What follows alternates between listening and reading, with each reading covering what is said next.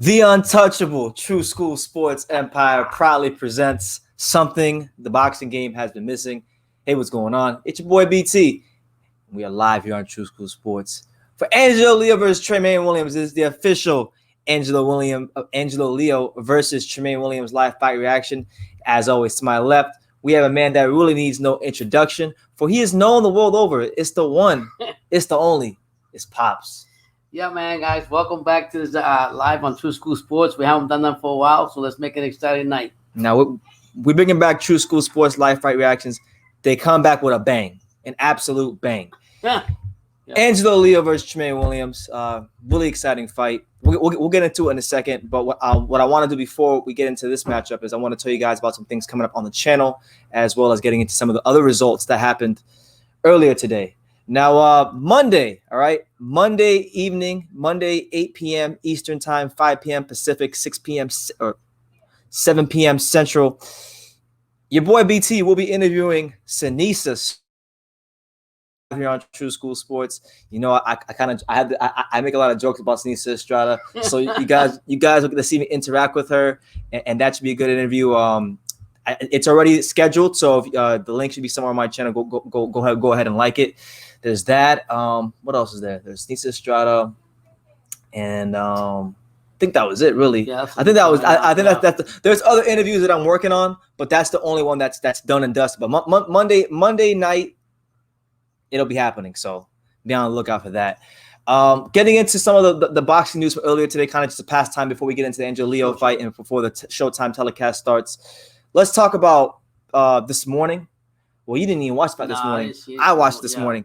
You had Sisrakit Sorungvasai, you know, the great super flyweight. He was back in action for the first time since his loss to Gaio Estrada in the rematch. He took on former IBF flyweight champion, the very old, experienced, crafty Amnat Ruinwrong, and he didn't have his best performance. He did look a bit old. He looked a bit maybe shot worn, but you got to take that performance with a grain of salt because it was at 118, which is not his best weight.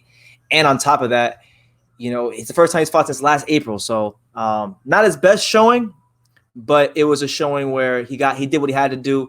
Really interesting. You would have loved this fight because it was constant action. Yeah. And the guy Ruinwrong, he's 40 years old.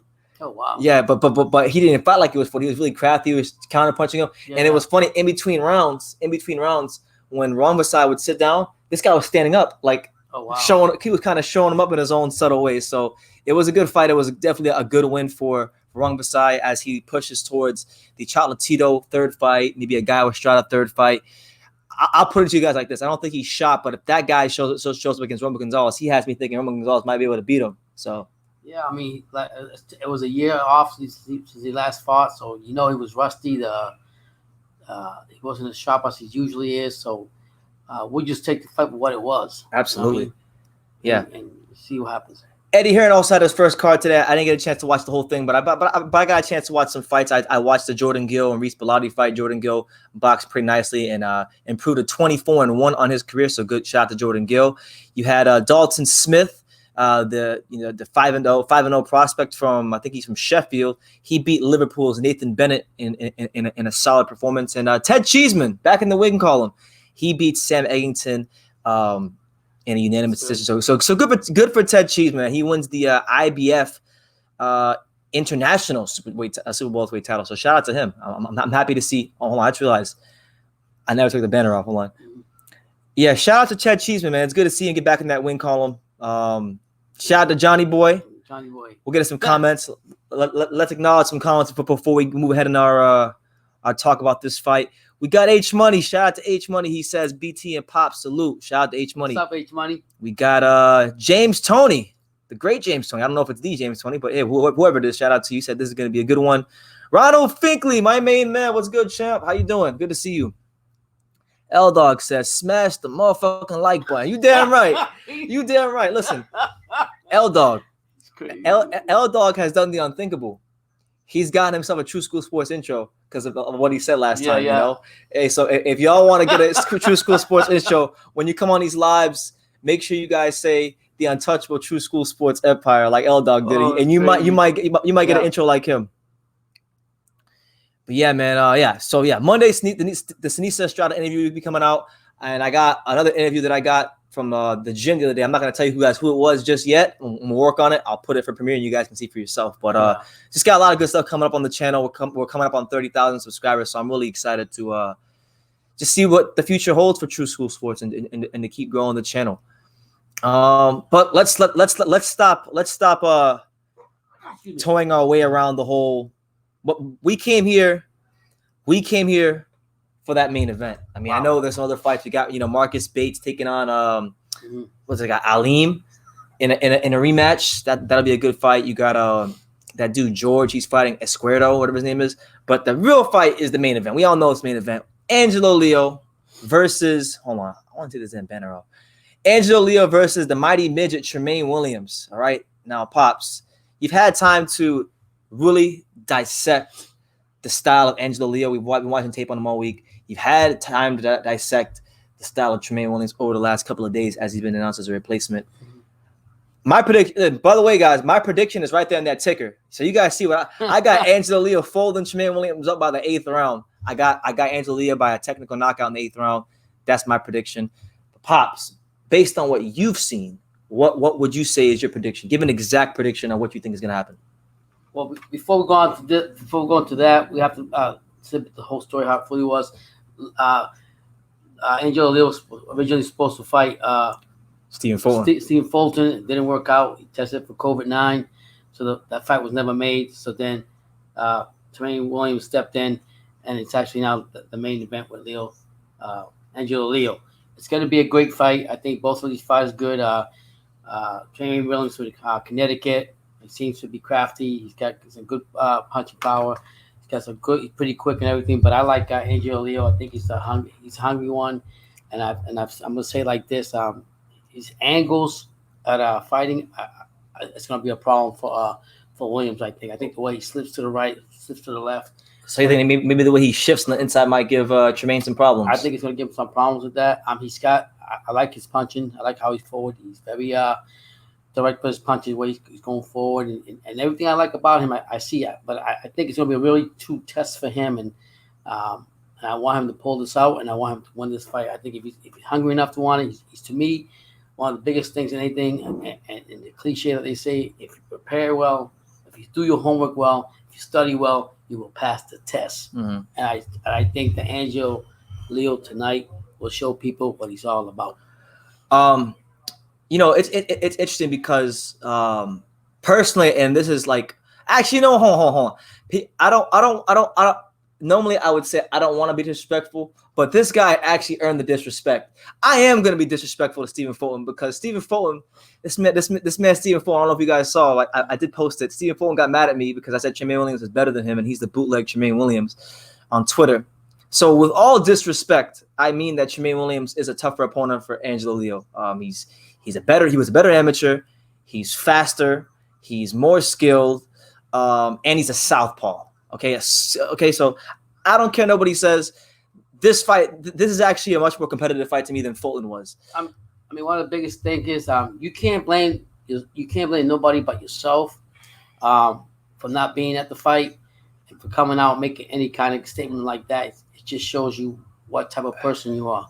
Yeah, for those of you who wonder what my dad's talking about. I made a tweet when the fight got scrapped and they announced Tramaine Williams as the opponent. I basically said that Tramaine Williams is better than Stephen Fulton. And Stephen Fulton, I guess, saw it. I didn't even at him, but he saw it and he was like, "Shut your stupid ass up. Ain't nothing holding me back but COVID." And then I was like, I put Angelo Leo, Tramaine Williams, COVID-19 greater than Fulton, and then he didn't respond. So that's what it was. So listen, I'll put it to you guys like this: whoever wins this fight, whether it's Angelo or whether it's Fulton. Not Fulton. Whether it's Angelo, whether it's Tramaine, I think either one of them is being Stephen Fulton. Stephen Fulton's a one-dimensional fighter.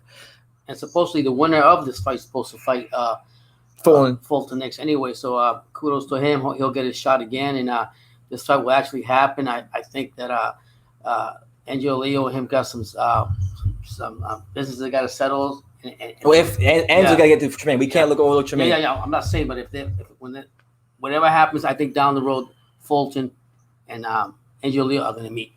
I just feel that way. I think that's going to be something. They had something they wanted to prove when they signed that contract that never happened. So I think this chapter's not done yet. The story still goes on. It's the untouchable True School Sports Empire. You know, we're here. Angelo Leo, Tramaine Williams live fight reaction. We're roughly 15 minutes in. Let me know where you guys are watching the fights from tonight. Where you're watching this live. Give me your city, state, name, country, all that good stuff. Let's see how international we can get with who's viewing this live. Listen, I've been following Tramaine Williams for roughly 3.5 years. I had a chance to watch Tramaine Williams fight on the undercard of Kovalev versus Ward 2. He fought, I think the guy's name he fought was Christopher Martin or something like that. And ever since then, I've been keeping tabs on him, and I know his story. You know, this is a guy that, you know, he's had his run-ins with the law. Like, he was a top-ranked fighter initially. Right. Then he went to jail. Top Rank dropped him. Then he signs. He commits what for most fighters is career suicide. He signs at Rock Nation, and then goes to jail again. Jesus. But he was fortunate that Rock Nation didn't drop him, so I guess they probably believed in him because they don't have many fighters. They only have him and I think Maurice Hooker at this point. Wow. So then now this is his chance to do Rock Nation back. Rock Nation proud and do them and pay them and kind of pay them back for believing in him, because it's not often in boxing that a guy can get into trouble multiple times and have a promotional company stick behind him. It's just crazy how it happened. Like, you wouldn't think that, like, okay, I screwed up the first time, you know, I'm not gonna I lost my job or whatever the case may be. They kick him off and go through. No, Rock Nation at least stuck with him. They believed in him, and that's why Tramaine Williams is here tonight. Absolutely.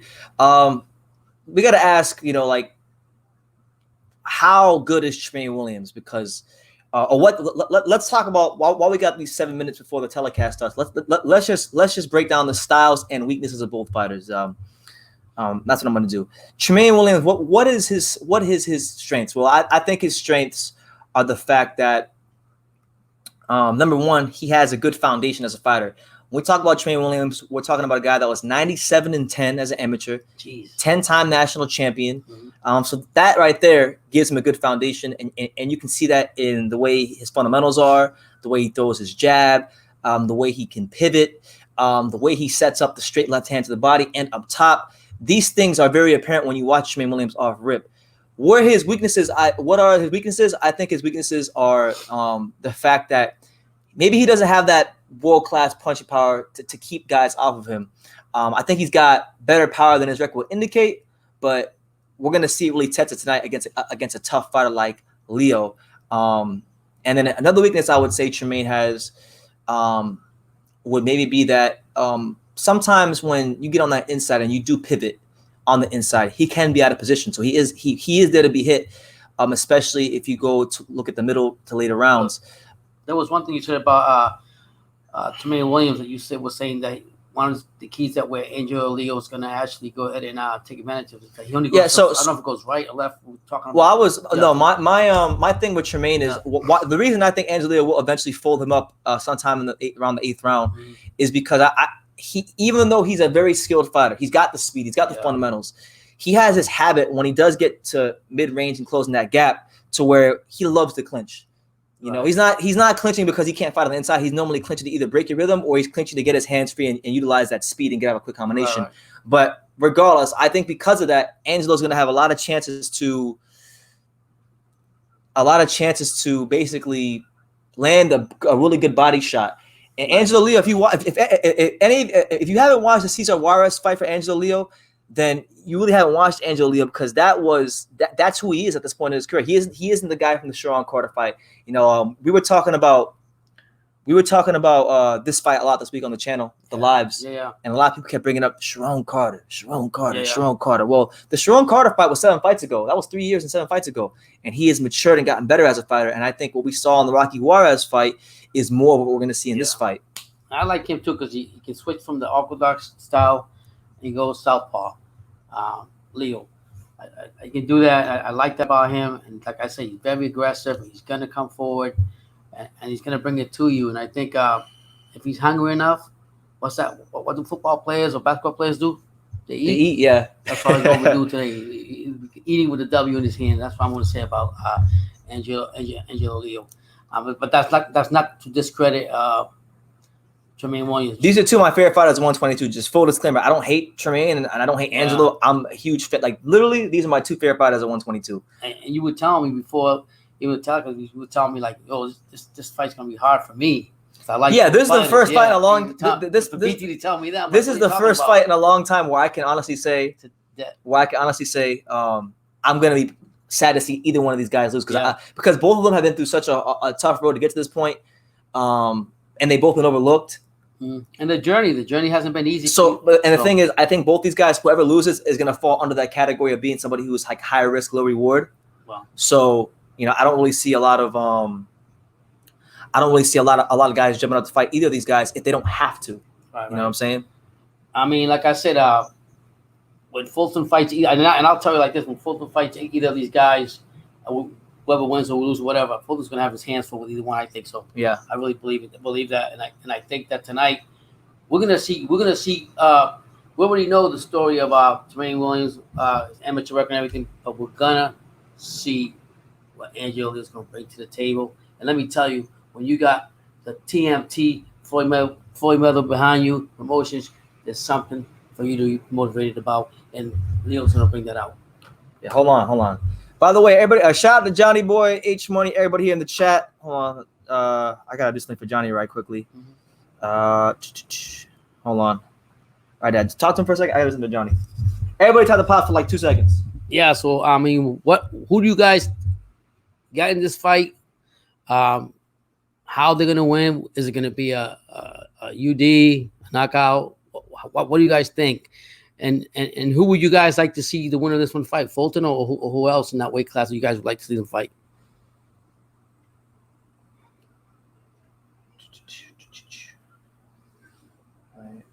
All right, there you go, Johnny. I think you're a mod now, Johnny, so you're good. You're a mod, Johnny. You're good. I like H Money, man. H Money, I was watching him live the other night. You were watching him live the other night? Yeah, man. How was that? He's good, man. He was running his thing. I actually commented on his channel. He's all right with me. Oh, I want to give a shout out. I know he's not here right now, but if he does come here, shout out to my main man, my little bro in boxing media. He's the next one up from South Florida. My guy, Mini Max Boxing. He did an interview today with I think it was Jason Maloney. Yeah, it was really good. So. Man, everybody here is picking Tramaine Williams. But you know what? I see Tramaine Williams by decision. L-Dog's by decision. Yeah, L-Dog had decision. It's funny because I've seen a lot of people picking Leo and I've seen a lot of people picking Fulton. H-Money got Williams too. That's all good. I like H-Money though. I want to bring this up. Angelo Leo, it's worth noting that Angelo Leo is a Mayweather Promotions fighter. And it's been well documented. It's been well documented that Floyd and Gervonta aren't getting along. So look, whether you guys know it or not, if Angelo wins this fight, there's a void for Floyd to promote his next young champion. So you're saying Floyd could go ahead and groom this guy up and bring him up for bigger fights? I'm saying I think if he wins this fight, I think Floyd's gonna really kind of push him because Floyd posted about it on his he posted about this fight on his Instagram, and you know that Floyd don't post about things unless they're like a benefit to him. So Floyd's excited about this fighter. He even helped him. Angelo talked about it in the media rounds. Yeah. He actually came by and stopped by and helped Angelo with the camp, and that's what it is. So don't get it twisted. When you got Floyd behind your name, you got a guy that did everything for boxing, and Floyd's living lavishly right now. God bless him. Just enough motivation to go in there and say, Floyd can do it, I can do it, and Leo can do it. All right. So with that being said, guys, the Showtime telecast is starting. So for those of you who don't know, it's going to be a 3-fight card. There's 2 fights in the undercard, and then we'll get to the main event. Let's put the volume on and let's see what these guys are talking about. Away from the ring, filled with uncertainty. Actually, we'll mute it because they're just talking about COVID and all the stuff going on in the world. But we'll say this too. This is the first Showtime telecast of Paulie Malignaggi in I don't know how long. Oh man. Yeah, I mean we don't gotta get too deep into that because we said what we needed to say in that video yesterday. Yeah, but they sub Paulie Malignaggi as a commentator, and they're bringing in Abner Mares, who's an okay commentator, but he's not Paulie. Paulie's one of the true greats of modern day greats of boxing commentary right now. That's until I get into commentary. We We're laughing about that. You know, but I mean, think about Paulie. Paulie's very informative how he talks about boxing, what he does. He's really deep in detail.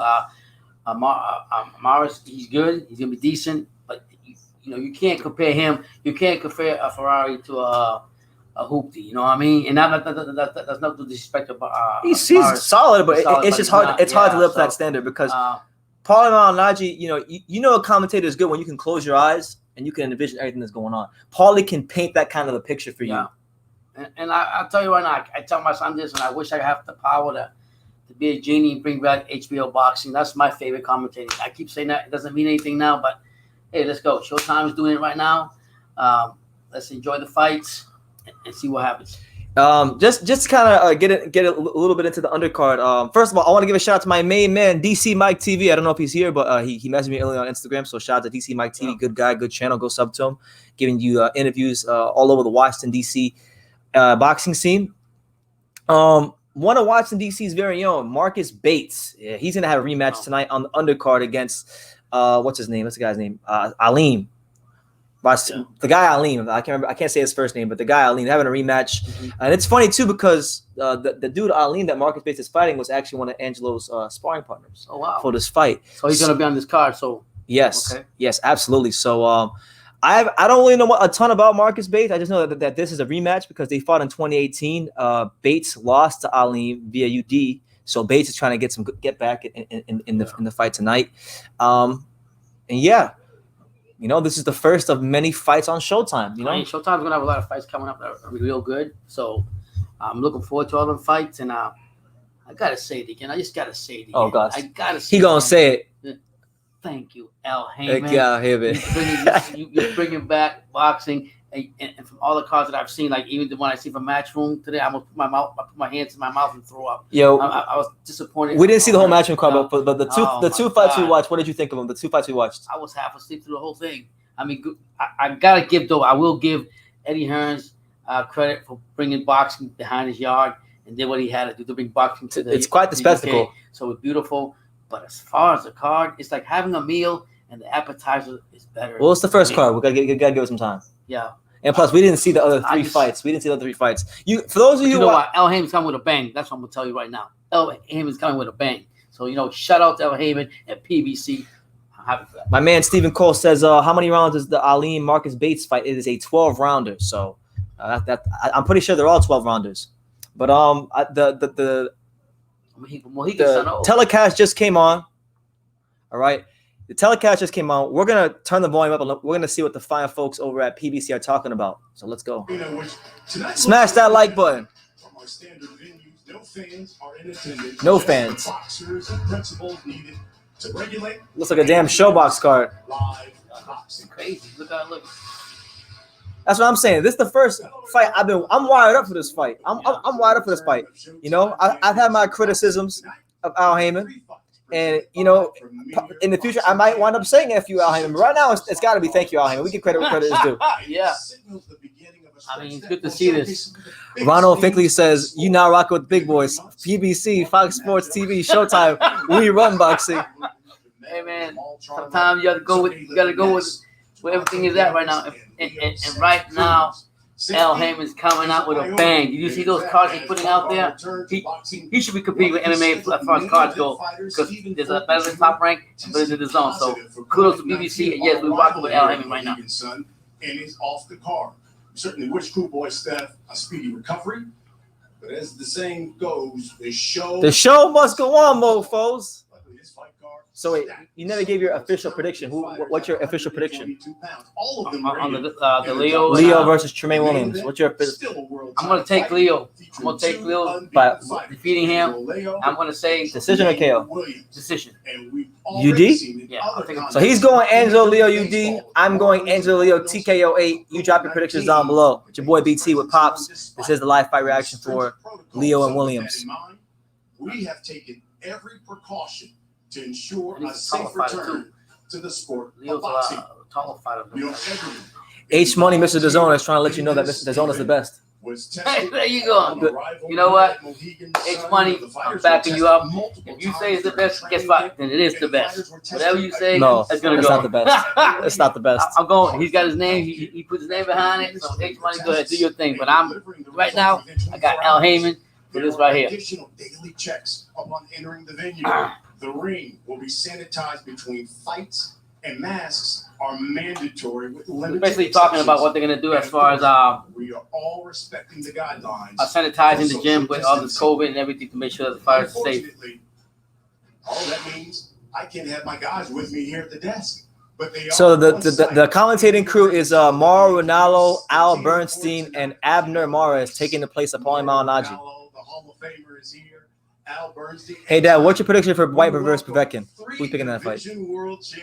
White Povetkin. Oh man, who's that? I like. Somebody asked that, yeah. I'm trying to figure out who gave you where the pink I like, hair where did that come in? I mean, White should win the fight. Quarantine talking. I'm gonna go with White. I'm gonna go with White, but Povetkin's gonna give him up for his money. Because listen, you're still active. Somebody asked me if James asked me, do you have a bet on Angelo Leo? No, I don't bet on boxing. I've actually never bet on boxing ever in my life.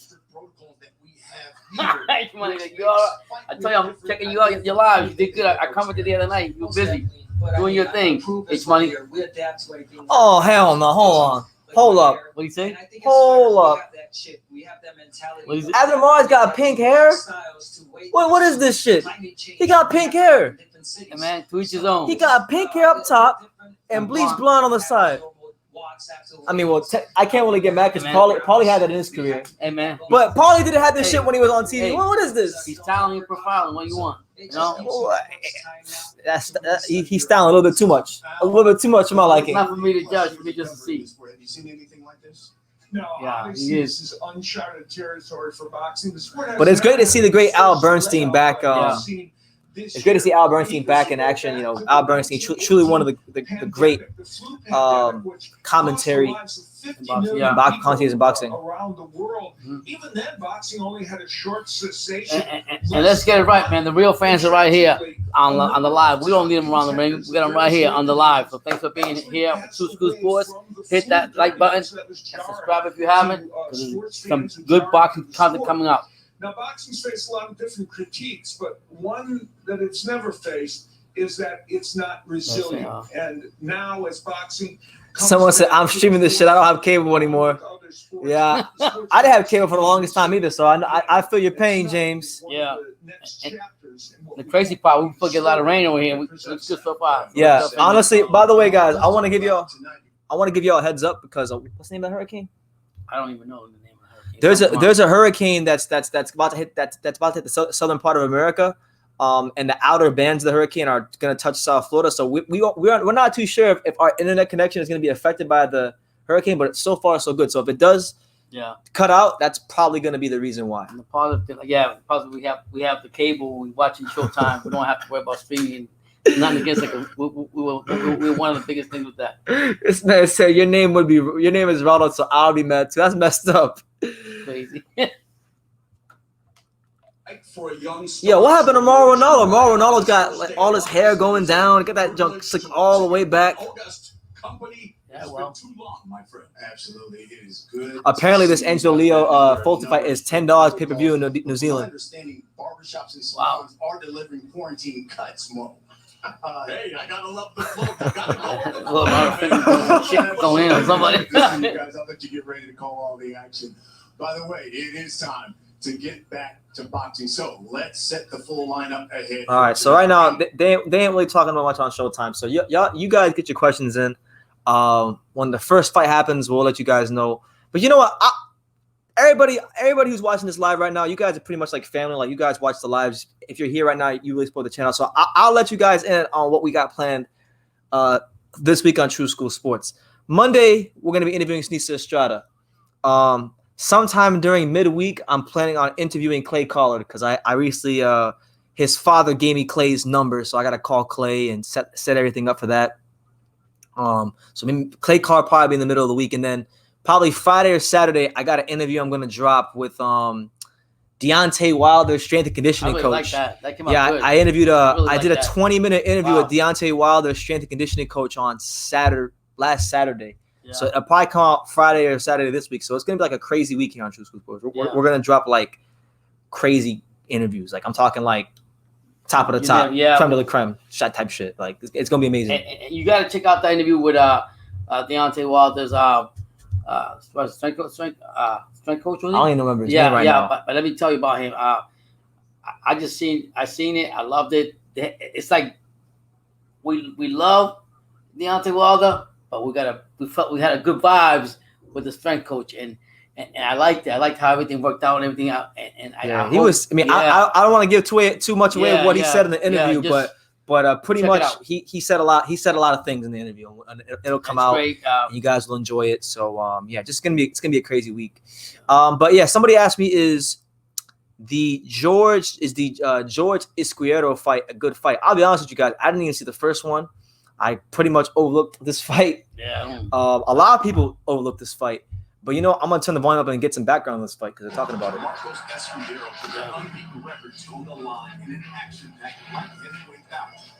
Oh, the light heavyweights. Is that even rated? We don't even know, right? I didn't check that out. We need to do our homework this time. Wow. Allowing Escudero to punch freely. While not all of Escudero's blows were landing, he remained a much busier fighter throughout the fight. What card was this on? I don't know. It's showing the first match, so the first fight.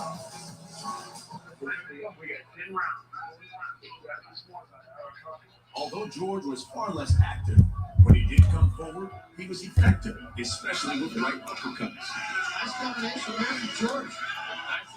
Yeah, right now they're just showing the whole George Escuero.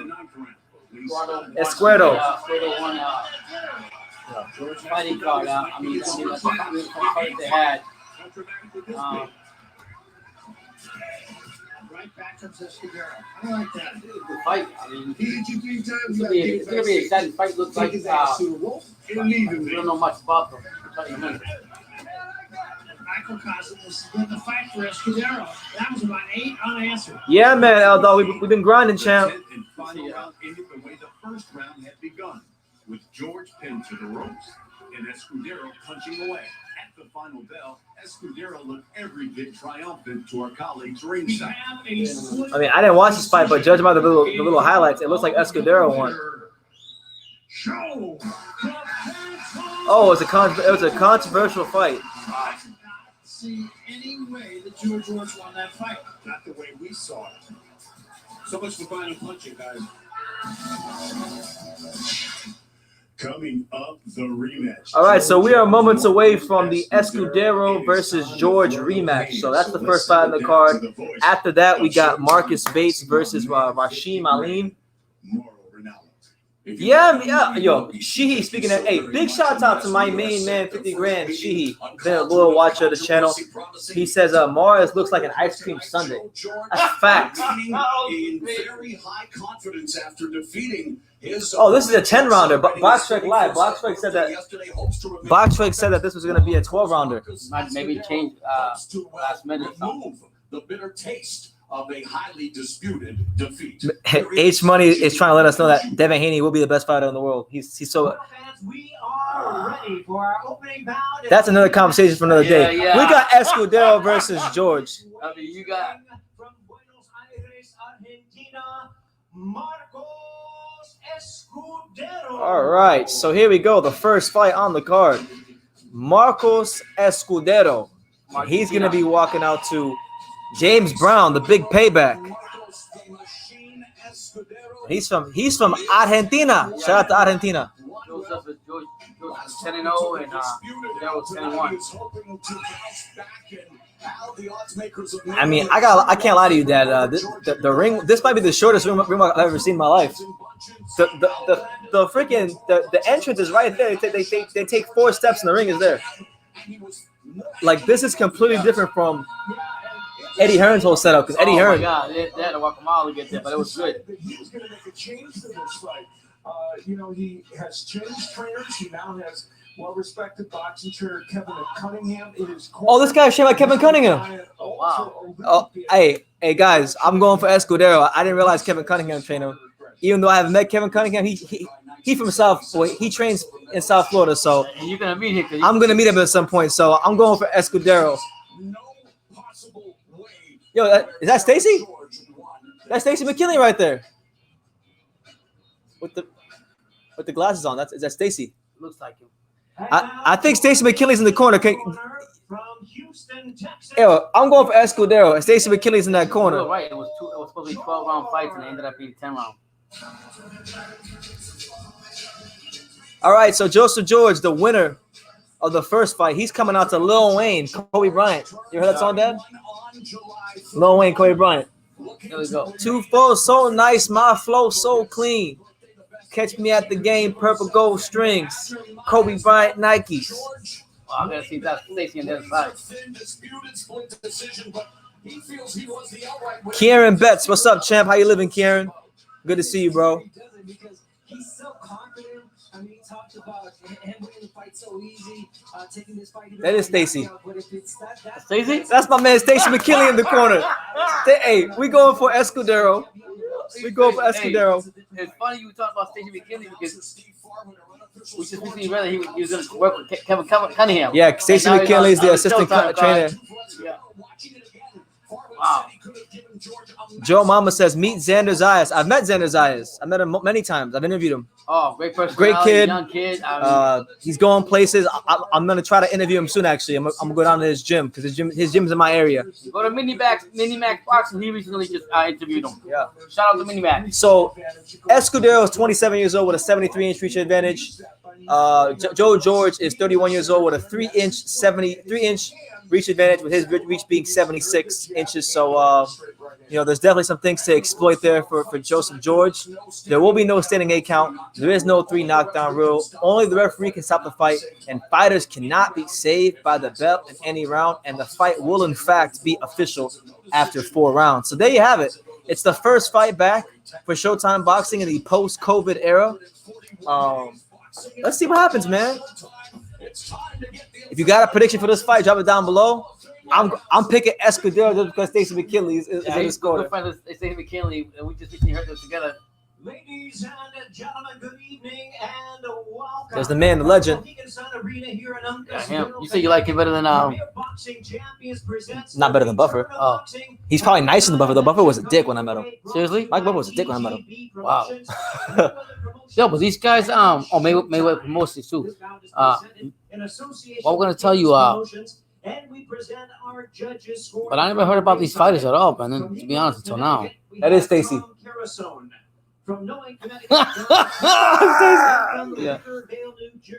Yeah, shout out to all the boxing fans worldwide, Wisconsin, everywhere. I saw that Johnny was at Wisconsin. Yeah. Danny Chabon is your referee for tonight's bout between Escudero and George. We go 10 rounds of boxing scheduled in a light heavyweight. Hey, Dan, if you were in the ring right now, what combination would you hit them with? Show him right there. What combination would you hit him with? Don't play, man. I'm just joking. Yo, you keep throwing punches like that, you might need to be Andy Reid's next opponent. Shit, I'll take him too. Pay me what he's gonna get.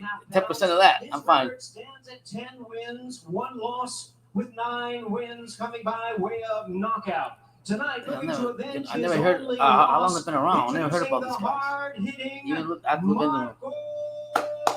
Escudero. Is that Stacey 3 of them? That is Stacy McKinley, yeah. He wears glasses. Yeah? Yeah. Corner, wearing black trunks with white trim, fighting out of and representing Houston, Texas. He weighed in at 174 and 1. All right, so this is Joseph George, 10-0, 6 KOs from Houston, Texas. Know what I'm saying? They say don't mess with Texas. Yeah. Here is the undefeated Joe. I don't know who's trying Hey, read that comment. That's it. That's it. Real talk. I agree. All right, bring it in, fellas. Let's go. So you got George with Yeah. I hope, honestly, no disrespect to any of these fighters. I just want to get to the main event already. Yeah. I'm hyped for this main event. I have been this hyped for a main event in a long seemed time. like forever this week. This has been the longest fight Yeah. week of all time for me. No lie. Alfred Miller, what's good, champ? Referee for our opening contest, Dan Schiavone, officiating his 4th. I got Rolando Romero and Subriel Matias, Joe Mama. We get set for round 1 of what is scheduled to be a 10-round affair.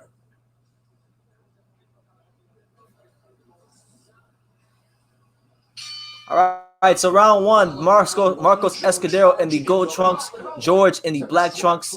This is a rematch. George got the decision last time. Oh, good right hand there from George. Escudero has to be very careful not to get caught. Come in like that. You can't be stupid like that. Now, I don't know much about either of these fighters, but just looking at George, he looks like a strong, sturdy guy. He really does. Just look at him. No lie. From the beginning of the bell, they both came attacking each other right away. So I always like that about them. They don't like each other. Joe George is throwing these right hands, and sometimes, like, I know it's early, but they're coming from way out here. Yeah. So if Escudero can get inside of that and punch between those, he can have a lot of success. Escudero trying to get his way on the inside.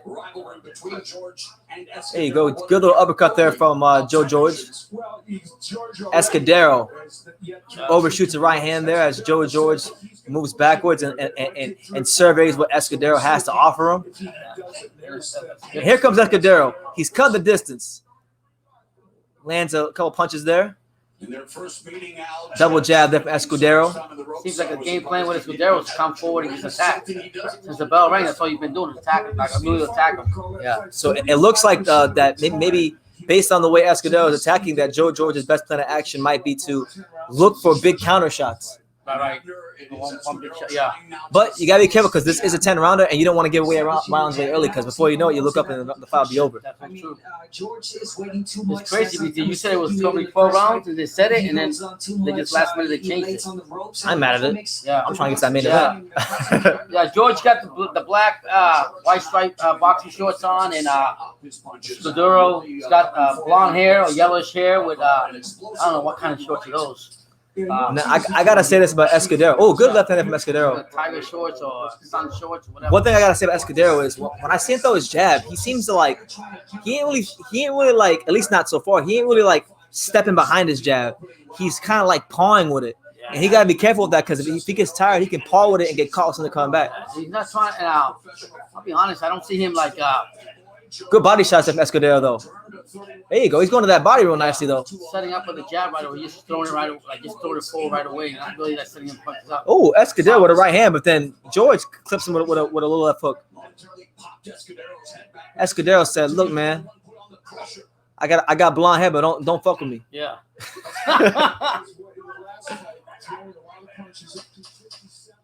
So I'm being what, lightweight, heavyweight? Lightweights, yeah. I don't see a lot of power in them. No, they got solid power. It's the first round. It's a good first round. So I'm gonna give that first round to Escudero. I think he outworked him there and landed the better shots. George had a couple of punches there.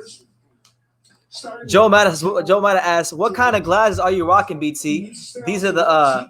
These are clear frame Nike glasses, but I call them the Horace Grants because you remember Horace Grant, the basketball player. He used to have the clear frames, but You got all kinds. I got three pairs of glasses. I got one that makes me look like Horace Grant. Yeah. I got Malcolm X glasses, and then I got one that just makes me look like a regular guy at Starbucks. Yeah. What was that joke that one time we watched one of your interviews that you had with Eddie Hearns and Big Baby Miller? When it smells good and looks good. That's it, man.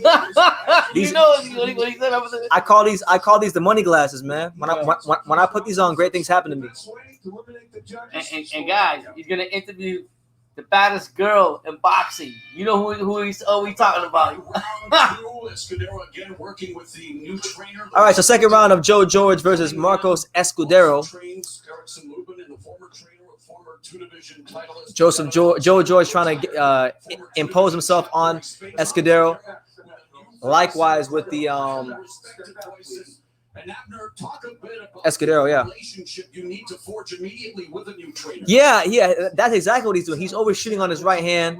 Even when he lands his left hand, he's even overshooting a bit on that. So he's got to be careful because, you know, when he gets tired, that's when overshooting will really come back to haunt you. Someone said y'all look related. Yeah, he's my dad. I'm the better looking one. Don't get it twisted. Joking. Joe Madden says, I want them. I'm rocking locks. Yeah, man. I love these glasses.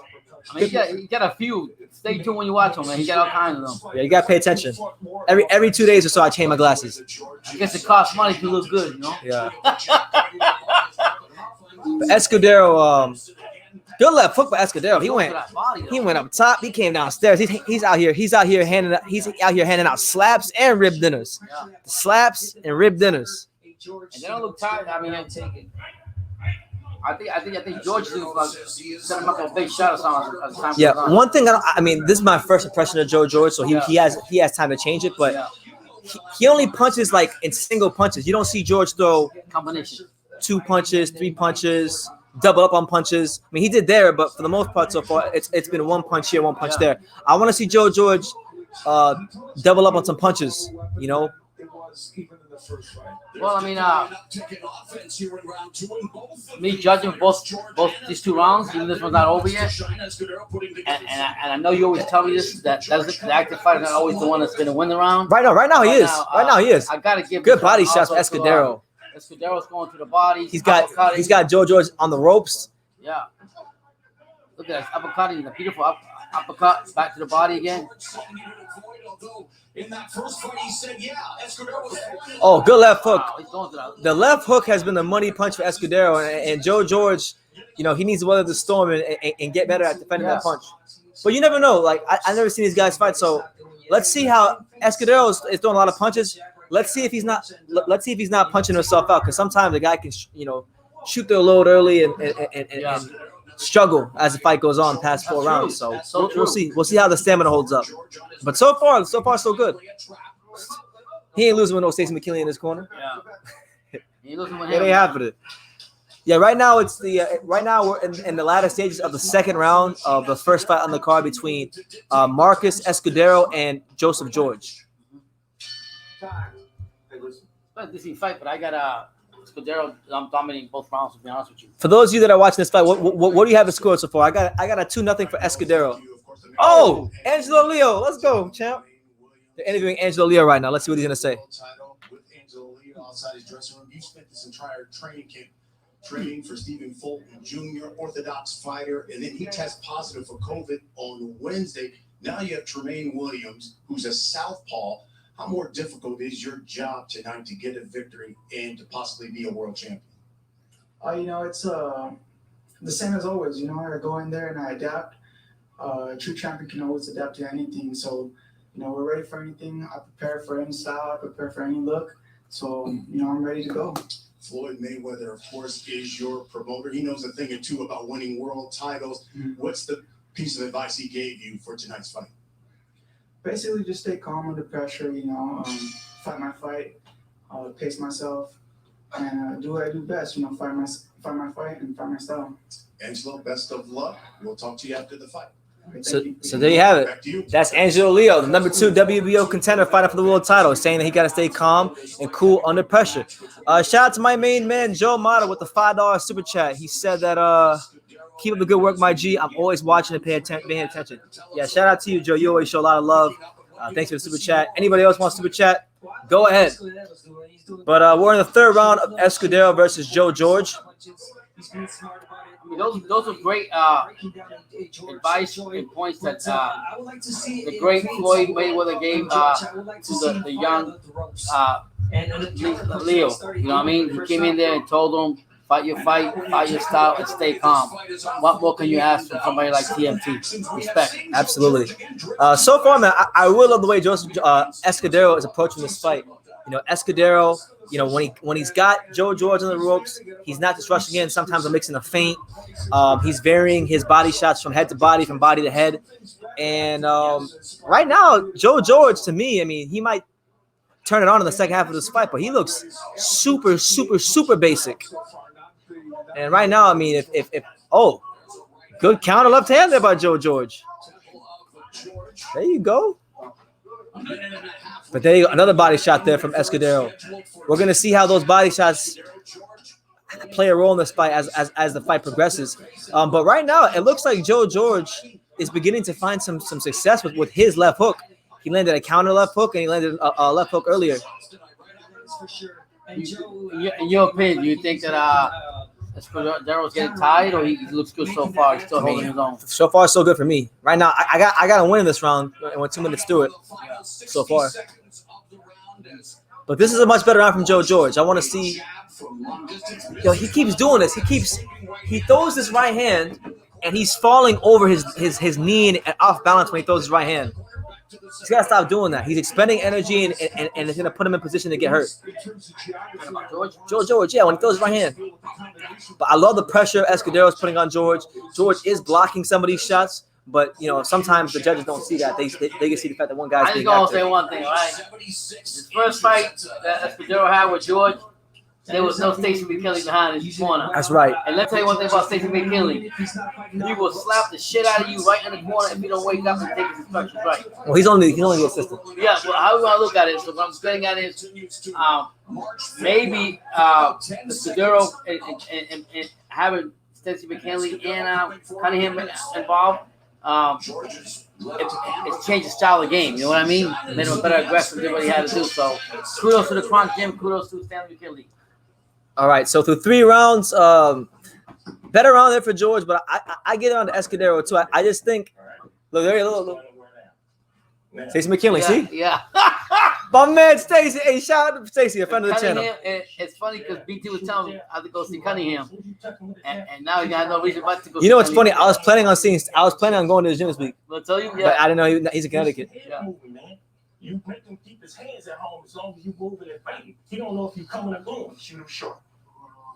It's a great fight so far. I'm gonna tell you. I like Escudero. I think. I think team with Cunningham and Oh wow, his second trainer is Travis Collins' brother, Marshall Kaufman. He's a friend of me. I talked to Marshall all the time. Good guy. Man. Shout out to Marshall Kaufman. So you got the boxing was this small little everybody. Yeah. So he can hit you up here. Got him. But yeah, so far I really like what I like what I'm seeing from Escudero. He's really, I like his approach so far on this fight, but I'm very interested to see these next 2 rounds for Escudero. Can he continue this pace? And if he can't continue this pace, can Joseph George take advantage of him? But so far, good job, good start here from George early in the 4th. Yeah, let me tell you, because George's been patient throughout the first 4 rounds. He hasn't been throwing a lot of punches either. He's just been patiently throwing his punches and getting him where he can shoot him at. Whereas Escudero's been attacking since his first bell rang. So you know what? He's coming forward and he's just attacking. He's not going back. He's not slowing down either. So I like that. He's going to the body a lot, uppercut, going to the liver, up and down. So he's chopping that tree down, Escudero. Yeah, I'm not really a fan of George's work rate. Good point there, James. His work rate hasn't been very impressive, and I don't think he has the kind of punching power to where he can just throw single shots. If you're gonna throw single shots, you got to have fight-changing punching power, and I'm not sure Joseph George has that. And his record doesn't indicate it either. Cause I think he has 6 knockouts in 10 fights. And a lot of that I blame to the corner when a fighter's not being actively enough, and maybe that's your style. You realize you got to get active. You got to push that fighter. George's not doing that, so in a way, he's hurting himself. Is what I'm getting at. There's George digging in the body with the jab, and then again launches that long-range right hand. But meanwhile, Escudero pinning. Man, Escudero's pressure. I'm really good pressure for Escudero. Wow, look at that. Punching around the guard, splitting the guard, going out on the body. Yeah. I'm kind of confused. Like, what exactly is the game plan for Joseph George? I think he's either I think he's trying to get Escudero tired. that or maybe he's a one-shot wonder, like expecting, But right now, if you're asking me, even being a blind man, I can't see anything. I would still say Escudero's winning this fight. You know why? Because he's doing a lot. It's easy to get inside George. He's not working that jab, so it's comfortable for Escudero to get in. But again, he knows. And you look at him too, right? When you look at George, right? He doesn't just look at his posture. He doesn't look like a fighter. Damn, good body shot there from Escudero. Yeah, wow, look at him. But George doesn't look. He doesn't look like a guy who's loosened up in the dressing room. Because even when Escudero's not punching him, he just stands and he's posturing. He's not really like in a nice flow. He's not moving around.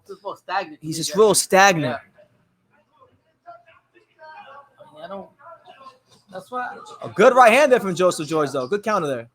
I don't know how of the fourth round, and fighters can't get motivated for fights when it actually happens. You know what I mean? You get in that ring, you can't be serious. To me, that's another Escudero round. I got a 4-0 Escudero. But exactly. There have been moments But I'm saying like George ain't doing nothing. Look, and I'm not gonna disrespect George. He does do some good things. It's just not enough. He's not like, it's a shot here, a shot there, but he's not really like making his presence known and felt in this fight. Nah. And if I was a judge, like I say, I'm giving all the rounds to Escudero. He's more active. He's throwing jabs, going to the liver, jabbing, going for. He's controlling what part of the ring the fighters fought at. Cutting the ring when he needs to cut the ring. And George not literally. And mind you, I don't think he's like throwing the best punches. I mean, Escudero, even when he has him in the corner, he's cuffing a lot of these right hands. They aren't like right hands that he's turning all the way. He's cuffing a lot of these shots. So I mean, let's be fair to George, though. We don't know. We still got 6 more rounds to go. He might, this is probably his style of fighting, the way he fights. He waits to the last, turn it on. Who knows? For those that are watching, drop your scorecard down below. Yeah, I mean, from the first fight, I see more. I see more from George than I've seen in this one. Oh, good right hand there from Joseph George, and a good 4-punch combination to start the 5th round. I think that if Joseph George is going to have success, it's going to be right now after this 4th round. Escudero's had 4 rounds of fighting at a pretty frenetic and quick pace. And look at Joe George, double jab, right hand. That didn't land all the way, but he's showing something. Just key points, I don't know. Tyrone Legacy, what's good, champ? Good to see you. He's not like but I don't see a lot of movement from George either. You know what I mean? He has a good jab. He only threw 168 the last fight. Here we go. Hey, Joseph George on his toes now. Look, he's boxing. He's on his toes. Maybe he's warmed up now. Maybe we're going to see Joseph George. But he's got to stop doing that. Stop showing up on the ropes. Stop showing up on the ropes and just giving away free combinations to this guy. By now, his engine should be turned on, to be honest with you. His engine should be turned on. That car should be running. I think the best you could do is 3-1. You could give Joseph George maybe 1 round. I couldn't see. I mean, L-Dog, hey, I love you, L-Dog, but I can't see how you got a 2-2. L-Dog got it what? 2-2. Wow. The big question is how many of those body punches that judges L-Dog got a 2-2. No, I don't see that at all. Because I don't see not even George hasn't been active enough to be 2-2. To be honest with you, not active. But I like what I'm seeing from here this round. I think he's winning this round right now. He's using his legs. He's boxing nicely. He's countering well. He's throwing different kinds of combinations, but he keeps giving away these free combinations on the ropes. But he's doing a better job to get off the ropes a lot earlier. Yeah. Didn't just stand in front of him. I still got this round for Escudero. Adjustments you would like to see George make going into the second half. He's doing all that fainting and everything, but he's not doing nothing with it. Talking about George. Hey, a good right hand for Escudero on the left hook. Jeez, look at that. Yeah, man, he's giving out Joseph George is giving up a lot of ground. I mean, you can't be doing that with a guy that's pushing the pace as much as Escudero right now. You know, Stacy said in the background, don't wait on him.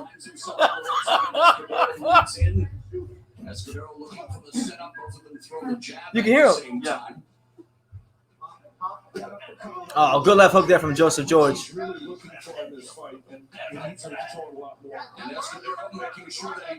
Oh, there you go. Good right hand from Escudero.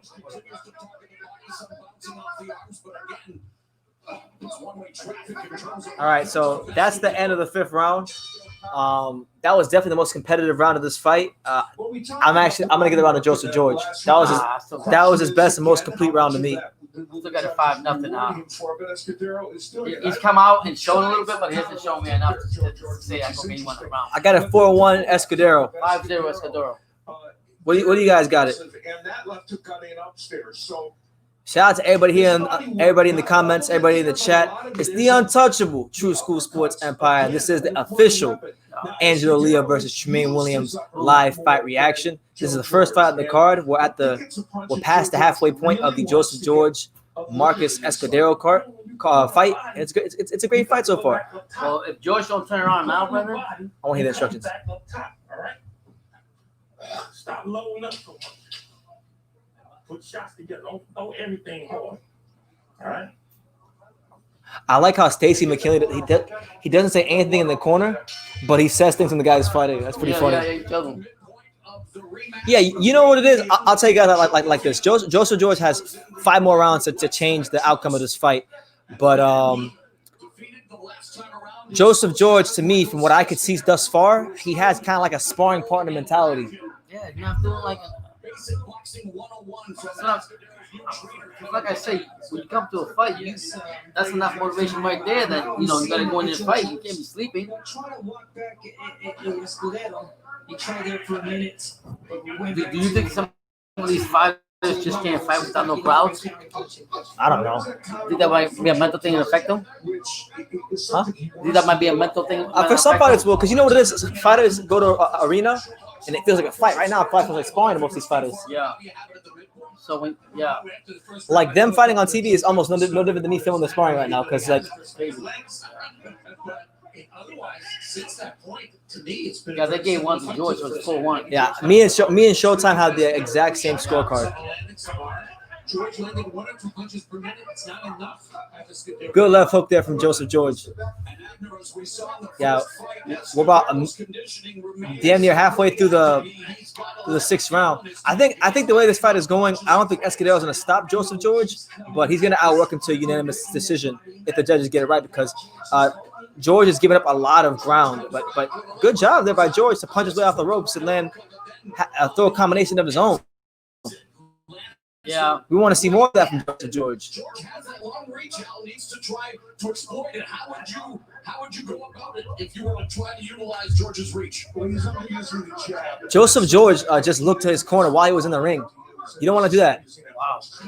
Good jab there, Escudero. That one actually knocked George back. So Escudero is out here. He's stepping in with his jab with conviction now. Stacey McKinley, I can hear him. He's asking for that right hand. Yo, Escudero go F around and fold those dude up like a blue steel chair at some point. 45 seconds here in round 6. It looks like that way. I mean, Single shots. the whole Cunningham and Stacey McKinley at the same time. Yeah, I'll tell you this, man. Even though he's winning this fight and doing a good job, Escudero, I think the right hand is starting to improve. He hasn't really been able to land his right hand the way he wants to, but he's starting to time him and get that right hand down. Wow. There it is. He's setting him up. He's throwing the right hand downstairs and then coming back upstairs. Good stuff there from Escudero. Yo, what? I mean, what more motivation do you need to stop a fight? That's my whole point. I don't know. Joe George returns to his corner. So there you have it. It's crazy. George, while his offense has been a bit sporadic, when he does get it untracked, and there's the counter left hook. What do you guys Crazy. What do you guys have the score fight right now? I got it 5-1 in favor of Escudero. I think Joe George does have the tools to beat a guy like Escudero, but he's not properly applying them. He's very complacent. He has a sparring partner mentality. He's throwing single shots. He's shelling up on the ropes and giving away free combinations to Escudero, which are not going to help him on the judges' scorecards. He needs something big to happen. I think he's going to need a knockdown or maybe to knock this guy out. Gotta do something, because right now what he's showing me, he's still out to lunch. You know what I mean?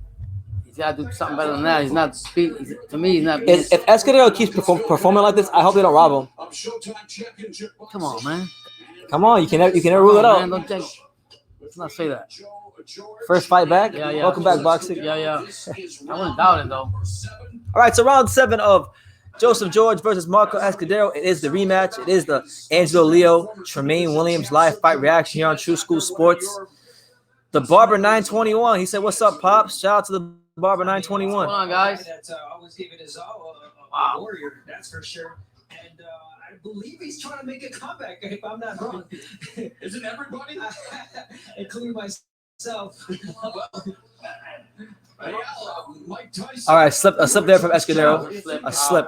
We'll leave that one for another day. Especially one way this fight, Connor. And it is a fight. No, that's probably the best thing Escudero has going for him is his work rate. He's got a hell of a work rate. I think his right hand is a bit loopy. If he could straighten that right hand up a bit more, he could really put Escudero in some serious problems. He landed a decent left hook there, but Joseph George actually did a good job to roll a lot of those shots. But still, it doesn't matter. He's been giving away so many free combinations on the ropes that's going to actually help Escudero on the scorecards. Somebody in this corner surely has to be telling him this.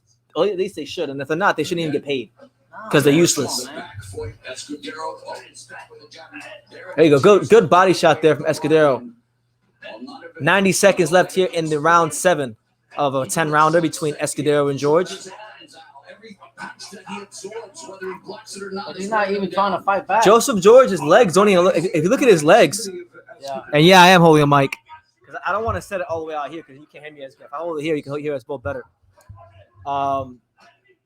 Good body shot there for Escudero. He's out here handing rib dinners. Yeah. And if Escudero had a little more power, he would have had him out already. He's trying to fold up Joseph George, tuck him into bed with milk and cookies. Let's go, champ. George is just looking for one punch. I said the same thing. He's looking for that one punch wonder. Yeah. And still, Escudero doing the damage, walking him down. Oh, there you go. Good sidestep there. Yo, Stacey McKinley definitely taught him that. You think so? No, yeah. That's a Mike Tyson shit. Get on the inside, step over, change the angle, bang. That kind of reminded me when Mike Tyson knocked out Buster Mathis. The same way, yeah. Yeah, same way. Same sort of like sidestep on the inside.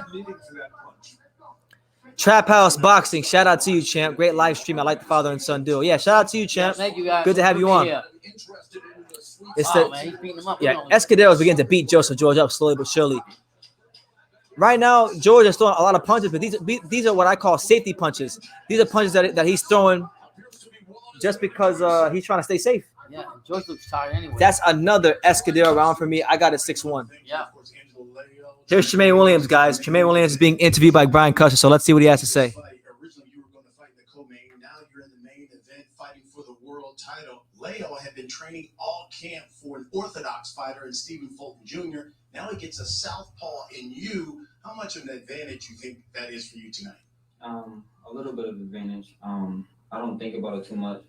As professional athletes and at a world-class level that we are right now, you got to be able to adapt. And whatever gets thrown your way, you got to be able to just figure it out. You know, you have a real redemptive story. You told us just a couple of years ago you were sitting in prison. So how does that same man now stand in front of us on the cusp of possibly being a world champion?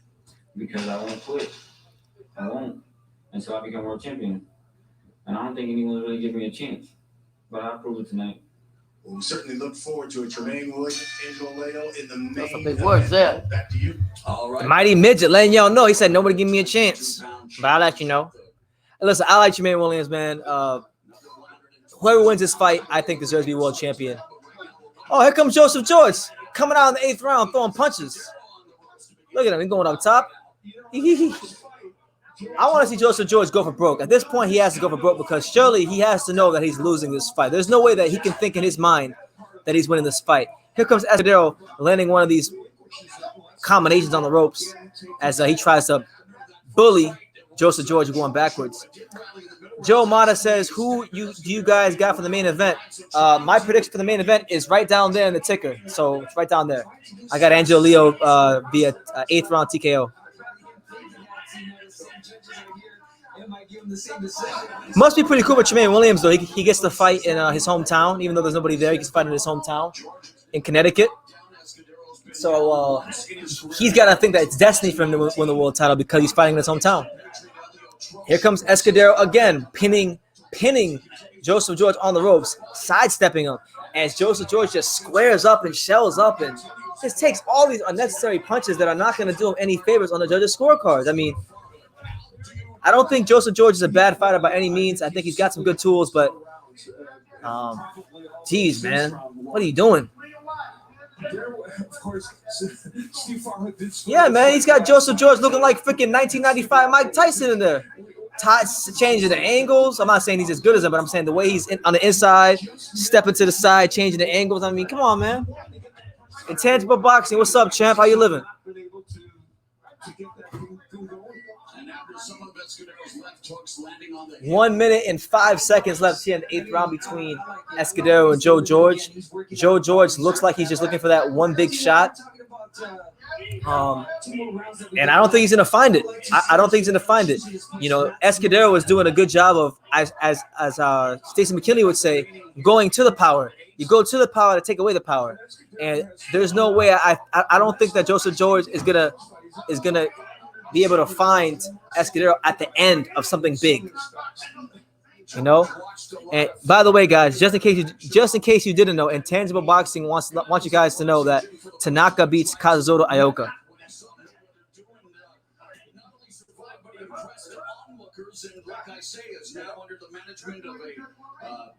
Yo, right now, is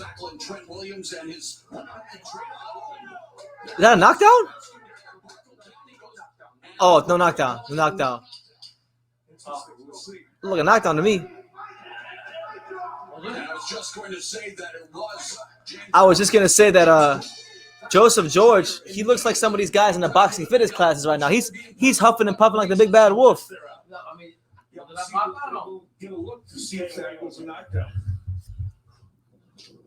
Man, Escudero's breathing hard too, though. Escudero's throwing a lot of punches. Let's see. Let's see if this is a knockdown by Joe George. The right hand that kind of goes over the head. It's hard to tell if that was a knockdown. Scored a knockdown. He may have knocked him down. I thought that was a knockdown. That was a grazing shot to the temple. Yeah, man, that's a grazing shot to the temple. Look, he shoots the right, he grazes him on the top, and he falls. Landed off the top of the head and did knock him down. Abner, what do you think of that? I thought he walked in right into that. I think it was a head punch, yes, on top of the head, but it was not trolling, but it's been a very bad day for me. But Tramaine Williams beating Angelo Leo and me getting my pick out will help make it better. We'll see, man. We'll see. Wow. Sorry your day sucked, man. Hopefully tomorrow's better, because I'll tell you right now, today ain't gonna be too good for you. Angelo Leo about to fold those like a blue steel chair. They didn't count that knockdown, so. But maybe that's what Joseph George needed to do. Needed to happen to give him the life. To throw some more punches. Oh! Yo! Joseph George just landed a devastating uppercut. Escudero's out. Wow. Yo! Oh my God. What I said before, though, I said he's a one-punch wonder. Wow. Unbelievable, guys. Joseph George, he hit him with that night. He tucked that boy in with milk and cookies. Listen, we said that George the whole time was Joseph George. He's a one-punch wonder, and showing up, that's what it was, man. Joseph George just did his best Deontay Wilder impression. This man was losing every round, and bang. Knocked him out. Look, he's still on the ground. He's out. Yo, that's gonna be a candidate for knockout of the year. Wow. Jeez. Oh my God. Yo, if y'all just tuning in, and if y'all don't know why I'm going crazy, Joseph George just hit Marcos Escudero with an uppercut from hell. That was from hell. Lifted him up and boom! What a shocker! But I said that. This dude still hasn't even got up yet. And Joseph George said he's he's got to be a one-time punch wonder. Show up. What a fight! That was great. Yo, thank you, Jaime. That was a great fight. That was a hell of a fight. Stacey and Cunningham. That sucks, man. I was. First birthday to Joe George. Joe George out here doing his Deontay Wilder impression. If I do, nobody step up. Wow, that's unbelievable. A whole change of events, man. I tell you. That's a strong motherfucker right there. That's, oh my God. So Escudero overshoots a right hand, and then boom. Oh my God, what a great uppercut. Left uppercut. Hey, shout out to Joseph George, man. It wasn't the prettiest. It wasn't the prettiest performance, but gosh darn it, it was effective. Yeah, because to be honest, Escudero had this fight won the whole way. Using this fight out there, and it's a punch that finally he found a place for. Well, the Yeah. punch and that hand, he was working that left hand. Man, that sucks, man. I was going for Escudero because Stacey McKinley was helping train him, but Wow, what a shot! listen, Powerful. Amazing angle. you can just look at Joseph George and you can hear some of the shots that he did land, and you can tell he can punch. But Jesus, I didn't expect that. No. So So you did say that in the later rounds he might like do something, or he needed to do something, and he pulled it out. God dang. Respect to both fighters, but George proved us wrong. What a card so far. What a way to start a card. Wow, what a knockout! He did, yeah. You're right, Trap House. He just missed that uppercut early on the ropes, and he landed a straight right. He landed a straight right in the first 30 seconds of the first round that had a good thud to it. So I knew back in the first round he could punch, but man, he was just. Wow. One time, shout out Kids Motion. Hey, he shouting out Al Haymon before the post-fight interview. He getting that out the way. As the saying goes, Pops, don't mess with Texas. Wow. Don't mess with Texas. He's probably shocked because he had the fight won. Escudero had outlanded Joseph George 121 to 89. He landed 9% less of his punches. He got derailed. No controversy. What You a see? shocker, guys. The Chump Killer says, I would have loved to have heard what Paulie would have said right there. Yeah. Wow. I'll say this though, I think they got something there with Joseph George. They's got Ladies and gentlemen, them boxing skills. Got to be he got to work on the boxing skills, but he definitely got the power. reaches the count of 10. He is the winner by way of knockout. He is still undefeated. The Phenom, Joe George. Is Joe George gonna F around and become the best American light heavyweight? Because the American light heavyweight scene is pretty thin right now. He's got to do better. Marcus Brown, El Bialy, Great knockout, great what he did. But I'm telling you right now, if he goes up the line to upper better opponents in competition, yeah, he's got to improve. He can't just sit there and be stagnant. I was telling you too, rounds. Escudero kept throwing that. It was a looping right hand. He couldn't straighten it out the whole fight. Yeah. So he threw the right hand, and then his dumbass actually stayed there. Listen to this. We gotta hear that knockout again. Oh my God! Man. Boom. Knocked him out. You know, every now and then, when Unreal. every now and then when I watch boxing, some fighters and some punches make me happy that I'm not a professional fighter. That was one of them. That was one of them. To kick off our return as Joe George. No controversy this time out. Yeah, he erased all controversy this time. He had hurt him in round 9 in the Man, first fight. This time we got to give Joseph George the ultimate and utmost respect. He took Marco Escudero and he folded him up like a blue steel chair. It's crazy how he Like did The it, though. Rock, like Chris Jericho, over the top rope, tables, ladders, chairs, SmackDown 2000. Yo, it was that devastating of a punch. Because at the whole fight, we had Cordero was winning the whole thing. And Cordero winning the whole thing, and all of a sudden, he came from nowhere. I didn't think he was gonna win this fight unless he did some miracle, and he did it. Yeah, he pulled a miracle. I told you, he did his best Deontay Wilder impression. He loses all them rounds, and then you get a knockout later on. Wow. Yeah, and that's the beauty of boxing. This ain't basketball. Like the one part. There was a movie How High with Method Man and Redman. Yeah. And there's a part of there. Cordero would have been winning the fight too. They said this isn't basketball, J-Rock. He was winning the fight. Yeah, Escudero was up on all 3 of the judges' scorecards. All he had to do was continue to do what he was doing. I get in front of George. James Tony says, so he's 11-0. I think he could beat Marcus Brown. Yeah, Marcus Brown is pretty. Yeah, I don't know about that. We haven't heard from him last. No, I'm telling you right now. He touched Marcus Brown with anything close to that. Marcus Brown is going night. He'll go night quicker than Escudero. Wow. Marcus Brown is chinny. Yo, he knocked him to another level. Yeah, so I bet Stacey was like shocked. Hey man, I'll say this about Joseph George. Wow. I think he's got a good opportunity. He, I didn't know much about him before this fight. I actually did overlook this fight. But hey, he lifted the pressure with me, and that's what you got to do. Right? If you're a fighter on this undercard, in this COVID that doesn't normally get TV time, you got to make an impression. So I think Joseph George, if he can continue to improve, if you look at the American light heavyweight scene right now, you got Ahmed Ali, Marcus Brown. You don't got like a whole lot of top guys. So there's a he if he continues to improve and gets better, who knows, man? Maybe he makes himself the best American lightweight in the world and goes on and pushes for titles and becomes title contender. I'll be honest, all the best to him. I mean, great fight what he did today, how he came back, he did what he had to do. They're gonna interview him. I like this NBA style with a podium. I remember he told us the difference in this fight is that I'm going to win it decisively. And I would say he certainly did that, getting the stoppage in the ninth. Man, he hit him with that final boss power. I'm just gonna say it like this: he did good with that knockout, but as he gets up to better competition, you can't play that. You can't play that. To be honest with you, he'll get rolled up real quick. You gotta settle down.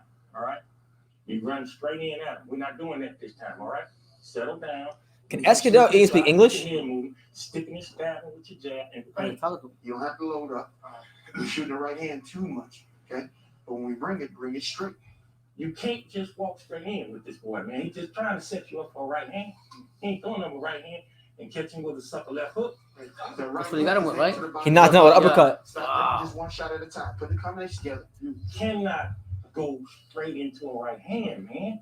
You know that's what he's trying to throw. That's what we worked on this shit for, man. But you see what time it is. You didn't drop the motherfucker right here. Stay short. We good.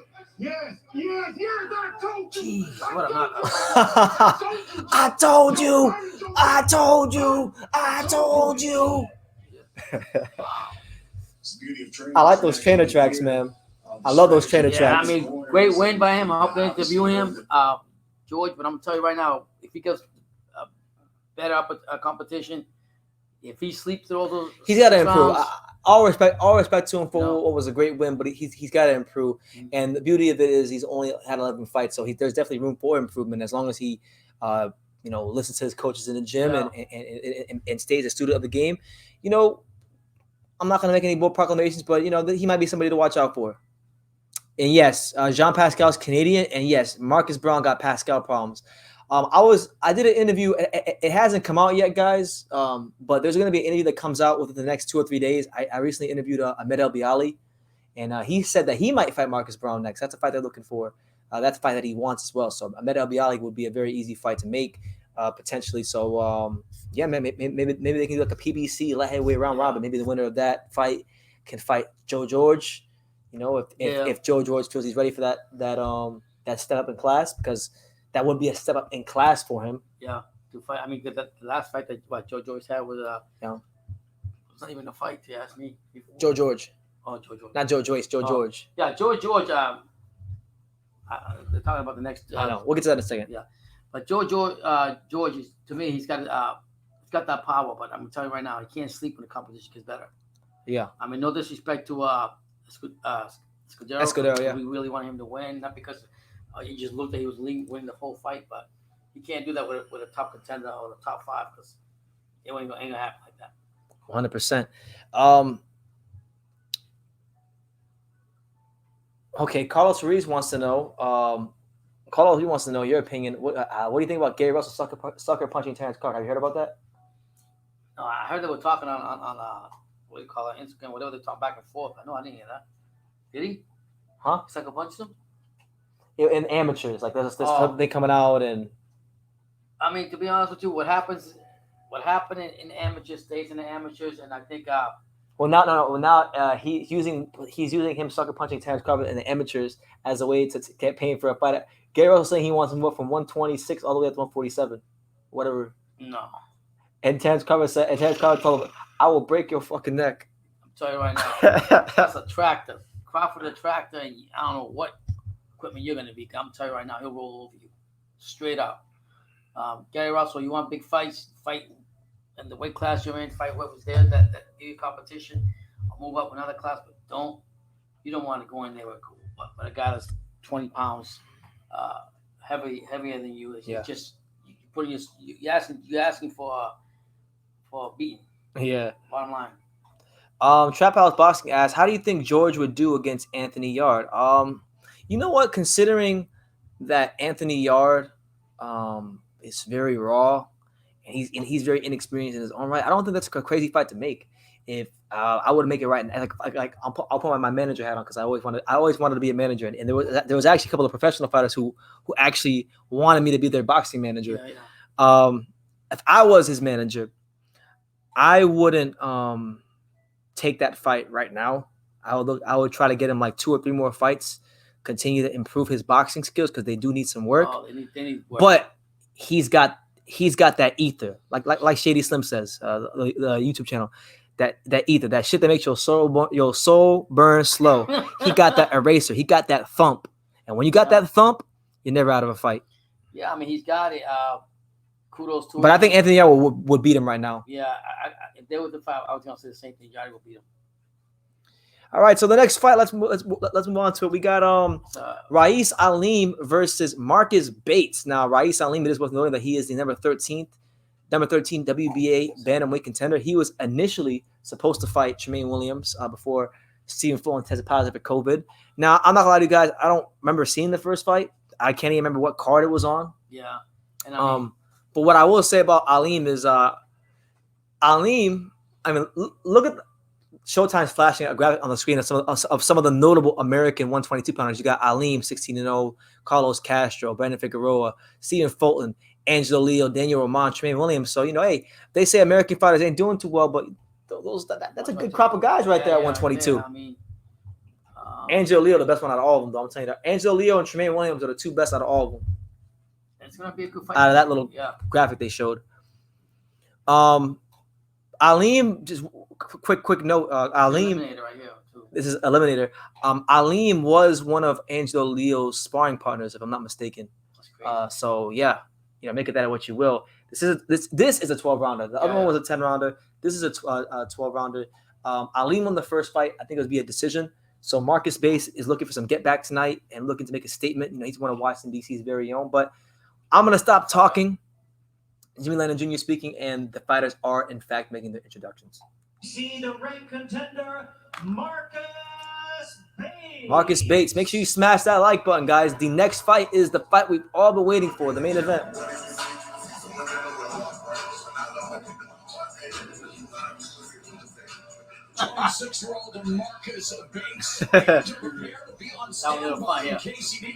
So Marcus Bates, Washington D.C.'s very own, took this fight on 3 days' notice. Wow, that's a fighter right there. Joe Smith Jr. versus Anthony Yarde. I would actually go with Joe Smith right now. I think Anthony Yarde needs to be in a couple more fights.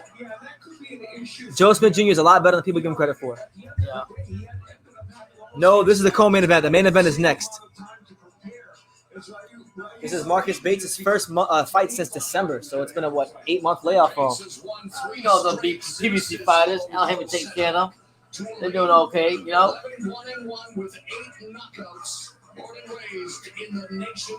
one of the last times the Washington D.C. fighter fought in a big fight was Lamont Roach versus Jamel Herring, and he put up a dud. So I'm hoping he doesn't suffer from Lamont Roach syndrome. Yeah. To be fair, 2 different individuals. I know. They're both from D.C.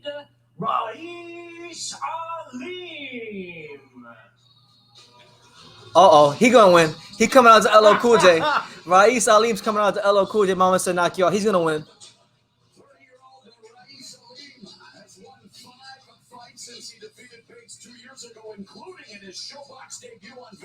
Man, they said, L Dog tripping. He said Marcus Bates should make his nickname Master. Think about it.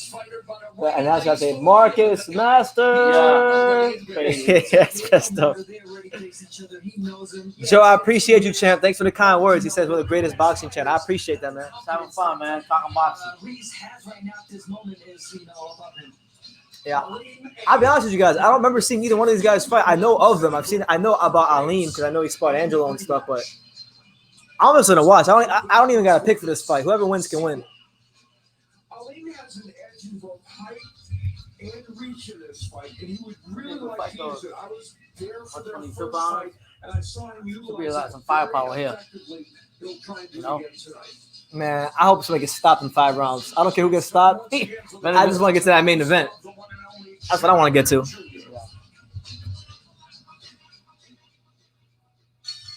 Ladies and gentlemen, from the Mohegan Sun Arena, Premier Boxing I've gone there too, my mom. You have? Yeah, Connecticut. The Mohegan Sun Casino? Yeah. When'd you go there? I was in Massachusetts. Like recently? Like the last couple of years? Yeah, I go with my mom all the time. Oh, damn. This bout is sanctioned by the WBA President Gilberto Jesus Mendoza. Judging at Yeah, it is a rematch. From Avon, Yes. Connecticut, Glenn Feldman. From Albany, New York, Tom. You know what? Shameless plug. I know I plugged it a bunch of times, but I'll plug it again. So I'm interviewing Sinisa Estrada on Monday, so be on the lookout for that. Also working on getting an interview with Clay Collard, and we got an interview with Deontay Wilder, strength and conditioning coach, whose name I can't remember right now. That'll be coming out later on in the week. But Marcus Bates, Wasim Alim, a big fight in the super bantamweight division. I'm going for Marcus Bates because he's got a sick tattoo in the middle of his chest. Look at this tattoo. He got boxing gloves in the middle of his chest. He weighed in at 121 1/4 pounds. I don't know, Trap House. Michael Hunter, he just been crying a lot recently. He's been talking about how this amateur fight with Fury and how he didn't get treated right at the zone. Like, I don't know. It seems like he doesn't really have a plan as to what he wants to do with his career, but I like him. Personally, for me, I would love to see him fight. A fight for him. I would like to see him against Trevor Bryan. And his opponent across the ring, fighting out of the blue corner, wearing red trunks with gold. Good thing about watching this fight, we really get to see what Leo did against him when he sparred. What type of fighter? What type of work he was getting? Yeah, 1 1/4 pounds. for sure. James Tony says interview Tony Yoka, who's way better than Hrgovic. Hey, L Dog might come to your house, bro. You better calm down with that, L Dog. The undefeated fighter known as Rais, the Beast Ali. Oh, the Beast. Okay, the Beast. That's some powers. I didn't see his record. Once again, referee in charge, Gary Rosado, now to give instructions. All right, so this is the live fight reaction for Angelo Leo versus Tramaine Williams. Right now, it's Bates versus Alim. Make sure you smash that like button, subscribe, super chat, all that good stuff. I'm so hyped up for this PBC fights coming out. The Charlos are fighting. And, 22 years of experience. Clay Collard took that fight. Clay Collard took that Bektia Melakuzia fight on 24 hours notice. So that full disclaimer there on that one. First of 12 rounds, Rais Alim undefeated at 6. All right, so round one, Rais Alim versus Marcus Bates. Alim is in the red and gold.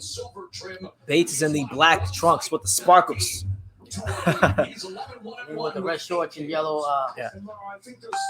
They're both orthodox fighters too. And I gotta say, man, Alim looks significantly taller and bigger than. Yeah. A lot of movement too. Like the movement so far. Apparently, Marcus Bates is a King's Promotions fighter. He's got that King's Promotions logo on the back of his trunk. Shout out to King's Promotions. So far, not a whole lot going on. Just a lot of posturing and filling out. Yeah. Just in the middle of your feeling fill out. Good body shot there by Ali. Yeah. Same decision also, but entertaining. But in this case, I think the mindset is to expect the unexpected. Never think that it's going to be the same type of fight. Come second fight. Oh, good left hook there for Marcus Bates. Come on, Marcus. I want Marcus to win. I like Marcus Bates because he showed my boy DC Mike TV a lot of love and gave him interviews. So if Alim sparred Leo like this, Leo. So you're picking Alim based off the strength that he just sparred Angelo Leo. And the way, I just like the way he can come forward.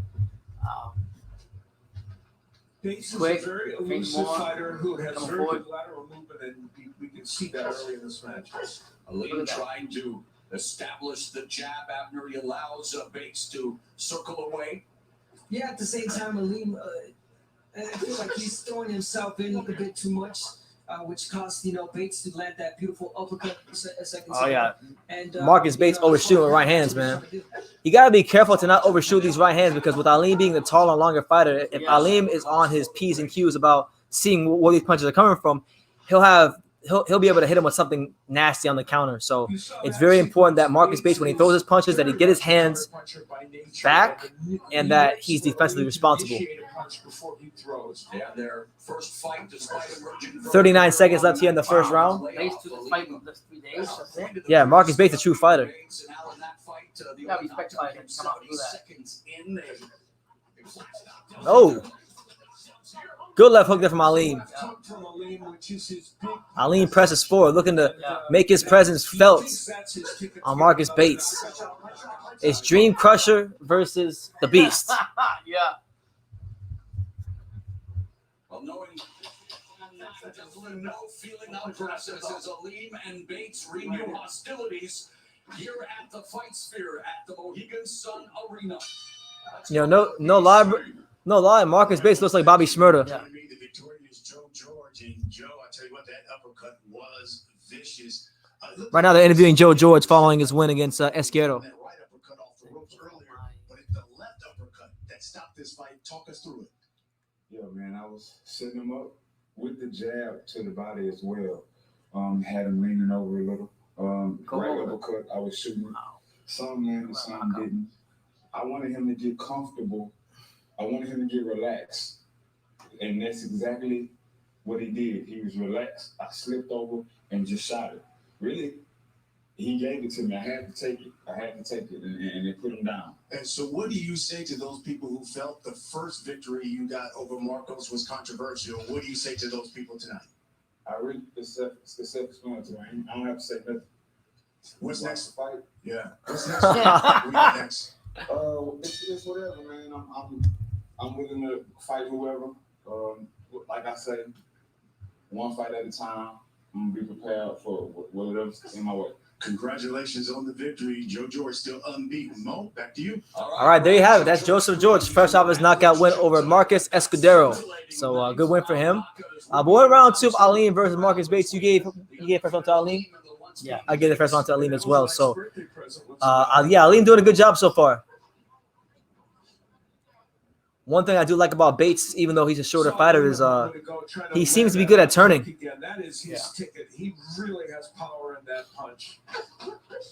And there, he tries to counter with it. And after Bates quick to Bates like very patient too. Just like Well, he's got to be patient with Alim being the longer rangier fighter.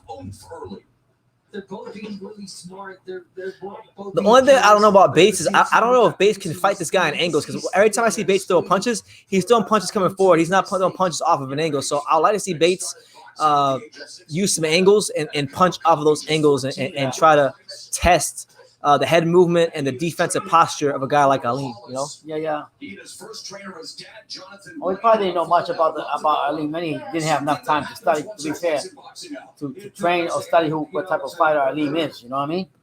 Yeah, good shadow that's done there by Alim. No, he fought him already. Yeah.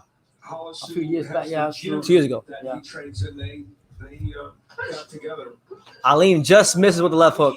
Moved out to Las Vegas in 2017, and he's been out there now, and he thinks that really changed his whole career because he's been around better sparring, better trainers, better everything.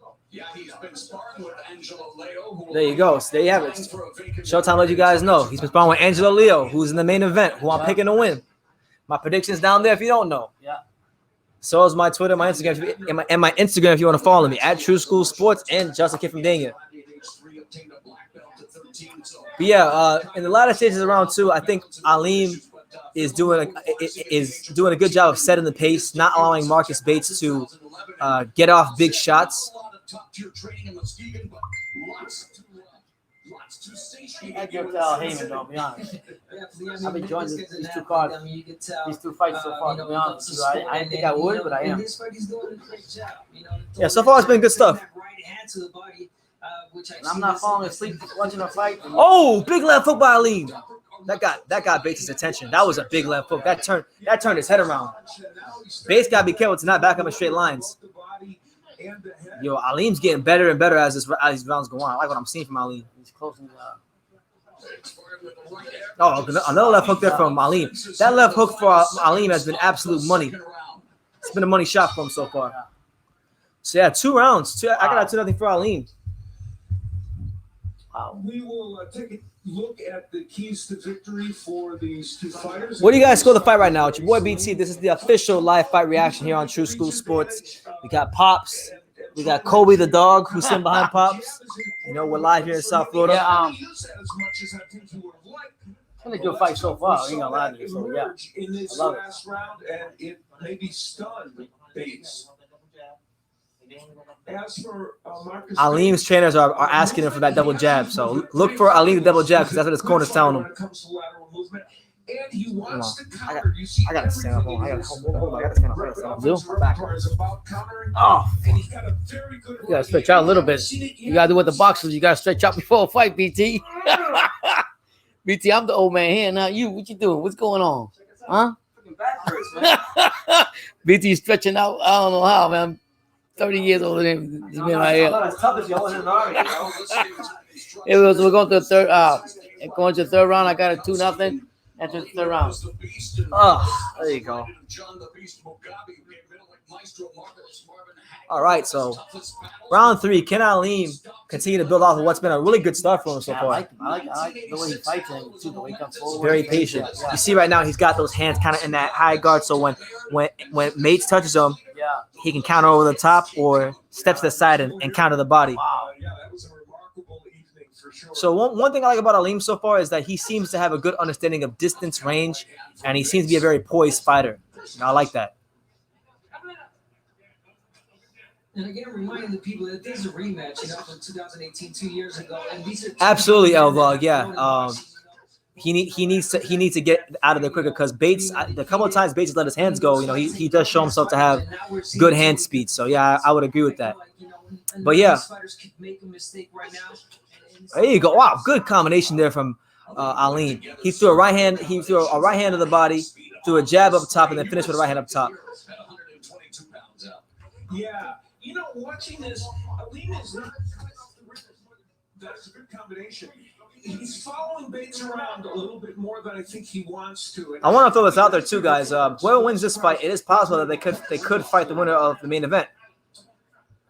Yeah. They're all under the Showtime umbrella. There you go. Oh, Aleem's getting. He's bullying him. He's shoving him to the ropes. But not necessarily landing the way they would like. No, tell him how much. Yeah, Bates has to find a way to get Aleem off of him.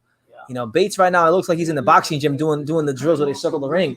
But he can't really get it. He can't get out of the way of Aleem. Aleem's just doing a hell of a job pressing him. Well, he's coming forward a lot. At least he's coming Yeah, forward. I mean, He's coming forward since he started. Great, but he's And he's not stopping either. So you see, he's letting them go right there instead of putting your foot out to the left to corner him. But again, he's doing a fantastic job. Oh, good right hand. Good right hand. He gave him a hard feint and then came with a right hand. Good stuff there from Aleem. just as Bates front, just to the side, he caught him. Trying to He caught him. Referee Rosado warning Aleem for the elbow. Mauro, we just saw a body punch by Aleem. He really is not throwing a lot of body punches in this fight. He wants to throw more, and he's a terrific body puncher. Well, in their first fight, Aleem was the dictator from start to finish. There you go. Oh, good counter right hand there from Bates. Yeah. There you go. And I think that's where Bates is gonna have his success. Aleem, like L-Dog said earlier, he's not getting out that pocket quick enough. And because he's not getting out that pocket quick enough, he's giving Bates a lot of counter punching opportunities. But I still think he's winning the fight. Yeah, 3 rounds to nothing. Respected trainers, dear Steve Farhood. Yes, Mo, we lost brother Nazim Richardson. R.I.P. Nazim Richardson. I had a chance to meet him in 2016. Great He person. was one of the top trainers, not just in Philly, but in all of boxing. He trained Bernard Hopkins, Steve Cunningham, Shane Mosley. Those are champions all. And he also trained Stephen Fulton. So yeah, 3 rounds. Nazim was the father. 3 rounds. I got a 3-0 for Aleem. Yeah, Aleem is winning this fight, no lie. And kind man. I think that's how he'll be remembered. There's a long list of great traditional fighters in Philly, and Nazim Richardson proved it was also a long list of tradition of great trainers. He will be missed. R.I.P. to Nazim Richardson, man. I remember one time I met Nazim Richardson. I saw him at the Chris Algieri, Errol Spence weigh-ins because he was training Cunningham for the Chris Alkavaki fight. And he said, I told him, hey, man, I saw the first boxing match I ever watched. I saw you on TV with Bernard Hopkins, and I was 7 years old. And he said, brother, you're making me feel old. And then he laughed, and then we did our interview. Really cool guy, man. Just big loss for the boxing game. R.I.P. Courtesy of that left hook that we saw. You know, the more Lee tries to throw the left hook, though, you see. See, yeah, through round 4. Last round.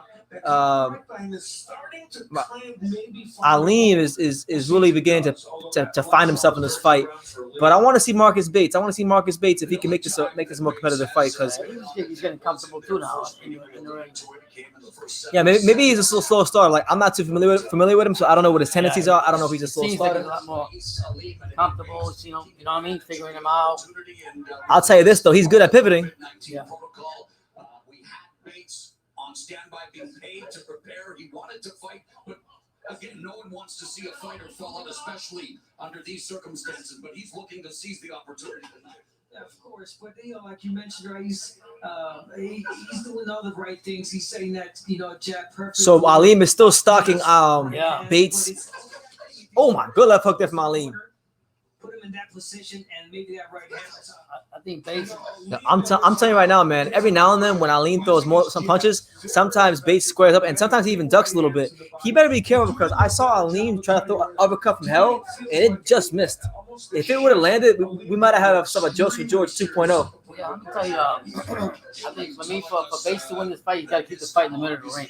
Absolutely. You can't get it in the corner like that. At least be eating him alive. Hold on, Dad. I know there's a fight going on, but we got a straight legend. We have a legend in the comments right now. If you guys don't know who this is, this guy's a legend. Shout out to my main man, Keenan KTV. He said didn't know you guys were live. Shout out to King BT and Mr. BT. If you guys don't know Keenan KTV, he's probably like, he's almost at 100,000 subscribers. God bless him. He's doing his damn thing. Great at editing. He's he's an MMA channel, a great MMA channel. So go check him out and go subscribe to Keenan KTV. Great person, great guy. And thank you, Keenan. Thank you, man. But yeah, right now, Aleem, against Marcus Bates. One thing I want to see Marcus Bates do is, before he gets to the ropes, pivot to the right or left. Don't wait to get to the ropes to pivot out. Pivot out before you hit the ropes. For your corner, basically. So like right there, I'll pivot out. Yeah. Because every time he backs up, Aleem presses forward, and Aleem is doing a good job of knowing when to punch and commanding that distance. Catching him too. That's why I say for Bates to win this fight, he's got to keep it in the middle of the ring. I think if Aleem pushes the pace in the middle rounds, he can get him out of there. Straight up. I think we'll get him out of there. All right, so through 4 rounds, I got Aleem with the 4 round shutout, 4-0. Very, very hot right now, and it's unusual for it to be hot in the United States. Usually, the lighter weight classes, you see more foreign-born fighters, but we see Angelo Leo, Aleem, Tramaine Williams. Man, the best one out there. Hey, for those of you watching the Showtime telecast that see that picture on the screen of the U.S.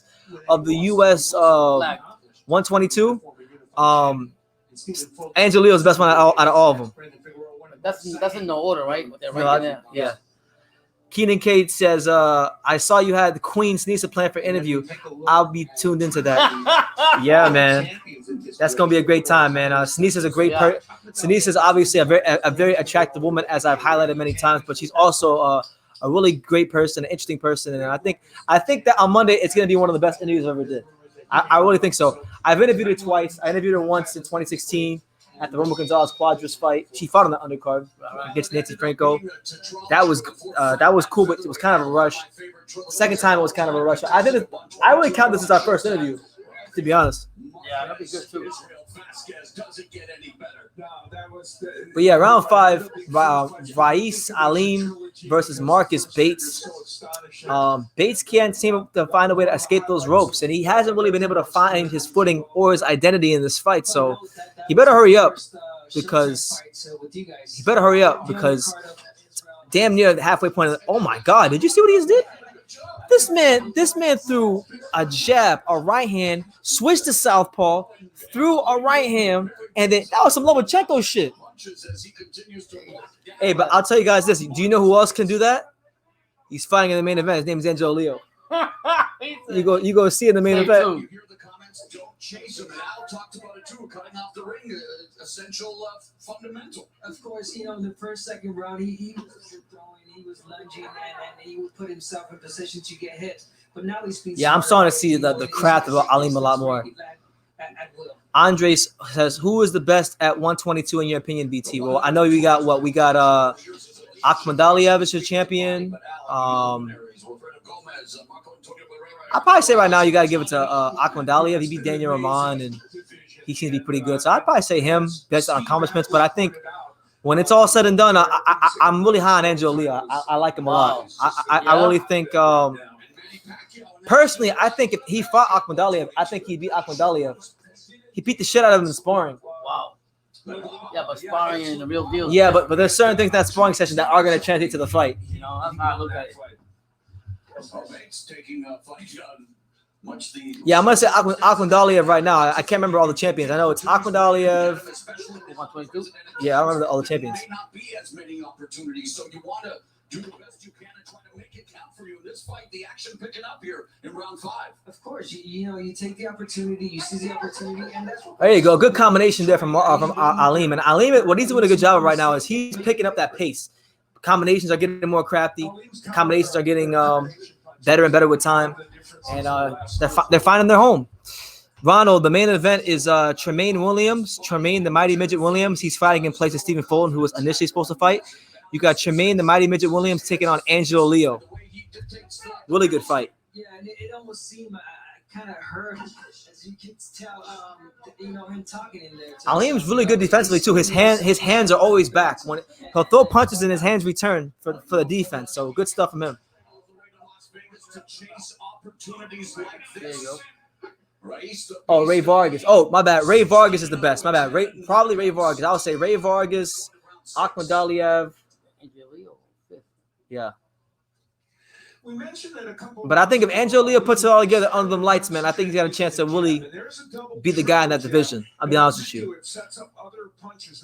He hasn't shown everything in his skill set yet. But I really think he's got a chance to go far at 122. And challenge for that number 1 spot. Really, really impressive what he's doing. But I would say probably Ray Vargas 1, Akhmadaliev 2, and then whoever wins this fight will be 3.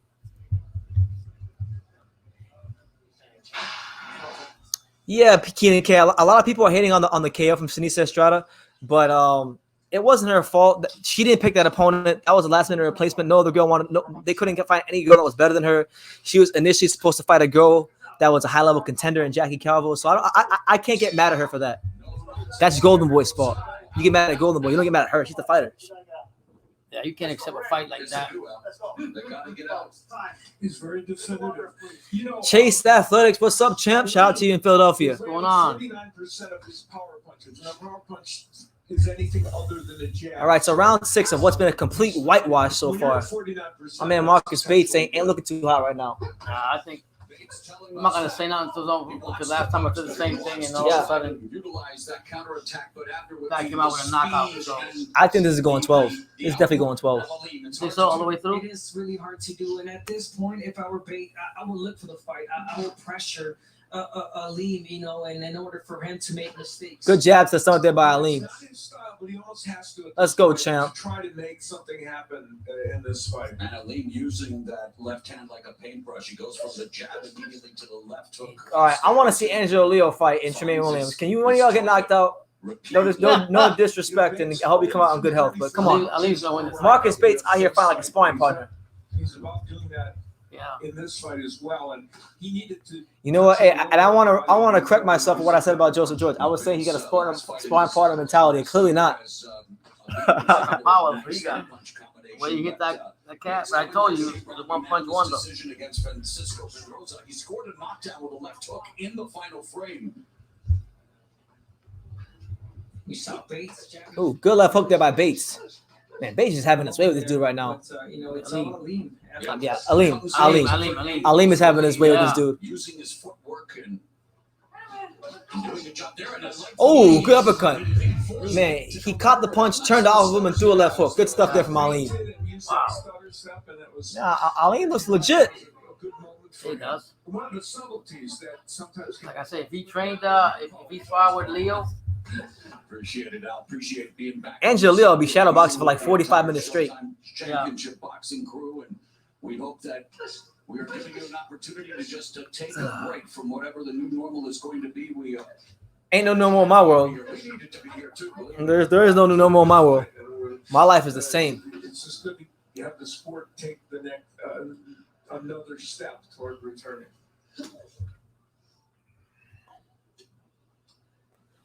Man, come on, Bates, do something, man. Throws the jab, follows it up with the right hand. 30 seconds down. Marcus Bates got to fight with some more urgency. I mean, I know you took this fight on 3 days' notice, but you're familiar with this guy.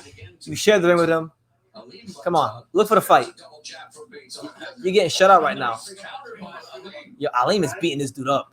We're talking. You know, he's right now. He's hitting. He's chiseling the block right now and hasn't broken, but I'm saying he's right there. You had him in the ropes. He's attacking that. He's looking at him. nice. All right, so I got it 6-0 for Rais Aleem. This is a whitewash right now. A whitewash. Yeah. Come on, Marcus Bates. I specifically said before this fight, you're from DC like Lamont Roach. I don't want you to be like Lamont Roach against Jamal Herring. And what are you doing? You're doing the same thing that Lamont Roach did against Jamal Herring. Come on, Marcus Bates. That's to his credit. He took the fight 3 days notice. That is true. So he's don't not. know. I mean, Wait. His assistant coach is Simon Brown. Yeah. His assistant coach is Simon Brown. You know Simon Brown? Simon Brown, the IBF champion, beat Tyrone Trice. Yeah. Simon Brown. Wow. Hold on, you got Simon Brown in your corner, and you fight like this? Oh hell no! Man, that's right. You disrespecting one of my favorite fighters, champ. Yo, Ali, knock this dude out. He disrespected Simon Brown with this effort. What the hell is going on, Marcus? Wow. That's right. Remember that? What the hell are you doing, Marcus Bates? You got the amazing Simon Brown in your corner, the man who had the 15-round war with Tyrone Trice, and you fight like that? Pissing me off, man. Yeah, I'm pretty sure Simon Brown knows the styles of his fighters. So yeah, man, he's whooping his ass, man. Yeah. He's got to throw more now because he's in a position where he's not going to be able to change the outcome. Man, he got good defense too. Look at that defense from Ali. Yeah. Steve Farhat, what are your scores? Easy score.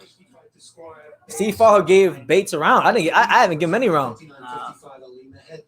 Bates wants to counterpunch, but Ali keeps leading with different punches, different angles. Man, it's ridiculous how much Bates is getting just dominated in this fight. I mean, this is the same style he fought in the first fight that really he lost. I'm talking about Bates. I can't believe he did the first. Yo, was the first fight more competitive, guys? I didn't see the first fight. Was their first fight more competitive? Because I know Ali won't be a UD, and right now the way this fight is going, it looks like he's on his way to another UD. Unreal. Yeah. Yeah. There's a nice right hand. Great right hand. And just the way that Ali throws the punches after and returns it right back immediately to the holster, as it were. That man Ali's calm too. That man's calm, cool, collected, picking his shots, watching the shots sail over his shoulders, coming over here, they sailing over the other shoulder, bouncing. He's got to know he's winning the fight. I mean, and told the opposite of Ali. But you know what? I want to see Ali put the exclamation point on this fight. You got a guy here in Bates who got Simon Brown in his corner. And he could have fooled me because Simon Brown would never fight like this in his prime. Never. What the hell's wrong with Bates? Yeah, I mean, but you could have trainers like a teacher telling a student, do it this way, do it that way. If they don't listen to you, what's the matter, you know? Good body shots and some defense from Ali. Ali's showing it all right now. He's showing craft. He's showing defense. He's showing punch placement, fundamentals. Doing it all. And the main event hasn't started, guys. Yet the main event is next. Yeah. Like that tap. Man, you got a style. If it ain't broke, don't fix it. Yeah, you're right. But I'm saying if I got to fight in the ropes, right? If I got to fight in the ropes. There you go. Good right hand there. I'll be attacking that body. Get to him. Anything that you notice Jeez, man. Wow. Good body shot. I mean, he's just showing up. He's just showing up like this. Yeah. He's just showing up. It's ridiculous. I mean, he's doing all the right things. I think that Think Bates just showed up for a paycheck? Yeah, man. Don't say that, brother. You serious? I hate saying that because it does take a certain type of man and a certain type of fighter to take a day on 3 days' notice. But yeah, you gotta respect the fighters. You gotta respect the fighters, man. I just want to see some more urgency from him. Didn't we say the thing about George in the fair fight? That's true, but I don't know. Yeah. I don't think he can punch like George. There he is. That's my man right there, Angelo Leo. There's my man right there. That's Albuquerque, New Mexico's very own right there. You see him? Yeah. That boy looking focused. He will face a last-minute opponent after That's a bad boy right there. Yeah, he was good too. Made the move from Albuquerque to Las Vegas and drew the interest. Now, it is worth knowing that if he does win this fight, he'll be the first world champion from Albuquerque, New Mexico since the great Johnny Tapia. Wow. And he'll put his name in the record books with Johnny Tapia and Danny Romero. He's chilling.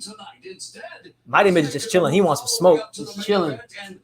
That's confidence all over his face. To become a champion for the first time. That's all still ahead. The hell is he wearing on his head? I don't know. Whatever it is. Look at the We would sweatband. like to acknowledge Senior Vice President of Production Gordon Hall, Technical Producer Colin DeFord, Production Manager Andy Stain, Lighting Director. Yeah, man, straight toying with him. He's toying with him. It's crazy, I mean, he's man. playing with him. He's playing with Bates like he's a G.I. Joe action figure that he just got from Toys R Us. Like it's easy work for him. And this is round 8 out. Seriously, come on now. Come on, Bates. You're probably not gonna win this fight, but let's have some professional pride. Let's have some professional pride and let's go for broke. I mean, damn, I'll get in the ring in there. Oh no, that's Okay, if you were fighting Ali, what would you do to him? What would I do with him? If you're fighting Ali, what would you do? Boom. What you want? Huh? You want some more?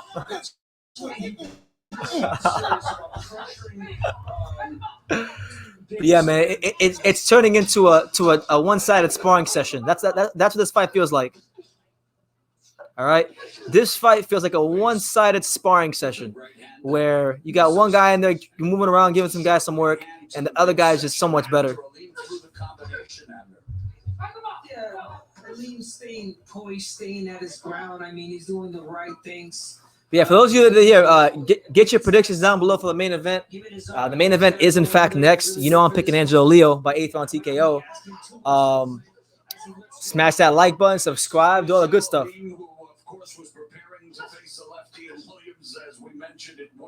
90 seconds left here in the 8th round between Aleem and Marcus Bates. Marcus Bates has found himself on the ropes again. And Aleem is just setting up that big right hand. I can just see it coming. He's touching him downstairs to change that eye level to set up the right hand. That's what I think is happening. Marcus Bates, I think of his energy, and Bates is just going to have to try. Right at the end of the last round, he got a really good counter right hand on him, didn't Bates? He's just got to try to get those punches off better. Good body shot there by Bates. And he's got him in the corner. Oh, good body shot. I think that one got his attention. Dig away, dig away, dig away. Again.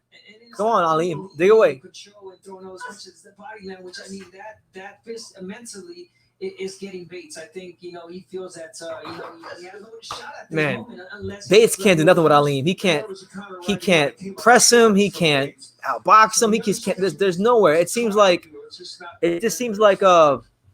Aleem is just better than him in every department right now. I'm gonna say,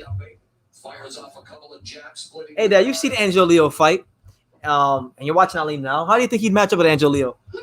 who's this, Aleem? Aleem, yeah. How do you think match up with him? Well, first of all, they both know each other from sparring, so Oh, good right hand there from Bates.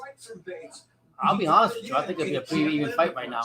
If they both fight, Oh my God, some serious body shots there. I think it'd be a pretty even fight for both. They both know each other. They both know how to spar. I mean, Leo will bring it on. I think Leo got more power, a little more power. Yeah, Ronald. He's handing out freaking rib dinners like it's Thanksgiving. He's going over here. He's going yeah. He's going over here. He's going yeah. Guys, man, you just never know who's always watching you and following you, man. Chocolatito's been following Brendan for the longest. Oh yeah, today. Oh my God. Today I posted a picture. I posted a video of me shadow boxing on Instagram today, and Chocolatito Gonzalez saw it, and he gave me some encouragement. He encouraged me to keep training and put God first, and to make all my dreams come true. Yeah, God bless you. So shout out to Romo Gonzalez, the real TBE. Yo, guys, I'm excited for the PVC fights. I ain't gonna lie to you. I want to see the Charles fight. I want to see Bantamweight and Rosario. I don't care about none of that right now. I care about Angelo Leo. That's what I care about. I'm talking with intermission right now. What fight you watching the PBC? Well, it is worth noting that here on True School Sports, we will be live for all those fights. So you'll get live back. We begin round 9 here of this scheduled 12-round affair. At 122 pounds, the rematch between Raees Salim. All right, Raheem Salim. I think Alim, if he had a little power in him. Oh, good counter there for Marcus Bates. Marcus Bates, there you go. Oh, Marcus Bates. DC, stand up. Washington, D.C., stand up. He said you thought I was a punk. I ain't gonna like no punk. I'm from Washington, D.C. You got to slap him like like Gary Russell did to Terrence Crawford. Now, neither man has seen the 9th round before, so. Oh, wow. Oh, this is the furthest either one of them has ever gone. Neither one of them has gone around. Yeah. Uncharted waters. I'm gonna tell you guys now though. Marcus Bates looks like Bobby Schmurder's cousin. Bobby Schmurder's rapper. I mean, he got caught there. He noticed that. He went back to in his distance and he worked that body. It's like the Jeez, man. Come on, Bates. Show something. Good right-hander from Alim. Alim's got a lot of skills open. I like his. Good fighter. Yeah. Good fighter. Solid He's fighter. not from TMT, right? I don't know what he is. I know King's Promotions. Yeah. These fighters both King's Promotions fighters. It's like a well-promoted, They put on a lot of small shows like in the Pennsylvania area. Oh, okay. Damn, he should be signed by better. But they work with PBC. Like basically, if you're signed to them, and you're good, you'll get on the PBC card. Oh, so Al Heyman have like fresh. Okay, that's good. Good body shot there from Alim. You know, I could just play that as a tape recorder. Good body shot by Alim. Every freaking round. Yeah. I've got 7. I got 8 rounds, nothing for Alim. On his way to 9. All around. Ronald says, "I'll get you next week, True School. My son's born days week, bro. I'm tapped." All right, bro. Yeah, you don't gotta. I'm just happy you're here, man. Yeah, man.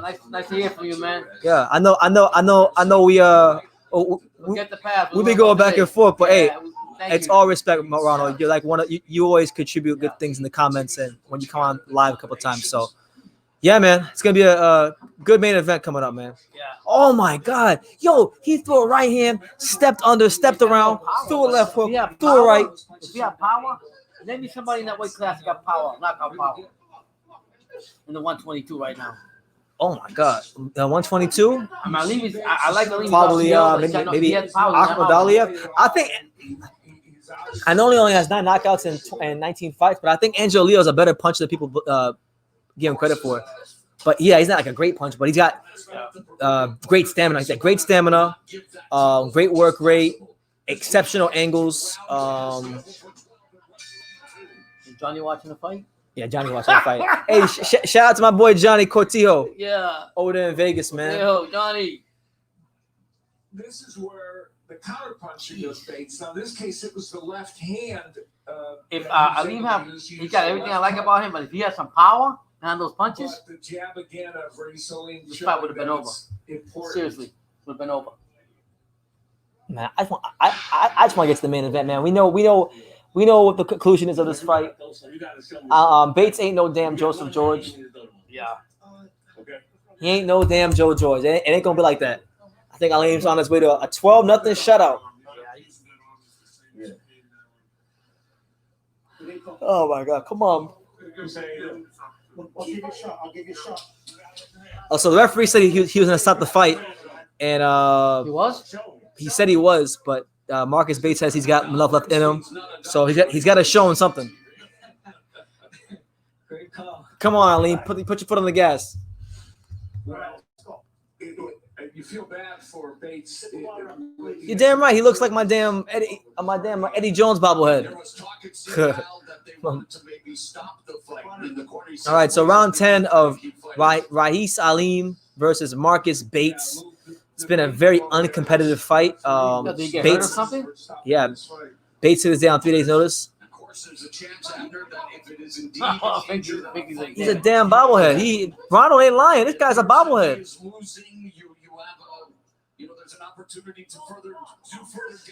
He don't even like looking at his eyes, like his demeanor. He don't know he's all the way there. Oh, he hurt his hand, though. He's shaking his hand. He's doing this with his right hand. Marcus Bates is doing this with his hand. He just said he wants to continue. And the other He's gonna fight with a hurt hand. Yeah, he wants to go to 12 rounds so he can say that I didn't get stopped. Yes. That is the thing he relies It's a fighter's thing. It's like a. Yeah, mental. Yeah, I got you. But sometimes you gotta use common sense and reason. He just be glad that. Oh my God, he's getting destroyed. Yo, stop the fight. Bates is not in this fight. Very much a similar.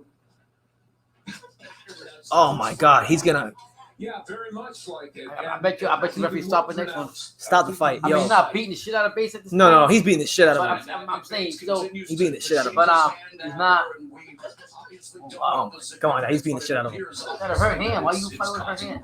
It is, and look, as a fighter, as a Stop the warrior, referee. he threw it. Despite Yo, how about his corner? Throw the towel in, man. He's got a hurt hand. He does He it. can barely hold it up. If I was on him, I would just shoot left hooks. Yeah, I mean, like I said, Past the point where he's compromising to Aleem. Aleem is clearly well aware of it. And it goes back to the question I guess we asked earlier, Al, to you and maybe for Abner. Does the fact that Aleem continues to dominate Bates and now Bates is down a wing, is it counterproductive that Aleem unable to finish? I would be shocked if this fight is not stopped after this round. Oh my God, that's what I said. he's done. Stop the fight. He turned his back. Yeah, he turned his back. He's done. He's done, man. Yeah, so Rais Aleem gets the 10th round stoppage over a very, very game Marcus Bates. I got to give Marcus Bates credit for heart, respect. Took the fight on 3 days' notice. Hurt his hand. Was willing to go to 12 rounds, but ultimately it was in his best interest for his life and for his boxing career for the referee to stop this fight. So good stoppage. And an overall an impressive performance there by Rais Aleem. I liked it when I first seen him. I just see the flashiness, the way he carries himself, the skill, constantly attacking the body, going up to the top, to the bottom. I mean, he had everything. If he just had some power behind those punches, this fight would have been over. Ronald Finnegan says, any mofo with beast in his name is game. Shout out to John Brown, Atlantic City, the finest. He fought Diego Corrales and Shane Mosley. My brother, the Eastern Beast Brown. Yeah, shout out to him, champ. Shout out. Shout out to all 22 of you in here, man. Ronald Finnegan is the only one commentating. Y'all drop your predictions down below. Let me know where you're watching this fight from, what city, what state, what continent, all that good stuff. You already know where we at. South Florida, Miami, Florida to be exact. 305. 305.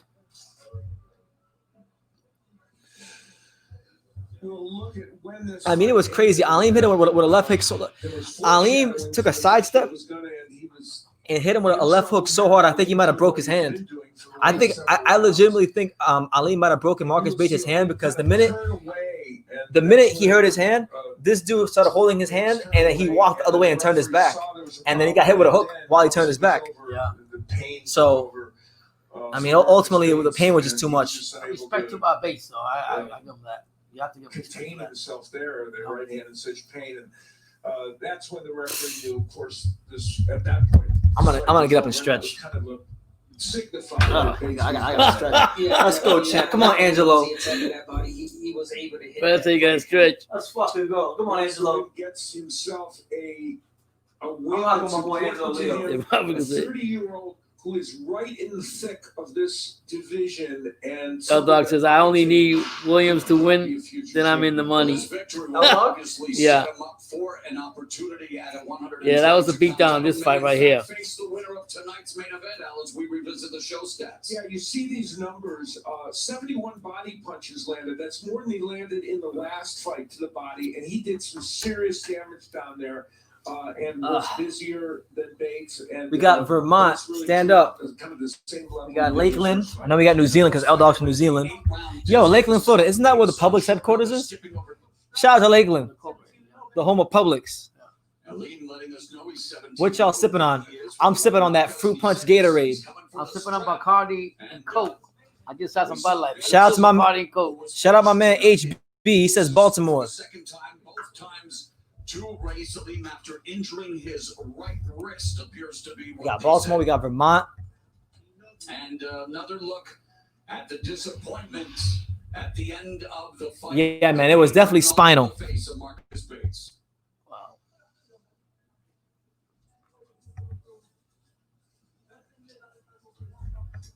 That's crazy.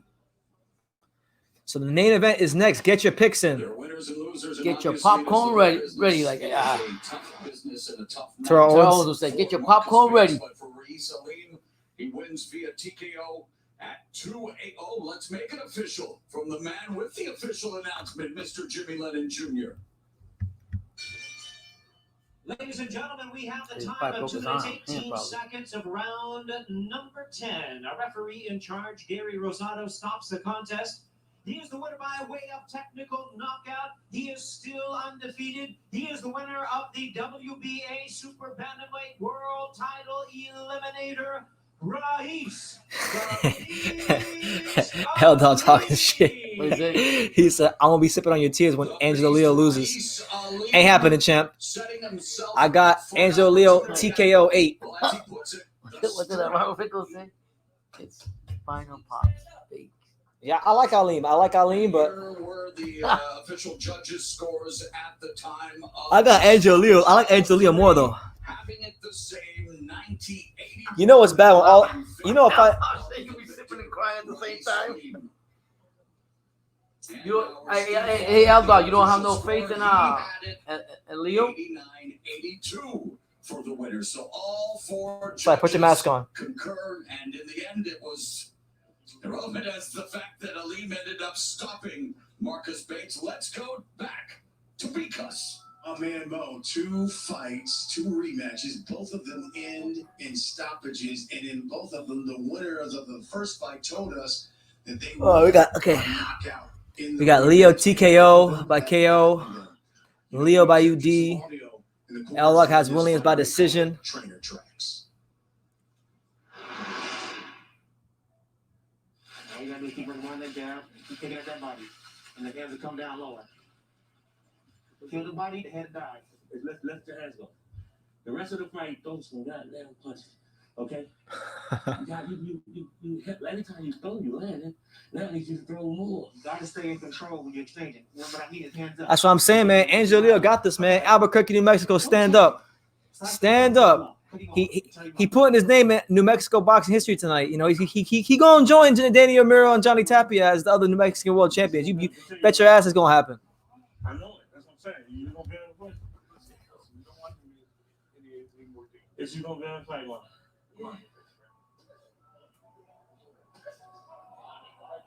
Good. I couldn't. Yeah. Man, I wanted to knock out, but I wasn't going for it. I was just trying to take my time, and I was just, I got Leo by all 12 rounds. I don't know about all that, but I don't know about all that, but I got Leo though. Who has the advantage? I would say, well, Tramaine Williams is a fighter. Got a lot of skills, a lot of speed, but he's a fighter that does like to sit on the inside sometimes, and I think that's what Angelo's gonna have an advantage.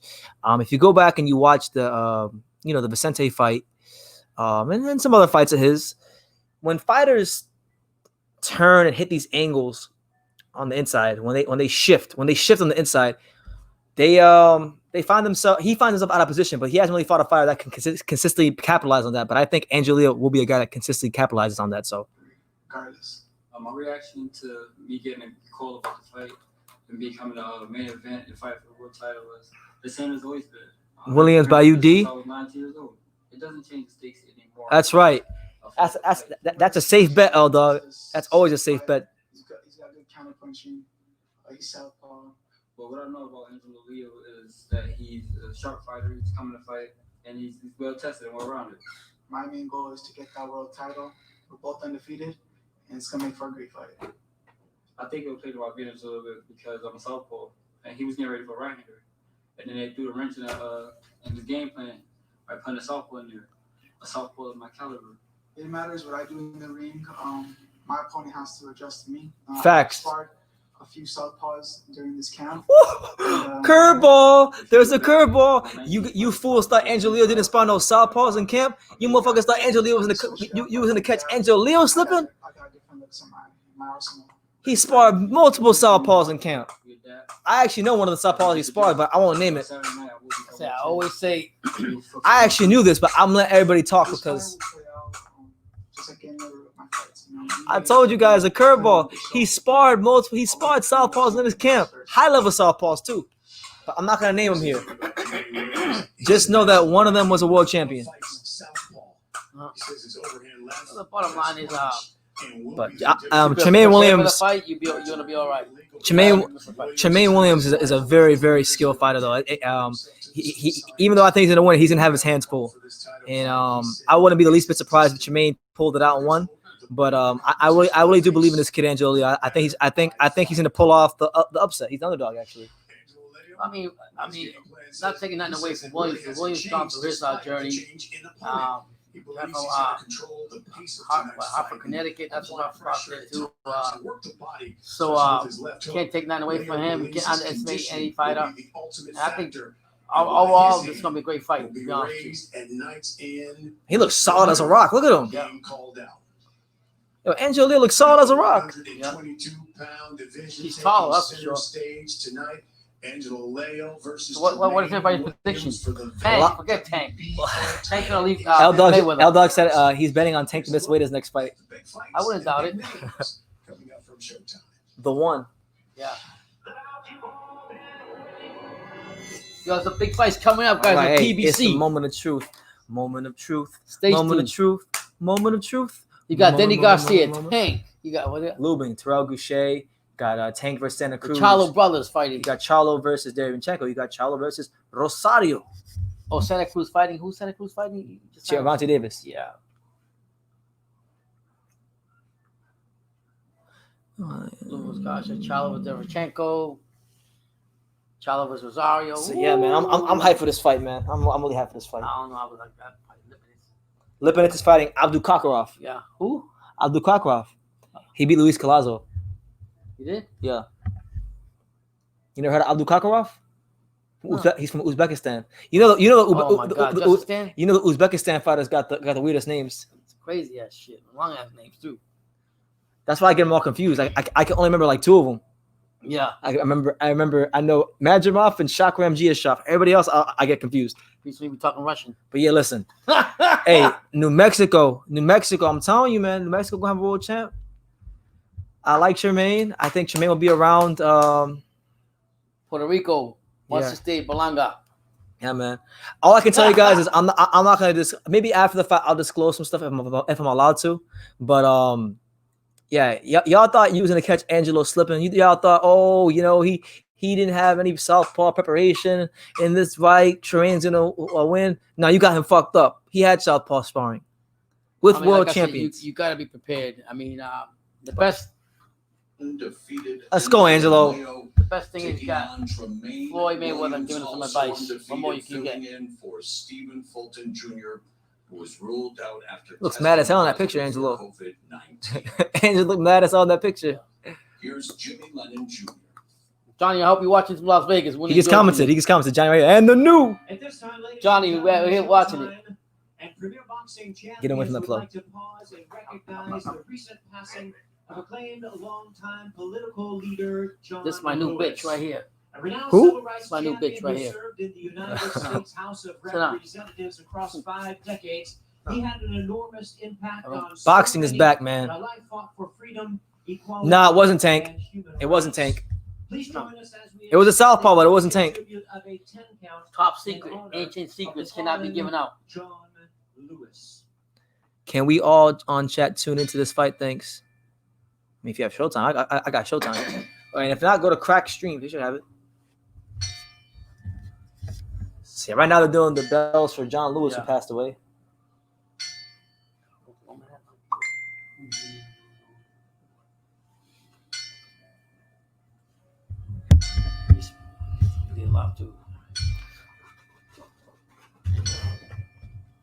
Do not start on this dog. Better not start with that. I know. Let's go, Angelo. Ladies and gentlemen, as we freaking go. The main event, we extend a special welcome to the brave men and women serving around the world and joining us tonight on AFN. It wasn't. It damn sure wasn't Alexander Usyk. Thank you, Ambo. The main event, the feature bout. Smash that like button, guys. Subscribe. Now making his way to the ring. Here is the undefeated number 6 ranked contender from New Haven, Connecticut. The mighty midget.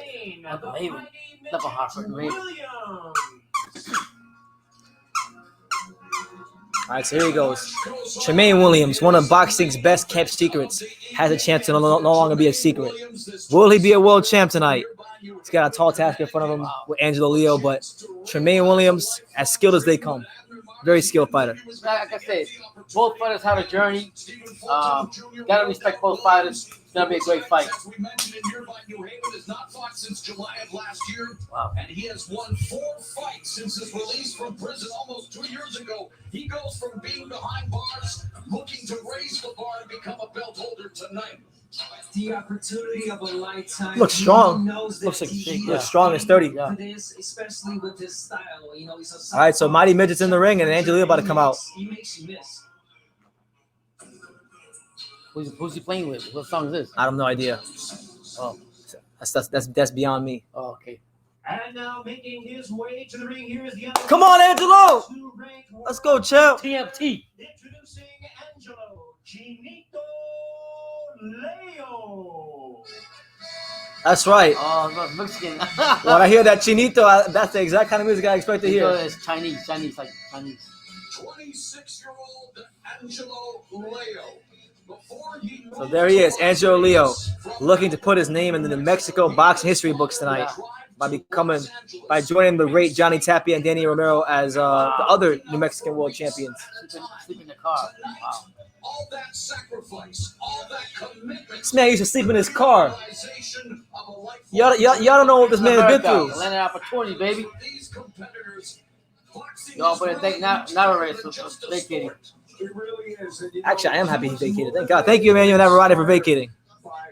So both fighters in the ring, and now we impatiently await the introductions. And he wants to do what they did, which was fill the gyms in Albuquerque with young boxers who aspire to be like them. He hopes he can do that himself. And All right, tail of the tape. Tail of the tape is Angelo, 26 years old. Tramaine is 27. Angelo's 5'6", which is 2 inches taller than Tramaine's 5'4". Angelo weighs in at 121. Tramaine is at 121.5. And Angelo Leo has a 2-inch reach advantage at 68.5 to Tramaine's 66.5-inch reach. And the rules are as follows. No standing 8 count, no 3 knockdown rule. Only the referee can stop the fight. A fighter cannot be saved by the bell in any round, and the fight will in fact be official after 4 rounds. Let's go, champ. Let's freaking go. Come on, Angelo. Mohegan Sun Arena, it is the classic Jimmy Lennon Jr. Let's go, champ. Here we go. Under the lights. It's one thing to do it in the gym, but can you do it under the lights? We're going to find out. Connecticut Premier Boxing Champions presents the featured bout of the evening, brought to you by Mayweather Promotions and TGB Promotions in association with Warriors Boxing, New World Warriors Sports Boxing? Entertainment, and Who the hell signed to Warriors Boxing? This world title attraction is sanctioned by the WBO, the president, Francisco Might be another Warriors Barbosa, Boxing. Might be the same one. supervisor in attendance, John Duggan, along with the Mohegan tribe. Oh, man, that boy looking focused. Look at Angelo. Look focused. Chairman of the That right there? Mohegan tribe, James Dad's on the left, I think. and Executive Director Michael Mazzulli. Come on, man. Hurry up. We're trying to get to this fight. Glenn Feldman, Don Trella. Oh, God. Not Glenn Feldman. You like him? Horrible. Don Trella. How is he? Your predictions, everybody. Your predictions. Harvey Duck. Okay, a guy who He's good. he stopped the Peter Cole and Daniel Jacobs fight prematurely. 12 rounds of boxing scheduled for the vacant WBO. He might have to though when Angelo folds up Tramaine. of the world. And now, ladies and gentlemen, boxing. Oh, come on, champ. around the Hurry up. world, live from the Mohegan Sun Arena. I've been there. It's showtime. Let's go. Come on. Introducing to you first on my left. He is fighting out of the red corner, wearing black trunks with multicolored trim, hailing from New Haven, Connecticut. He weighed in at 121 1/2 pounds. His record 19 wins, no losses, 1 no decision. With 6 That man looks wins strong and his skin is coming by glowing. way of knockout. Here is the former highly decorated amateur star And current Jeez, was it WBO 97, 10? number 6 ranked world 10-time national junior champion. featherweight contender, Yeah, but Leo's ranked higher than him. midget, introducing Yeah, and the pros. The amateurs have nothing to do with the pros. Yeah, yeah. All right, here we go. Come on, there he is. Let's go, Angelo. Let's go, champ. Let's go. Wearing silver trunks with white and gold trim, fighting out of Las Vegas, Nevada, by way of Albuquerque, New Mexico.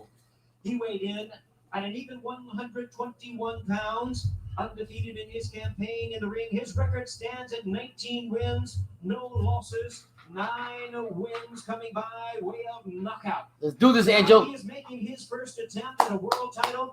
Here is the undefeated WBO number 2 ranked junior featherweight contender, introducing Come on, Angelo. Angelo Chinito Leo. Vamos, Chinito. Pa' La Vega y pa' Mayweather. Once again, referee in charge now to give instructions, Harvey Duck. That's good.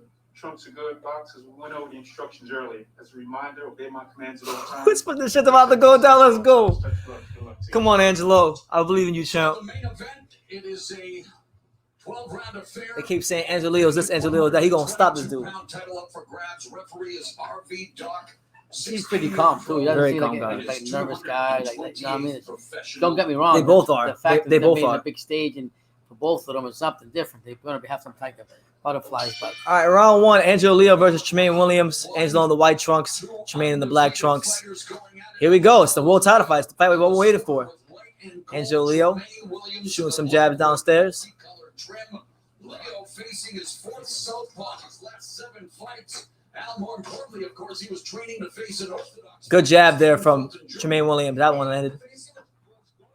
What are you doing? Probably would have been moving a little more on the outside more. Leo likes to try to Oh, be man. inside. Hold on. Stop doing that. Williams will oblige you, but so I can't far, focus. I can't focus. Williams standing All right. stationary in the pocket with him.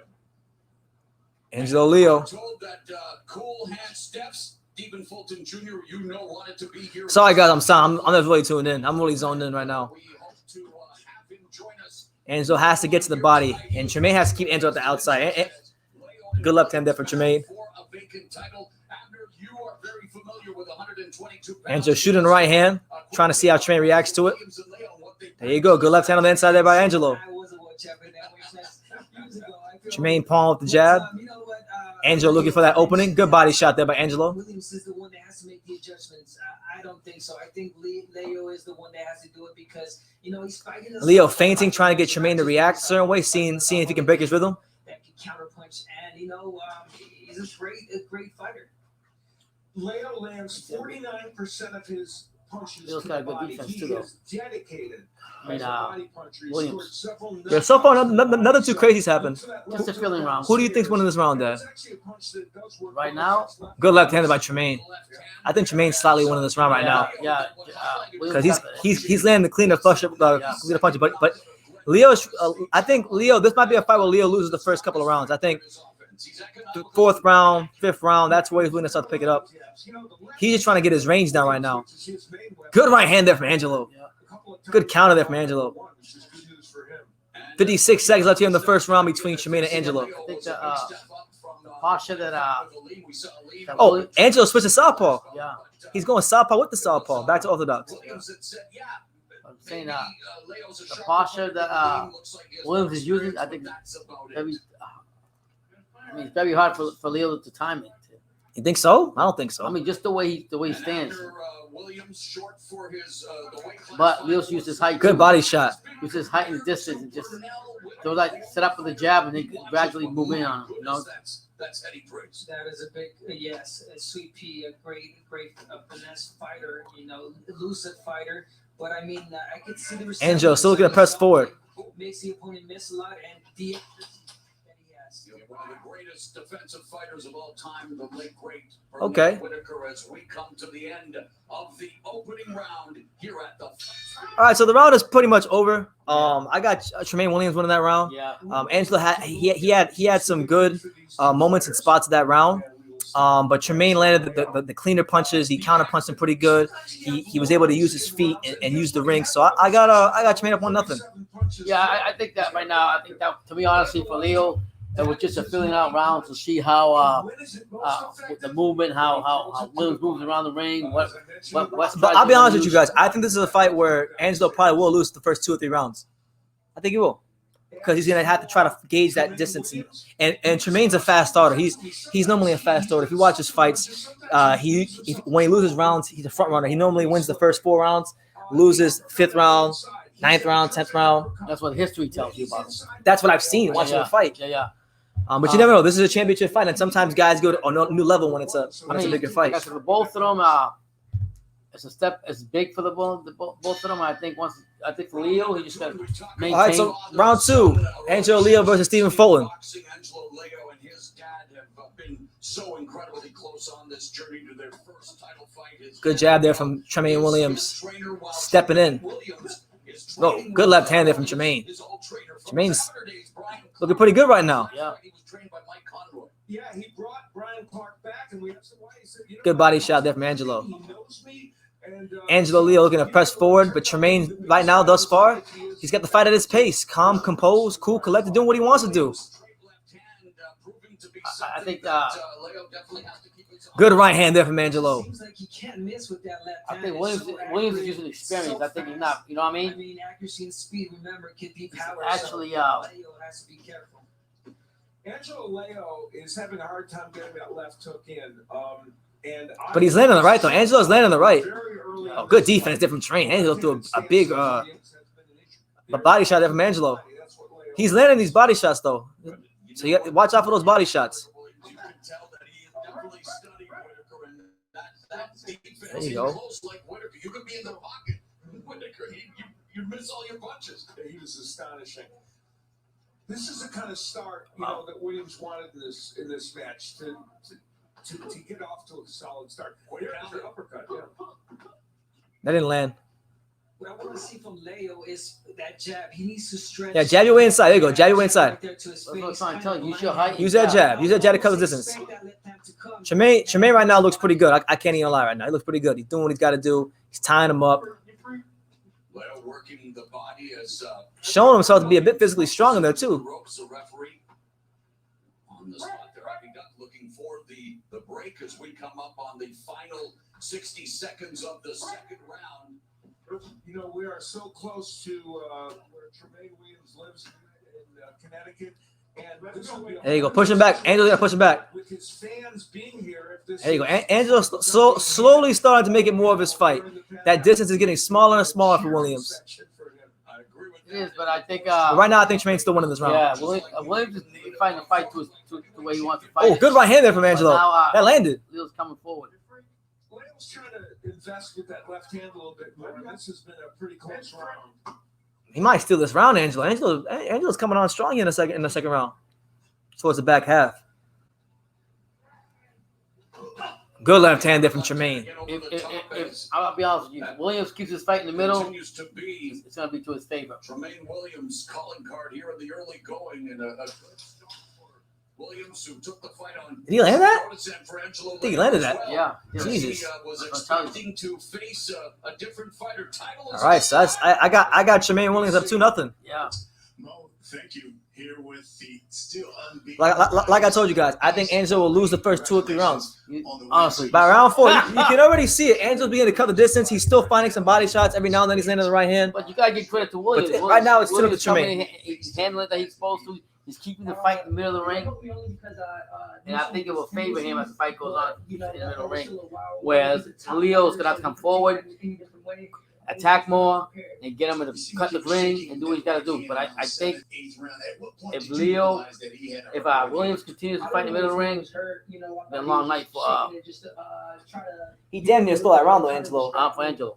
Depending on who you talk to, that might be looking at that last round could be a swing round. I think Tramaine edged it, but I'm saying the judges, people who are scoring the fight, they might look at that as a swing round. But I got 2-0 Tramaine. I got a 2-0 Williams, and what I see right now is that let's go to the third round. You gotta push that pace, man. All right, BC, thank you very much. And of course, Mr. Got to cut the ring off to get out the middle ring. Good body shot there from Angelo. I think I had cool hand Luke on the brain there. Cool hand. He's got cool hands. Come on. You know, you're adding to his nickname. You're enhancing it. That's all. Angelo's pressing forward. Good right hand there from Angelo. That one touched Tramaine. There you go. Here comes Angelo. Turn the heat on this boy. Yeah, you got to. You got to turn the heat on and cut the ring. You can't let Williams dictate the fight and stay in the middle of the ring or he'll lose the fight. I'm telling you that right now. Angelo with the feints. But at the same time, because But it's not doing nothing because Williams is not hit with that. You know, Williams' last fight against Vicente had his best fight. No, Tramaine is definitely winning the fight right now. Definitely. Oh my God, good counter left hand there from Tramaine. And I keep saying it.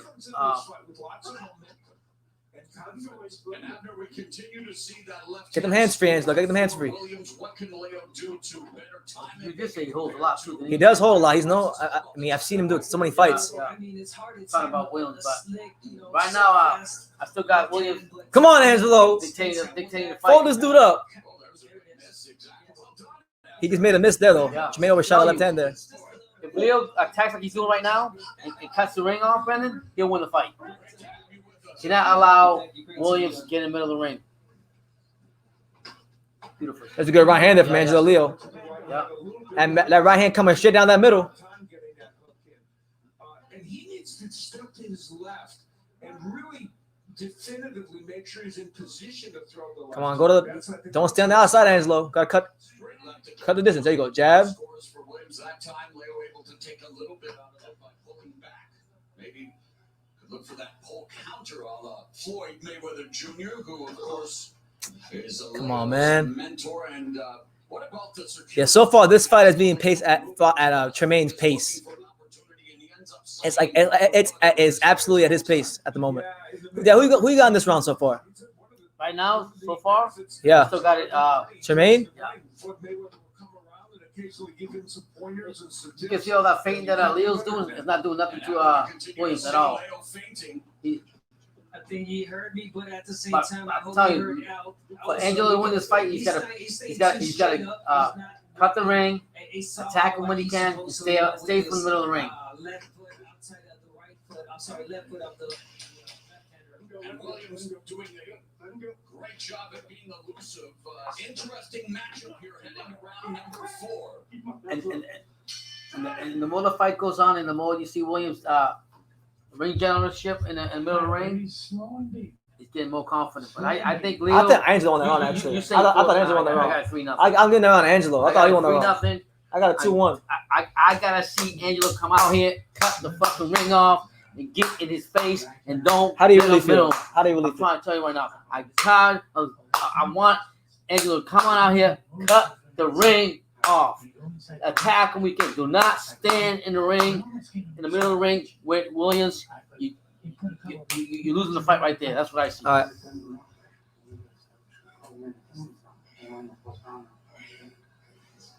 It's breathing pretty hard. Jesus.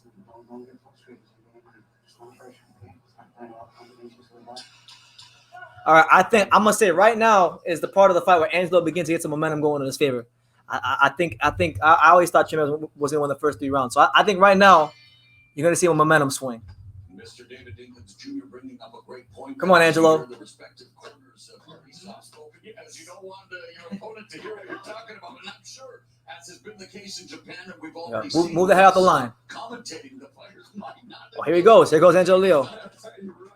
David, of course, our executive producer and the man who whispers in our ear those kinds of insights. Angelo trying to find us on the inside. Tramaine Williams, man, too slick, man. He's slick right now. Angelo switches to southpaw. He said, "F this. Let's go southpaw and let's see how it goes." He sticks with this. He's going southpaw. Now he's done this in some fights, but it's not something he normally does. Back to orthodox, Angelo goes. At the right position. It's a good point. And you know, his dad really trying to tell him, "Be patient. Don't worry. We're going to get to this guy." Maybe sensing his son is a little frustrated. Yeah, I think maybe he is a bit frustrated. He needs to calm down a bit. Which isn't to say, Like I told you, going to these big fights, it's a whole different thing. It's a whole different ballgame. And you say what you want, but right now, get out the middle of the ring, cut the ring off. But I must say this about Leo in this ring. I mean, Angelo in this round. He's actually going forward, attacking more, cutting off the ring, and trying to get the control of the fight. Yeah, it was great that Williams was available to move up. It could have been Ray, so Lee moving up. It turned out to Damn, Tramaine looking nice right now. Yeah. Tramaine looking nice. Tramaine said, "True School Sports. How you gonna do a video call calling the next Pernell Whitaker and then you pick against me? What type of shit is that?" He looks good right now. Yeah, that defense of the way posture he got. I tell you, I know that from the beginning. Yeah, the WBO always said within 180 days. Hey man, my bad, Ronald. He said I can't change my pick, but nah, there's still plenty of fights to go though. The tide could change. But right now, it's not looking good for Angelo. Angelo about to be probably good jab there from Angelo. 45 seconds left in the fourth round. Leo goes to the body with a jab feint and tries to score. I'm sorry, Laura. Leo's had a really nice fourth round here. You know, he's unlocked a few of the secrets. There you go. There you go. Get on the inside. He don't want no smoke with you there, Angelo. Come on, on the inside. There you go. There you go. Oh, he's starting. Tremaine's starting to feel Angelo a little bit. Just a little bit. That's where he wants to fight, right there, and it clinches. Now, when he shifts, at some point, he's going to shift. Shift to the opposite side. Tremaine's going to fade around. Oh, here we go. There's a shoe shine combinations. Woo! Let's go, Chip. Come on, Angelo. Come on, Angelo. This is the biggest round right here for him. That was his best round. That is a clear Angelo Leo round. Inside fighting he had right I got a 2-2. I got a 2-2. It could be 3-1. It could be 2-2. I got a 2-2. What you got? 3-1? 3-1. Angelo, he's here, man. He is here. Angelo is here. Y'all thought Tramaine was gonna whitewash my dude. I told you, mofos. He's probably gonna lose the first 3 rounds, but here the fight begins now. It's 0-0 right now. Listen, when you got an inside game, you beat the crap out of him right there. He's starting to figure him out, piece by piece, brick by brick. That was the best round from I'm telling you, by the 7th round, by the seventh round. He's all yours. You hear his trainer, you hear his dad. He says, at this point, he's all yours. At this point, it's all yours. He's gonna figure him out. Tremaine's like, man, I thought this was gonna be a sparring session. No, mofo. This guy, I don't say things just to say them. Let's go, champ. Floyd Mayweather about to have a new world champion after today. Here he comes. Round 5 of Angelo Leo versus Tramaine, the Mighty Mitch Williams, Boy BT with Pops. Make sure you smash the like and subscribe button. Here we go. Good body shot there from Angelo Leo. Don't stay there, Tramaine. You stay there. That's your ass. Stay out the middle of the round. I'm trying to stay away from the middle of the Don't stay there, Mighty Midget. That's your ass. Double jab on the inside. Oh my God, he made him miss like 5 punches there. Jesus. Obviously, that 4th round, him, winning really, really well. And when it comes to get inside, we talked about him, gotta get on the inside. Yeah. Williams is just jabbing. He's in the jab while Leo is trying to come forward. Let's bring in our unofficial scorer, Steve Farhood. Steve Hart got us dead even, so I same card as me. I got a dead even. No, I got 3-1. Honestly, this fight is going exactly how I expected. I thought through the first 4 rounds, Angelo, like I was telling one of my friends, I thought Angelo would win 2 of the first 4 rounds. But now the fight begins. Good body shot there by Angelo with the right hand. You can only pot shot and fight in that amateur style for so long. Tremaine's gonna have to get Angelo's respect. And I don't think he can. I don't think he's got the punching power. I don't think he's got the punching power to keep Angelo off the board. One thing that I've seen from Angelo Leo in the last round and this round is if he gets in the inside game, he will win this fight also. But inside fighter. Man, Tramaine out here holding like a mofo. He don't want no smoke. He didn't want no smoke. I like Tramaine, but you had your time. Your 3 rounds was your highlights, buddy. Let's go, champ. Double jab. An amazing figure and inspired young He's looking for that counter left hand. That's all he's looking for. Is that counter left hand. Get out the middle of the ring. But he's using his jab more. He's using his jab, and he's able to push Tramaine back more. He's playing this round, though. I'll tell you that. Good right hand there from Angelo Leo. There you go. He's settling into a good rhythm. Oh, he's tying. He goes tying him up again. Yeah, it's a great style matchup. That's why I said this is gonna be this is always gonna be a great fight. The fact that even despite Who you got winning this round so far, Pops? I got Angelo. Angelo's come out. I figured him out. I think he's trying to throw that jab more, and he's trying to get that. Good defense there from Tramaine. Tramaine Williams, he's also making a mix a lot, but I think Leo is coming forward and being aggressive. He's stepping in with that jab now. He's stepping in that jab with conviction. He's trying to figure that once he gets that down, right here the rope, attack him right there. There you go. That's his fight right there. And he's beginning to hold him a lot. I'm telling you, pressure versus pace. Yeah. Oh, again, geez. Holding again. I told you, Tramaine likes to hold. I got a 3-2 Angelo Leo. 3-2 Angelo Leo. Yeah, you won that round. Yeah. I had a 2-2. So what do you have? You have 3-2 Tramaine? Yeah. He got a 3-2 Tramaine. I got a 3-2 Angelo. What do you guys got in the comments? Let us know. I'm telling you right now, I think if Leo jabs more, keeps his distance, stays away from the middle of the ring, and closes the ring out. The longer this fight goes, I'm telling you, the worse it's going to be for Tramaine. Tramaine, I like Tramaine. He gets inside, like he was doing in the other round. I like Tramaine, but Tramaine is a pace fighter, and he's a front runner. After round 5, he always fades. So always been that way. Right now. Love the guy. I think he's exceptionally skilled. I'd pick him to be Fulton, but he ain't being Angelo Leo. It will be David. All right, so here we go. Midway point of the fight. Come on, champ. We going to fold this dude up like a blue steel chair. Like a blue steel chair. We going to tuck him in the bed and give him milk and cookies. Come on, Angelo.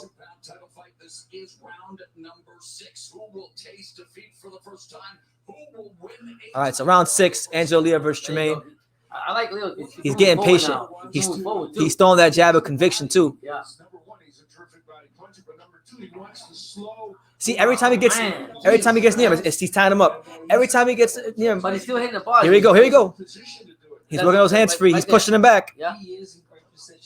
Come on, Angelo. Come on, Angelo. Oh, yeah. Good body shot from Angelo. He's got to do that, but I mean, Tramaine's still holding on, though. Yeah, Tramaine looking like Andre Ward right now. I mean, he did fight on his undercard. Come on, man. Good shot by body shot by Tramaine. But right now, I think Leo's figuring him out. The inside game is his.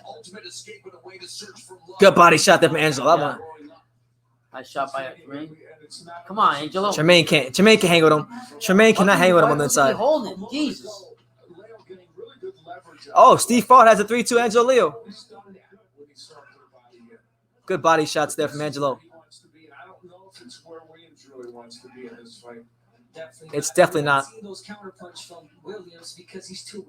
Slips. Get out of there. Get out of there. Get out of there, Leo. Man, it's Angelo's fight now. Yeah. Tramaine had his fun. He called it, too. Jesus, Tramaine had his fun. He got his highlights in for his highlight package, but it's done. He's breaking them down round by round. He's systematically breaking them down. He's placing them. He's handing out rib dinners. Oh, my. Good body shot. There you go, Angelo. There you go, Angelo. Look at him coming up top. Bang. Come on, Angelo. Come on, Angelo. Let me shot. Come on. Come on, Trip. I mean, don't get me wrong. Williams is fighting back, but he's only doing 1 shot compared to 2 Oh, 3 man. shots. My man Angelo's not. From Angelo. And Angelo has figured him out. But Tramaine's holding on too much, man. So the referee says Tramaine hit with a low blow, so he's going to get some time. He's huffing and puffing over there. He's puffing and puffing. I told you guys. Wow. I told you. He's going to have his fun for 2 or 3 rounds. He's going to let Pernod Whitaker for 3 rounds. But once Angelo gets... Once... Well, he's pretty hard. Look at him. Milk it, baby. Do what you can. Yes, indeed. Why don't fighters do that? I know you guys have pride in heart. We can't. I don't want to go home and go. Let's go, champ. I told you, man. Y'all thought Angelo Leo was going to be some basic flat-footed Mexican boxer. You got me fucked up. That's not happening. That's not happening, champ. That is not happening. Hit that like button. You got True School Sports. This is a great fight right here. It's a great fight, though. Let's see if Tramaine can dig deep, though. Tramaine, this is where Tramaine has to dig deep and show that he's still the better fighter. Now he got a breather there, so that definitely favors him because Angelo Leo was on his ass, making him blow like the big bad wolf about to blow a house down. 2 nice jabs by. Good jab from Angelo. He's bouncing in and out now, and now he's getting some rhythm on his toes. Get out. Good body shot there from Tramaine. Get the fight from the middle of the ring and. Oh, good body shot there from Angelo. Tremaine's having some success too, but this is Angelo's fight. He don't want to be there. They're both fighting at close range. They're in a phone booth right now. Yeah. Let's go, champ.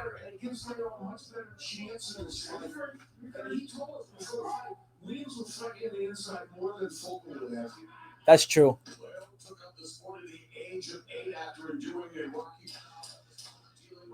Oh man.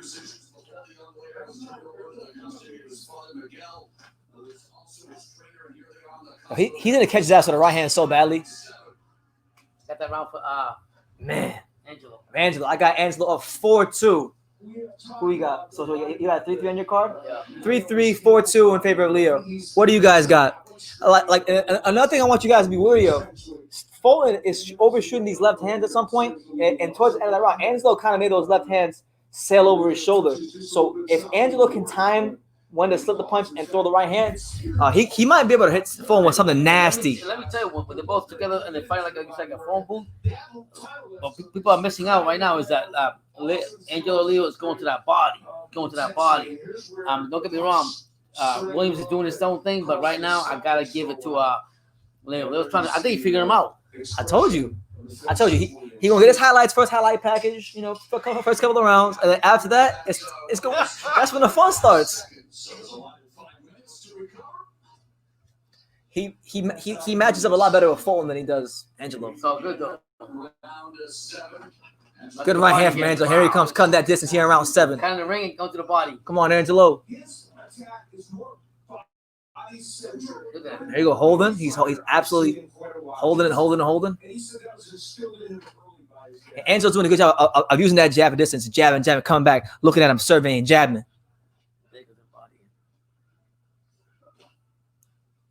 I'm waiting for the shifts to start coming in. Tramaine don't know what to do with him on the inside. He just holds him. Does the referee see that? But Steve Farhood has Angelo up by 2 rounds just like me. Here he goes. Angelo Leo. The inside game by moving Angelo him back. Leo.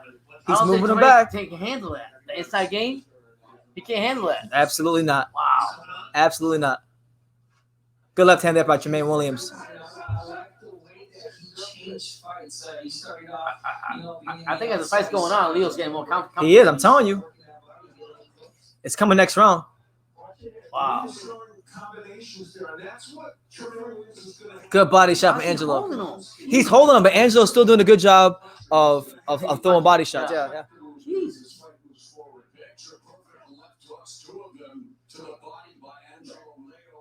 Yo, Tramaine looks lost on the inside. He looks lost. He don't know what. Wow. I told you if you close the ring, if he cut the ring and he stays in the middle of the ring, Angelo's figuring him out. It's going to keep the fight closing. Why are you holding him? Jesus Christ. Ooh. That body shot. Good body shot. Angelo's digging really well. He's going bam, bam, bam, bam, bam, bam. Come on, Angelo. Keep going. There he goes again. Outworking him. He's stronger. He's got better stamina. This is where he wants to be. You in Angelo's house now. Wow. I don't know why Tramaine doesn't just try to do what he did earlier. Oh my God. What's up? Low blow by Tramaine. Don't worry about that. Yeah, right now, for those of you just tuning in, Tramaine Williams looked sensational the first 2-3 rounds. And since then, Angelo Leo's had his way. I got Angelo Leo up 4-3. Not 4-3. I had him up 4-2. Yeah, you got it. 4-2. Wow. Inside. Look at that. Oh, there you go. The shoe shine, and he finished with the hook. There you go, Angelo. Angelo's not playing games with this fool. Yeah, he's good. He could be a good 4-round amateur fighter. I haven't seen a lot of punching from Williams. Like I was saying in the beginning, he's not throwing a lot of punches. Nope. He was breathing hard too. That's right. He huffing and puffing. Wow, look at Angelo turning it on, brother. Yeah, he don't know what to do right now. Look at the right to the body. Well, right to the body. This dude don't get tired. This guy shadow boxed for like an hour straight for a warm up. Wow. This guy worked. For every 2 punches that Williams throws, Leo's throwing like 4. Yeah, I got it 5-2. Angelo game, Leo. That inside game, I got it 4-3 Angelo Leo, but I think Williams needs to find a way to adjust. he can't adjust that. He can't. He's going inside. The inside. Remember I say if he cut the ring off and he gets that inside It's going. funny because Angelo's huffing and puffing, but then when he goes out there, he looks just fine. He's going breathing, but he's doing his thing. Give him some water. I was body shots too much for you. All right? Come on, baby. Who the hell is this guy? Tremaine's fighter literally just said his body shots are too much for you. So Tramaine needs to get on the outside. He needs to stay on the outside. But you know what? I've been watching Tramaine Williams for a long time. And once you bake a cake, it's a damn cake. You guys hear He that? finds himself Once on the you inside bake a way. cake, it's a damn cake. He finds his way on the inside way too much, and it's Angelo Leo's fight. it's not gonna work against Angelo Leo. It's not. Wow. It's not gonna work. It'll work against the percentage of the world. It'll work against those guys even fight, but not the Angelo Leo. I mean, to his credit for Williams, he's got that Pernell Whitaker Style. but it's not gonna help him in this fight because what's happening now? Leo has turned the fight around and he's coming forward and he's cutting the ring off and he's throwing. He's not throwing just one punch, 2, 3, 4 punches, and he's being the hunter. He's not being hunted, and I don't think Tremaine's figuring him out. Can figure him out. Yo, Tramaine can't even clinch him right now. Every time Tremaine's clinching him, this dude is letting his hands go. Every time Tremaine trying to clinch him, Leo's just going And to the body. this is the round, guys. Just so you know, this is the round that's happening. Wow. Oh my God! Nice shot by Tramaine. Good left hand by Tramaine. Yeah, but that's all he's done. Another tap by Tramaine. Another tap by Tramaine. The thing is, he's so tired. I'm not even sure there's any steam on left hands. No. Yo, Tramaine out here backing up like a mofo. He don't. But he needs to do that. He needs to use his legs. Yeah. He needs to use his boxing skills because he stayed there with Angelo Leo. He gonna F around and get on a highlight reel for the wrong reason. What's gonna happen is Leo's gonna cut the ring off so close that he's gonna look go to that body. Oh, Jeez, good right hand shot from by Angelo. Leo. That snapped Tremaine's head back. Yeah. Good stuff, Angelo. Wow. Here he goes. The double left hook to the body. He looking like Roman Gonzalez right now. He handing out rib dinners by the two-piece rib dinners. Let's go, champ. Leo is great. Two-piece rib dinners. Let's go, champ. That inside game by Leo is crazy. And Tramaine doesn't have an answer for it. All he does is clinches. But when he clinches on Will clinches on Leo, Leo's going to the body. So come on. Wow. I hate to say it, brother, but I think this fight is for. Oh, here he goes. Oh, he's letting go right now. Yeah. Shoe shine, hook. This fight is for Angelo Leo to lose. I'll be honest with you. Yeah, it is. At this point, it's his fight to lose. Jeez. Oh my God, these freaking body shots. And the inside. Another body fight, shot from Angelo. I mean, don't get me wrong. Tramaine is fighting back. He's throwing 1 or 2 punches, but while he's throwing 1 or 2 punches, And he's squaring up. He's squaring up on the inside. Like when he's holding him, he's squaring up. His knees aren't bent. He's throwing 3 or 4 or 5 combinations. I'm telling you, he's throwing that whatever it's going to call it, shoe shine thing, and then going back to the head. Yo, Tramaine can't even keep his arms up right now. Like the pace. It's pretty hard. I honestly think that Leo's a lot stronger than Tramaine. And that's why I thought he was in the fight. Yeah, Because of how Tramaine Williams fights and because of what Angelo Leo does great. Yeah. Easy fight to pick. Yeah. That's another Angelo Leo round. What was that? Round 8? Mm-hmm. So I got Angelo Leo 6 rounds to 2. 5-3. 5-3 Angelo. He's from Las Vegas. He's from Albuquerque, Mexico. He's from Johnny Boy. Johnny, your boy. Smash that like button and subscribe. Johnny, your boy's whooping some ass. Shout out to my man Johnny. Angelo Leo is giving Tramaine Williams a beat. He's beating him down more and more every round. I got Angelo Leo up 6-2, 6 rounds to 2. Got 5-3, but I honestly probably 6-2. It started off great. Tramaine looked great on the outside. Pernell Whitaker, all that jazz. But when Angelo cut that distance, yeah, he's got no answer.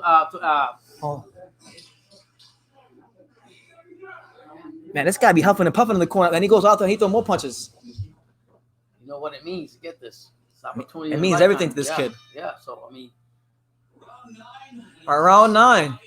Angelo with the jab.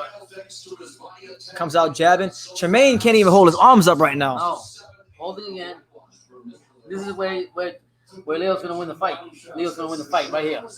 His main attack, as I mentioned, 49% of the punches he normally lands are body punches. Tremaine's like doing these weird feints. Angelo presses forward, trying to make his presence felt on the mighty midget. Good defense there by Tramaine. By Angelo, I mean. Good right hand there from Angelo. And Tramaine, gave him a good shot too. Tramaine gave him a good shot, but Angelo's stronger. He's just stronger on the inside. Those body punches that Leo's giving Williams, it's got to have an effect on ooh, what a shot by Leo again. Even his jab, like the steam that Tramaine had in his jab earlier, Yeah. Now he's just pawing with it. Yeah. He's just pawing with the jab now. He ain't stepping in with it. He's just pawing with He's it. holding his hands down too, like you can tell. Sorry. Which is rare for him. Wow.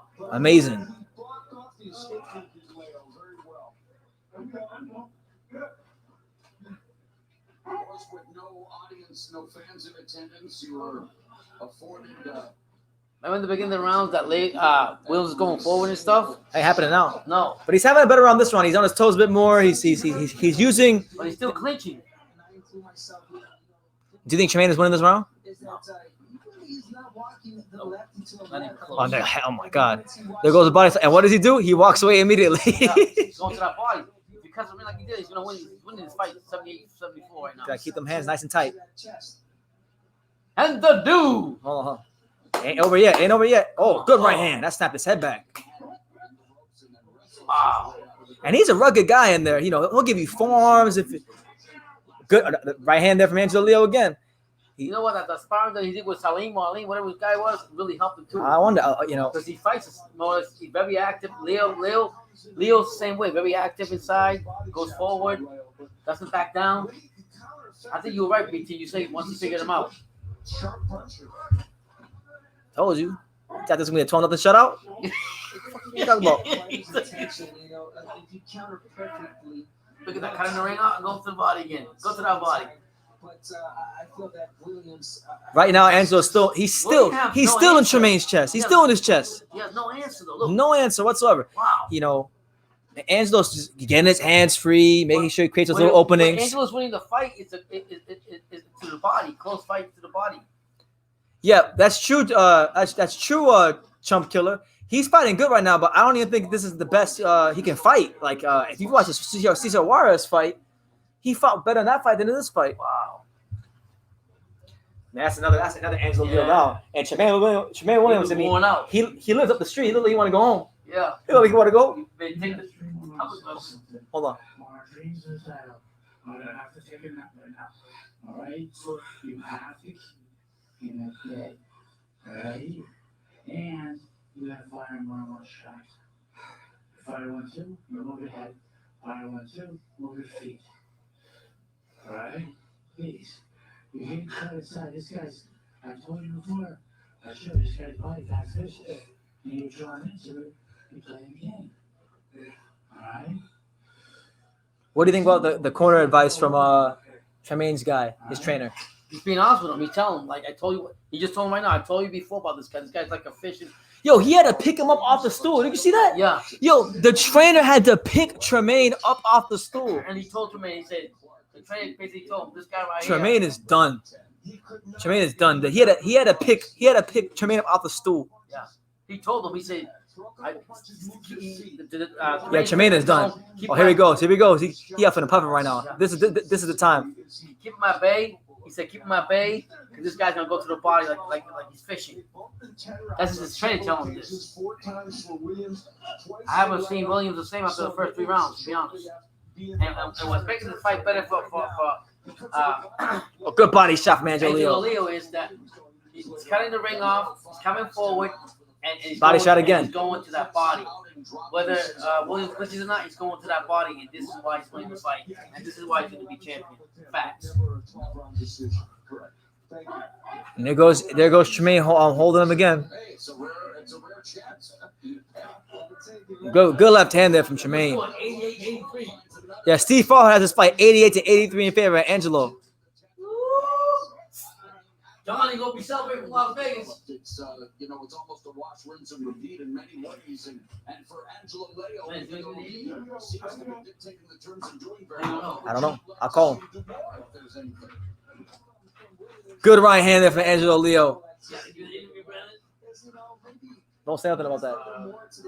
Yeah, we're round 10 though of Angelo Leo versus Tramaine Williams. Good jab there from Angelo. I'm trying to celebrate right now. Woo! Keep you Mexico, baby. We got this. Good body shot there from Angelo. The main show we talked first round, but Brendan, you called this. There you go. Oh my God.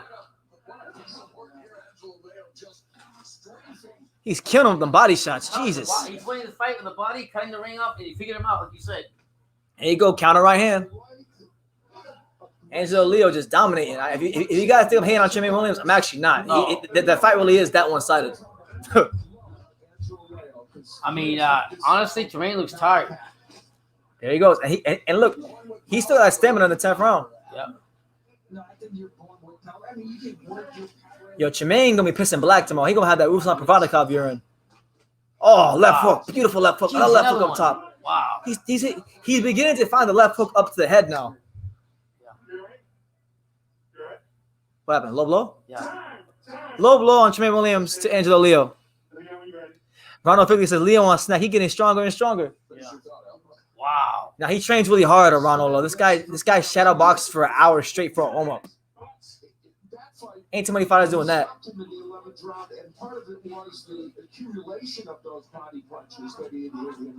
There you go. Another kidney shot.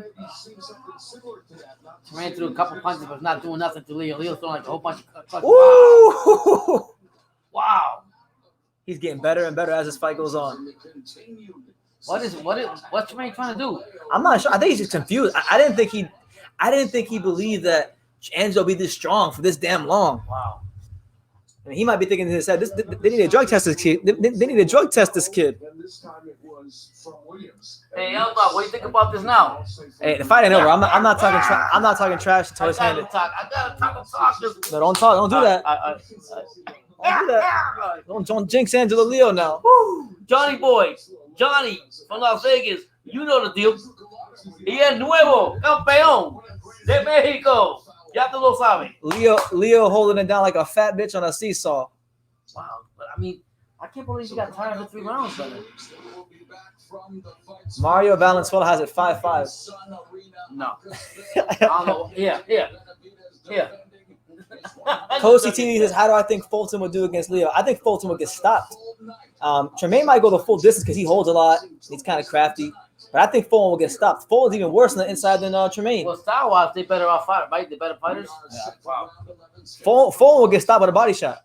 The vacancy at 122 pounds. So Angelo Leo is 6 minutes away from being a world champion. Good counter left hand there from Tramaine Williams. One guy said, "My girl wishes I had the same stamina." Yeah, my unofficial nickname for Angelo Leo because he trains so hard and he doesn't run out of energy. I call him Viagra boy. Yeah, you've been saying that. That man don't get tired of nothing. He gets stronger and stronger. You watch his fights, he's always like this. He was like this in the Juarez fight, even better. Viagra boy ain't playing. Alapal, what's up, champ? Man, Angelo just chopping this dude up. I think Tramaine seriously reconsidering boxing right now. Holding him up. He can't beat Viagra boy. Woo! Baby. Let's go to the shot. I got something more. The fight's not over, Pops. You better stop celebrating. He might get knocked out. You better stop saying that. This ain't happening right here. This man wants it from Mexico. He wants it. And Tramaine hasn't shown me no answers to him after the first 3 rounds. And you said it. You say once he figures them out, and I think when he figured out, I'm going to the inside, I'm going to that body. Woo! Let's go, champ. Oh, good counter left hand there from Tramaine.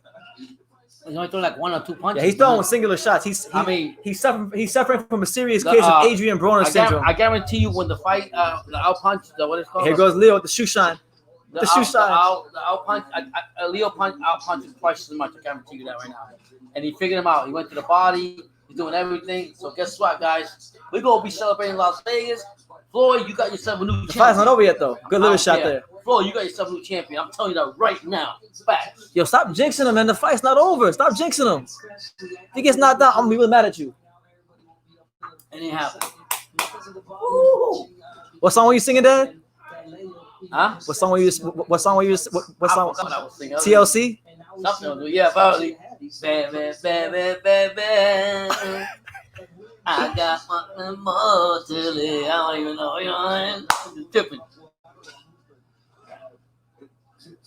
Keep himself out of harm's way. But I gotta give Tramaine credit. I didn't think he was gonna be this durable to survive. I thought he was gonna.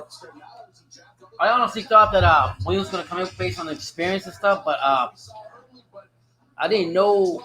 Well, you did tell me that he did clinches a lot before all this. We went live, whatever. Yeah. But you also told me that. All right. That's another round for Angelo Leo. I got it. What round is it? I got a 9-2 for Angelo. 9-2. You also Yo, he's gonna fuck around and win 10-2. You know what I'm saying? Yeah, that round win 10-2. 9-3. I will keep raise up. Oh, there he is. There's the man right there. Watching back home in Philadelphia, there is Mr. The man who's gonna get knocked out by Angelo Leo with a body shot. Stephen Fuller. Also, this could have been you getting your ass kicked by Leo. He's dripping in finesse and dripping in some ice. If that. Yeah, my dad does got a thick neck. It's like 18, 20 inches.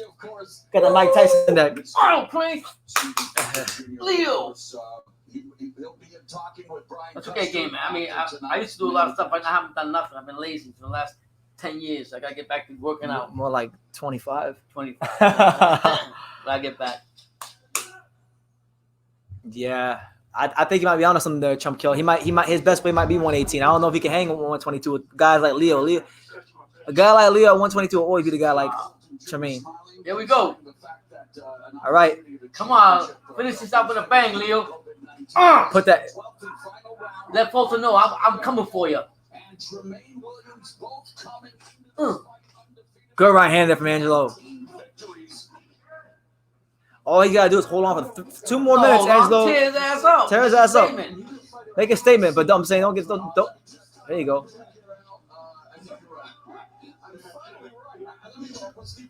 Come on, Angelo.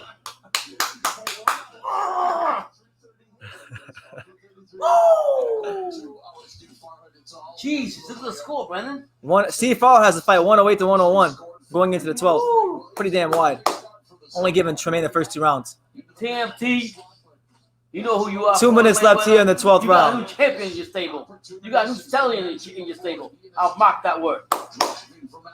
Woo!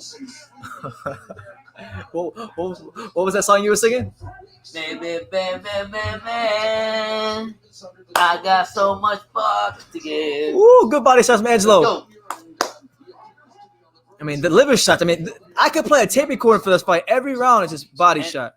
Body shot. Let me say liver something shot. about Tramaine? I don't know. Angelo? Angelo Leo, as his career goes on, this is a big stepping stone for him, a big motivator. And as time goes on, he's going to use his height towards his advantage, stop with the jab, lose his distance, and control fights. And this is a big confidence build-up. Albuquerque, Mexico, stand out. Las Vegas, Mayweather, stand out. You got a new champion. Whoa! Whoa!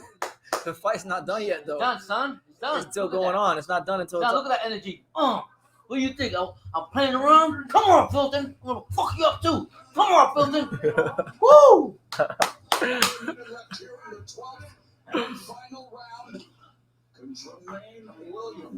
Come on, champ. Come on, Angelo. 50 more seconds. Let's go, man. Put the exclamation point. Come on, Leo. Let him know. I don't play. I do not fucking play. Every active fighter, I say if he cut the ring off, win the fight in the inside, which he did. He did everything that he's supposed to do. 28 seconds left. Fight's not over yet. Woo! It's over, son. It's over. It's over. I don't want to be. Hold on. I got a song. I got a song. I got a song. I got a song. I got a song. I don't want to be what you want me to be. So when you call, stop yelling at me. I'm sorry, it's my fault. It's over. Champions. Floyd, you got a new champion, baby. Let's go, champ. 12 rounds. Johnny Boy from Las Vegas. Johnny, you got a new champion. Tiene un campeón nuevo de México, de aquí México. Yo estoy diciendo, tiene un campeón que vino aquí, destruyó. I'm gonna wait for the decision. Listen, a Williams y le enseñó a la gente que yo quiero a Phil Fulton. Woo! Go ahead. You sure? Yeah. Okay. I'm gonna wait for the decision before I say what I want to say. Before I say what I want to say, what I want to say is, I don't want to be what you want me to be. So when you call, stop yelling at me. I'm sorry, it's my fault. It's over. Now what do you keep calling for? What do you keep calling for? That's Mace, by the way. That's Mace. It's over. We are the champions. Telling you, Mayweather, Floyd, you got a new champion, brother. In your state. Not yet. You got it. Let's wait, champ. It better not be a robbery. You imagine they rob Leo? Yeah, what they rob Leo? I'll go there and shoot them up myself. What you gonna shoot him with? I don't know. I'll do something. Hey, listen, let me tell you right now. Johnny, we celebrating it's here. Over. 305 celebrating Johnny. We celebrating for your boy. We did this. I want to see. L Dog has a. Hey, I'm gonna wait because there's a lot I want to say. I'm gonna wait till he gets the decision to say what I want to say. Floyd, this is for you. Angelo Leo, this is for you. And Johnny Boy, this is definitely for you. look at L Dog tweeted. He said, "This is how he feels about Tramaine Williams. Expectation, reality." Yeah. He's Terry Farmer. Yeah. Look, L Dog just tweeted this, guys. Okay, here you go. Ladies and gentlemen, after 12 rounds of action here at the Mohegan Sun Arena, we will cards. We have a unanimous decision here in the school totals. Judge ringside Don Ackerman sees about 117 to 111. Glenn Feldman and Don Trella both agree, scoring about 118 to 110. All three in favor of the winner, still undefeated. And now the new WBO junior featherweight champion of the world.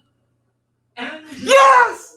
Let's go, Angelo! Let's go! We did this. I told you guys. I told you. Floyd Mayweather, you got a new champion. I want to talk now. All you mofos. And becomes All right. an 82nd Showbox alone Hold on. to win a world title. What's good, champ? And hats off to Tramaine Williams, Abner again going the distance in a fight that both of them took on short notice, but the 27-year-old going the distance but unable to solve the puzzle that is Angelo Leo. Listen, he took the shot, he took the opportunity, Hey. he came up short, but he's still a young fighter. I mean, his only defeat, he'll be back. Yeah, 27-year-old. I told y'all. Skills and lots of ability. I told y'all. Now I'm gonna wait. Before I get off on what I want to say. Before I get off on what I want to say, let me wait to hear what this good young champion, this great young champion got to say. Let's see what he got to say. He joins Johnny Tapia and Danny Romero as one of New Mexico's champions. You know what I'm saying? It's True School Sports. Listen, the untouchable True School Sports empire proudly presents something the boxing game's been missing. Let's go, champ. I told you guys. I motherfucking told you. I'm gonna wait for Angelo to talk first, and then I'll get up what I want to say. Two judges had it 118, 110, and Don Ackman had 117, 11. And our unofficials. Trying to tell you guys, listen, I haven't been shirtless since the Anthony Joshua Ruiz fight. You gotta make history to get me shirtless during a live fight reaction. An impressive performance by Angelo Leo. I'm from South Florida. I'm from Miami, Dania Beach, Miami area.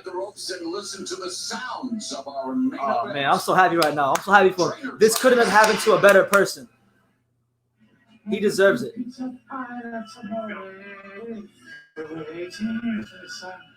So I'm just waiting for the Angelo Leo interview. It's your boy BT. This is the live fight reaction for Angelo Leo versus Tramaine Williams. Angelo Leo wins a wide unanimous decision to become the WBO Super Bantamweight champion.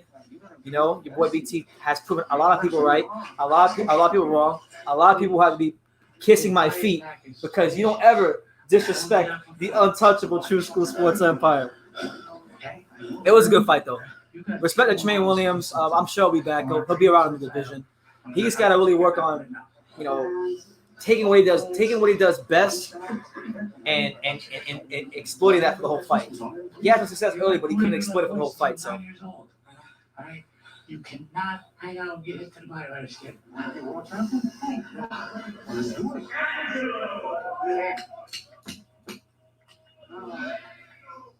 We will have more post-fight coverage on our social media platforms, but to put the button now on the return. I'm just waiting for Angelo to talk so I can get off what I want to say right now. Okay, Mo, appreciate that. Enjoy. Here he is. Here at the host desk and the new WBO Junior Featherweight Champion of the World, Angelo Leo. First of all, congratulations. Thank you, Brian. How does it feel? You've talked about it's been a lifelong dream of yours. How does it feel to be a world champion? Oh man, it feels good. It still hasn't sunken in yet. It feels surreal. You know what? Walk me through this fight here because you get Tramaine Williams, a lefty, and you talked about at the beginning, listen, champions have to adjust. Right. Was it a big adjustment though? Fighting a lefty, it seemed at the very beginning of the fight. Right. Well, the first few rounds, I was just feeling him out, getting his timing, getting the feel of him. I felt him kind of loosening up, kind of breaking down. And that's when I started putting the pressure on him a little bit more every round. Yeah, it seemed like in that fourth round, all of a sudden, the things that you told us, body work and the pressure was the difference. Right, exactly. That was the key factor in this fight was the body work and the pressure, definitely. So what do you think Albuquerque is saying tonight? I mean, obviously your hometown, from Danny Romero to Johnny Tapia, who you said when you were 9, 10 years old, that's the reason why you went to boxing gyms, looking up to them. How's that town feeling tonight now that they got a new champion? I'm pretty sure they're celebrating for sure. They have I think 4 world champions because you can't exclude Holly Holm. Holly Holmes as well. Holly Holm. So you got Johnny, Danny, Holly, and now me. There's 4 champions in that city. I think I made history there. Yeah, and how difficult was this considering you spent all camp training for Stephen Fulton and in the last minute you get Tramaine Williams? How difficult was that? At first, the first couple of hours of knowing about it, I was a little disappointed. But then, I was like, hey, this is what I came here to do. I came here to take a world title, to win a world title. And that's exactly what I did. When I set my mind to it, I do it. Man, it was impressive. I heard more when I will talk about your story. How does a young kid go from sleeping in his car to a world champion? Right. That's unbelievable. That's why you got to love the sport of boxing. Yeah. Boxing is the ultimate truth teller. It detects all lies in there. Once you get in that ring, if you didn't train hard enough, if you didn't do your roll work, it'll show up there. And in there, it showed my mental fortitude, how tough I am in there, and how I can adapt. Now, Stephen Fulton Jr. is watching. He's been watching. See this clown-ass Fulton got to say. According to the WBO, he will be your next opponent. Right. What do you want to say to Stephen Fulton Jr.? Just be ready, Just be ready. We're going to make it a war. He said he's going to bring it. I'm going to bring it. The fans want it. Why not bring it on? Absolutely. Congratulations, champ. Thank you, Brian. Impressive. Very impressive. The new champion, Angelo Leo. Congratulations. Well, joining me now from his home in Philadelphia. After phone, I'll start talking because I have a lot to say. Stephen Fulton Jr. and cool boy, it was supposed to be you fighting here in this world title fight. You heard from Angelo Leo. He said, get ready because when you two step in the ring, it's going to be a war. Your response? Listen, congratulations to him. You did it. I'm saying, go Leo. Listen, I'm ready for whatever. I've been ready. Just be ready to face me when it's time. That's all I got to say. What were the emotions for you watching this? Because you had to watch this. You've been spending all camp preparing for this. Then at the last moment, you come down with COVID. So what were the emotions having to sit there in your home and watch this fight? I just was happy that today was coming. So, the thoughts that I've been having can go away. I've been getting a lot of support from everybody. Just watching it, man, I'm honestly happy. Even though it's not me, it's just an honor to watch someone else train. So I'm happy for them. So, but when it's time, I'm coming. So can you kind of give us an idea? When did you feel like you had COVID? How did you get it? When did you start feeling the symptoms? I started feeling the symptoms around late Saturday night. I started to feel my body just didn't feel normal. It was a little weird. But it came to me as if I had a minor cold, but there was no cold. And I had moments where I'm up and I can run 5 miles, and as you know, I'm back down. My body was supposed to be, but I didn't think it would be that. And how are you feeling now? What are you feeling now? Yeah. Phone looks happy. Listen, look. Angelo Leo ain't the only one who went up. How you get yours up? You heard Angelo Leo. He said, "Be ready. It's a war." What's the message then for the new champion, Angelo Leo? The new message is, listen, within 180 days, prepare yourself. Go enjoy your time right now. Be with your family, your loved ones. Listen, turn up, have fun. Take care of your body and stay out of trouble. Congratulations to you. It's time. I'm coming. It's my time. And I can't be stopped. Cool boy Steph. He is, according to the WBO, the #1 contender, and the WBO says these two will get it on in 180 days. Steven, I hope you recover fast. Hey, Pops, you recover well. Appreciate the time, my man. All right, so Pops is gonna talk to you guys. Talk to them about the fight. I just know. Guys, I want to tell you, it was a great fight. Williams came in there, did what he could do, but after the first 3 rounds, he couldn't do no more. He couldn't handle the pressure from Angelo Leo. He couldn't handle it, and the inside game from Angelo Leo was devastating, and he did what he was supposed to do. He did it, took care of his business, and now he's a new world champion under Floyd Mayweather, the TBE of boxing, 15-0. Take pride in that because you got another stablemate, Mayweather, that you won't take pride on. This guy came in there a year ago, or how many years he lived in the car. This is why I like America, the land of opportunity. He came out here, and now he's waiting to fight. He beat Tramaine Williams. Now he's waiting to fight Fulton. And guess what? The sky's the limit for this guy. The doors open up. He came out representing his people, right? Albuquerque, Mexico. And what more do you want from him? Las Vegas, Nevada. What's more? I want to see him fight Fulton now because Fulton's supposed to be. They both stylist wise. I think they're both the same. They both have a lot of things in common. And he trained for Fulton, so now Fulton better get ready because this guy's gonna bring it on. His confidence is gonna be like this. Now that he's a world champion, he worked hard to get it. So I'm happy for him. So you guys, let me know what you guys think.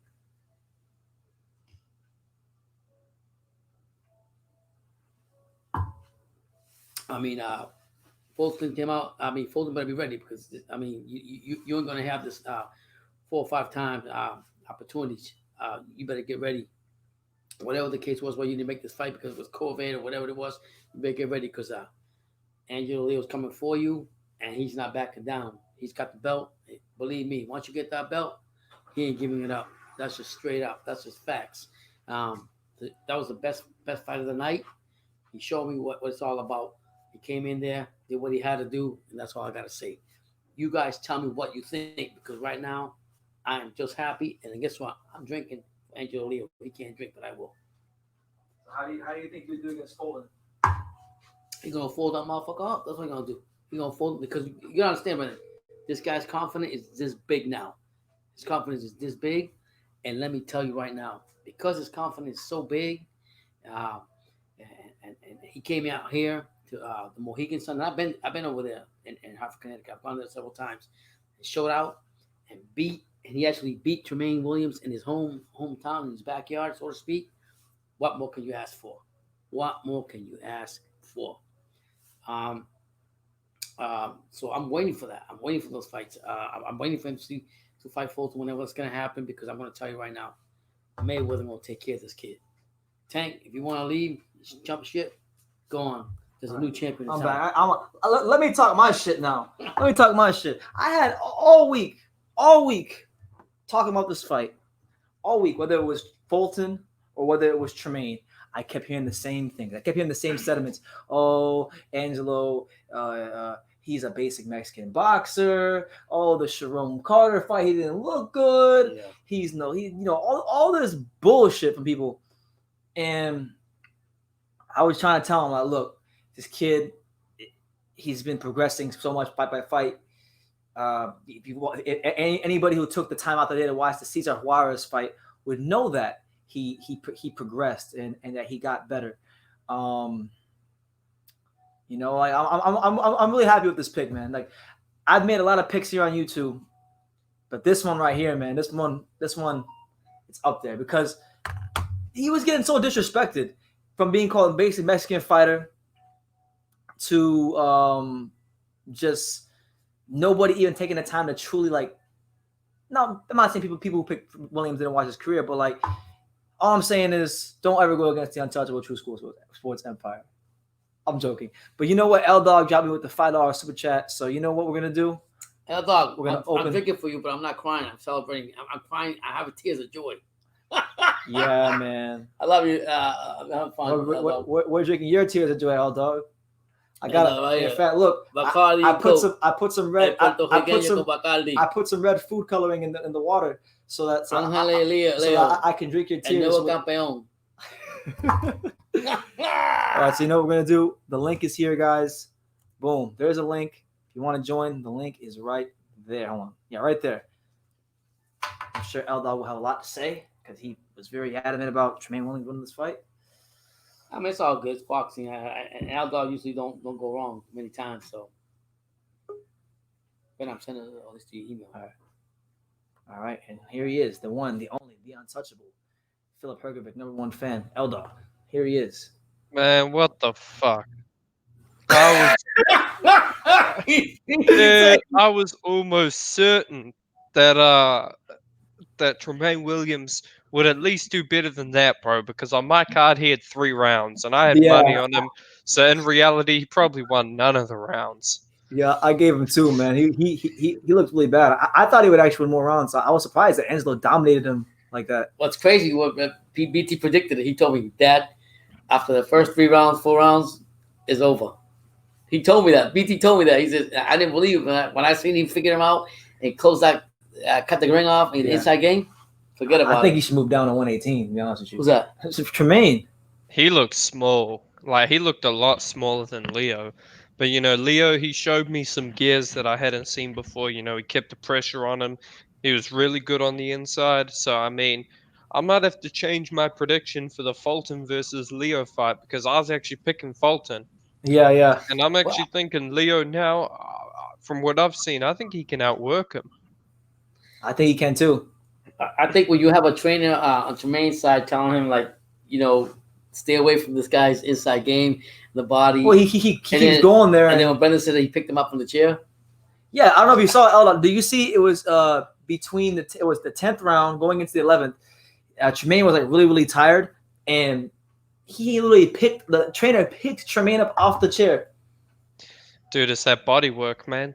Yeah. Angelo Leo was just working that body. Not all the shots were hard, but it was just so many of them, chipping away. So, I mean, I'm disappointed in Tramaine Williams. I mean, all I heard coming into the fight was Pernell Whitaker, but at the end of the fight, he looked like Tevin Farmer, bro. Yeah, I'm not gonna lie to you. I was talking to one of my friends, and he was like, "Yeah, he's just all he is just a more skilled Tevin Farmer." And I was getting mad at him because I like Tramaine Williams.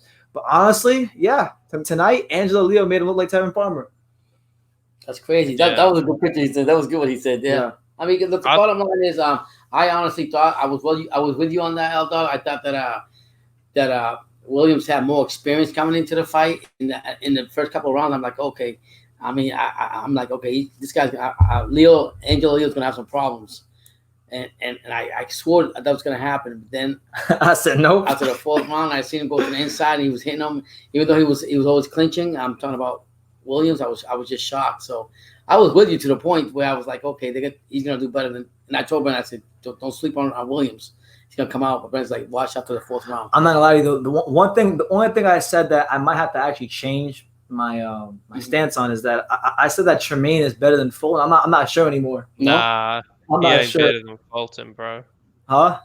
He ain't better than Fulton's a lot bigger. I think that'll help him in a fight against Leo, just because he can match the size. I think Tramaine. I mean, Leo fought well for a bigger, more aggressive fighter. You know, just getting on the inside, leaning on him, working the body. But I think Fulton, because of his size, will be able to fight on the inside a little more, and he won't wear down as fast. But credit to Angelo Leo, you know, he showed me another gear that I just hadn't seen from him before, and I think he's got a bright future. You know, I think if he beats Leo, the fight I really want to see is him versus Akhmadaliev. I've seen the little clip of them sparring. I mean, I think that'll be a hell of a fight now. Yeah, it'd be an amazing fight. Yeah, and like you mentioned, the sparring session, he looked pretty good against him in that sparring session. I think they sparred at Johnny Toko's gym in Vegas. Like, he looked really good in that sparring session. He did, man. He was putting hands on Akhmadaliev. I mean, Akhmadaliev, he did look kind of tired, so I'm not sure how many rounds it sparred before that, but I mean, it would definitely be a great fight. I mean, both of them got good style clash, you know. It'll be a war. And I think that's a great fight, man. Absolutely. Yeah, man. I'm looking for. I'm really hyped for the Fulton fight, bro. I'm really hyped for it.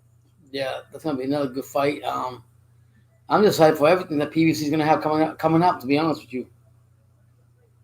Yeah, I'm telling you, they should try and make that fight on the Spence versus Danny undercard. Get him back in there quick. He didn't take much damage. Well, what's the rule? They got to wait 180 days, or what's the rule? No. Well, I think they got 180 to make the fight. Okay, that's like the cutoff. 180. Oh, okay. Because Fulton is the number one contender. Yeah, that'd be a great addition to that card. Yeah, who knows, man? Who knows what can happen? I just think it's fascinating though how all of a sudden, you know, Floyd Mayweather has a new world champion. What's gonna happen to Tank? That's not Tank. And, you know, he don't like Tank. So like, do you think like Floyd will maybe like promote Angelo more? I mean, maybe, but there's more big money fights on the horizon for Tank, so he'll probably keep promoting him just because he can get that bigger promotional check. You know, Tank versus Loma, Tank versus Haney, Tank versus Ryan, all are massive fights, whereas Leo, he doesn't really have a big fight around him unless, you know, maybe, because he's quite big, he could move up and maybe fight Gary Russell. Maybe. But, you know, Gary Russell, he's on his way to fighting Anthony Joshua. I heard he broke Joshua's jaw in sparring. You know, he beat everybody, man. Yeah, man. Yo, we got I think it's Anthony Santos. Santos, what's up, man? Oh no, it's not Anthony Santos, but I'm just calling in from New Mexico. I just wanted to congratulate our new champion, straight out of Albuquerque. That shit was sick. It was sick, man. I'm happy for him. Yeah, man. I mean, take pride. Apoya tu español. No. Okay. I thought you speak Spanish. I was gonna tell you to go ahead and. I don't speak it good enough, so. It's all good. Just take pride in this man from Albuquerque, Mexico, because he did what he's supposed to do, and he's representing. Respect. Yeah, exactly. I wanted to see the Fulton fight a lot more. I thought it'd be a little bit more competitive, but I mean, we're still gonna see it eventually. I think to be honest, like Al Dog was saying, like we were all just talking about, the competitive fight's gonna be when he fights Fulton, because I think he matches up better with Fulton than he did with Williams. Yeah, exactly. And I did see that sparring like a long time ago with Muro John, and I thought Angelo was taking advantage of him, and I was thinking he was beating him like he stole something, man. Yeah. So I mean, so take pride in that, man. You got a new champion. Hold on 1 second, guys. Hold on. I think this is Intangible. Oh, yeah. Yeah, this is me. Intangible, what's up, man? Yeah, I'm gonna eat my crow real quickly. I'm not even upset though, because that was a great performance. Angelo Leo, I underestimated him. The guy made some great adjustments throughout the fight. I sort of saw an even more erratic version of himself with how he was able to sort of dip underneath and roll underneath his shots and then step under the angle at which the fighter is going to sort of stop that momentum and then clinch up. And then he would basically just beat Williams in the clinch. Williams didn't have an answer for that because Williams was underutilizing his lateral movement and not using his jab enough. And he was just trying to sit there and counter him. Williams was trying to change the tide and tried to actually pivot and turn him against the ropes in I think it was can't remember what, it was the sixth round rather, but it wasn't sustainable for him because once Leo basically bought into that battle, he just outmuscled him and he wore him down. And I thought he was going to stop him during the 9th round because he was just starting to beat him up. But Williams showed a great punch resistance. That's what I will say. He never got hurt to the head, but I saw him get hurt to the body, especially early, many times, even when Williams was beating him off the counters. Yeah, no, it was a really good performance, man. I was surprised that Tramaine made it the full 12. I thought Angelo was gonna get him out of there. But hey, also I gotta guys, we got I think this is the Anthony Santos. No. This is actual facts. Ángel Santos. Que habla español. What's up, Santos? Anthony Santos, actual facts. Hey, tranquilo, pendejo. Angel Santos. Tranquilo, pendejo. Who's that? Angel Santos. Angel. No habla. Sí. Oh, yo hablo español. ¿Cómo está? Bien. ¿Quién habla español? Yo, Ángel Santos. ¿Quién habla español? ¿Qué pasa, hermano? Yo, who's that guy ¿Habla talking? español? ¿Tú me dijiste? Sí. Sí, ¿tú hablas español? Sí, yo pues soy. Tú tienes que apoyar a Leo, a Angelo Leo, porque él está representando a Albuquerque, México, y apóyalo bien porque él se fue él cogió, abrió la puerta de oportunidad y aprovechó y ganó y gracias a Dios y apóyalo mucho porque él va a ser campeón por un tiempo. No, pero no, eso está bueno, papi. Eso, ¿sabes? Eso está todo, pero yo no soy de Albuquerque, ¿sabes? Pero yo lo apoyo. That was a good victory, you know what I'm saying? But that's Albuquerque. I'm from the Bronx, you know what I'm saying? You're from New York. You got my accent from New York. You know what I'm saying? And I'm from New York. But let's get it right. You still got to go ahead and take pride in that man. That man did what he was supposed to do. And he did it. He did his thing. He did his thing, man. Hey, man. Who do you want to see him fight? Well, Fulton. I mean, I thought, everybody was saying Fulton was the bootleg Tramaine. Williams. I said that. Yeah, it was me. Yeah, I know. I remember. I saw that. That's the one thing that I'm going to say I was wrong about because Tramaine looked horrible tonight. Yeah, man. I mean, I done spoke to, Fulton and he's a good dude. And, it's unfortunate, whatever, if it's COVID or whatever the fuck he got cold feet. Or I'm sorry for cursing, my bad. But no, it's all good. You sound like my boy from Bethlehem. But my thing is, I think Fulton's gonna do better. That's all I was saying. I'm like, damn, I'm like, Fulton's better than Tramaine than Williams. That was my thoughts. And exactly what happened. I knew Leo was gonna shut him out, or even knock him out. I thought he would get him late. All these fighters I thought were gonna look spectacular just decided to just be horrible today. Tramaine Williams, Srisaket Rungvisai.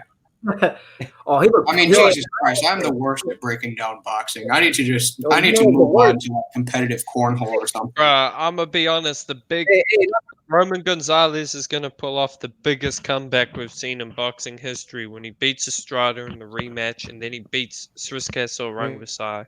Facts, man. But then he loses to Tanaka.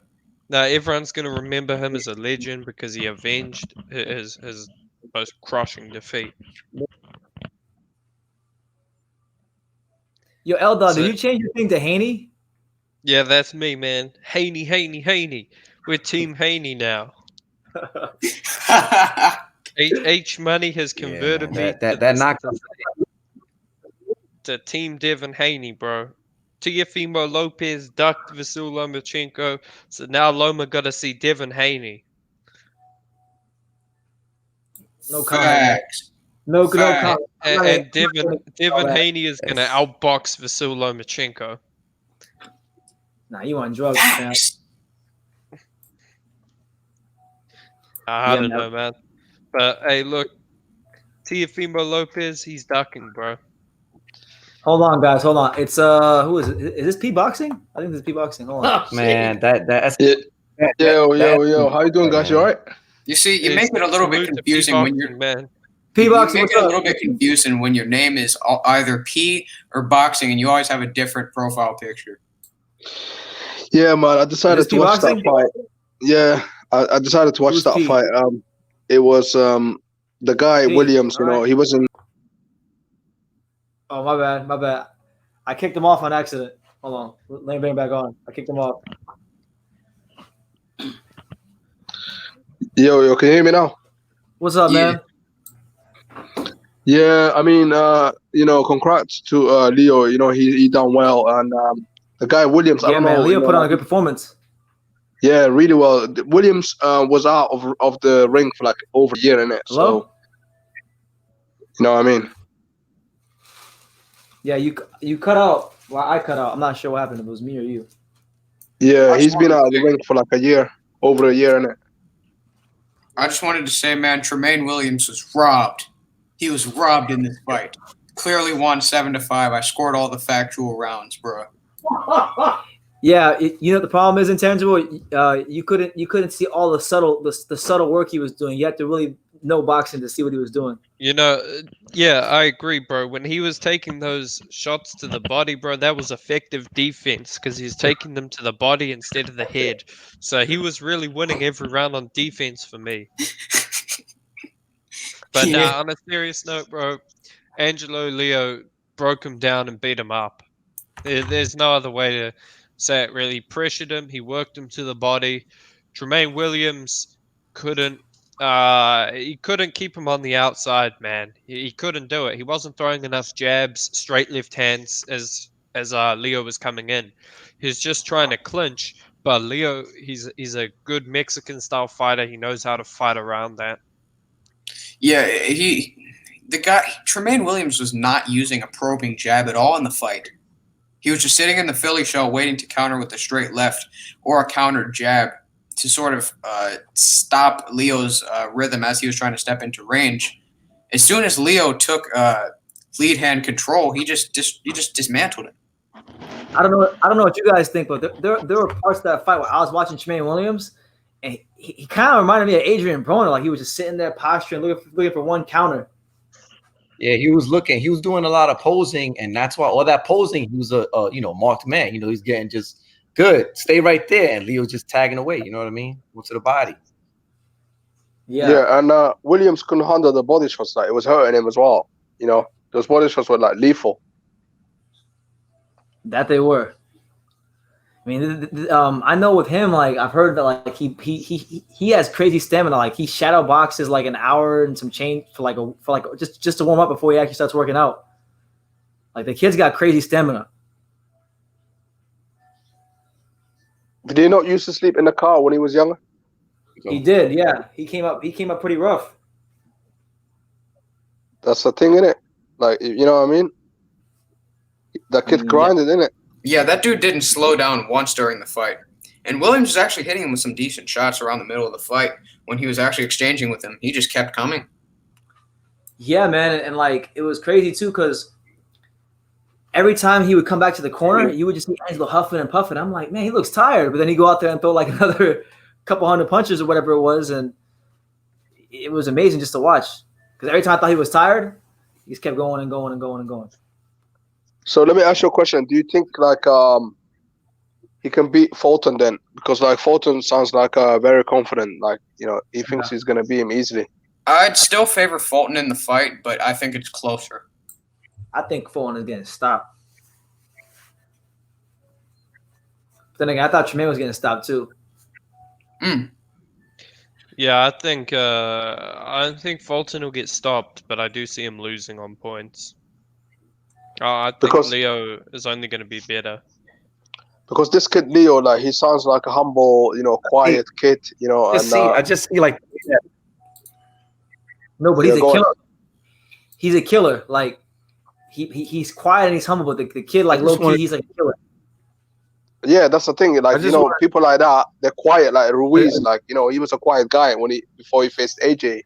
Like he kind of reminds me of like Andy Ruiz, like the way he acts. Like he's nice and humble, but he's lethal. Did H Money just say that this guy was robbed?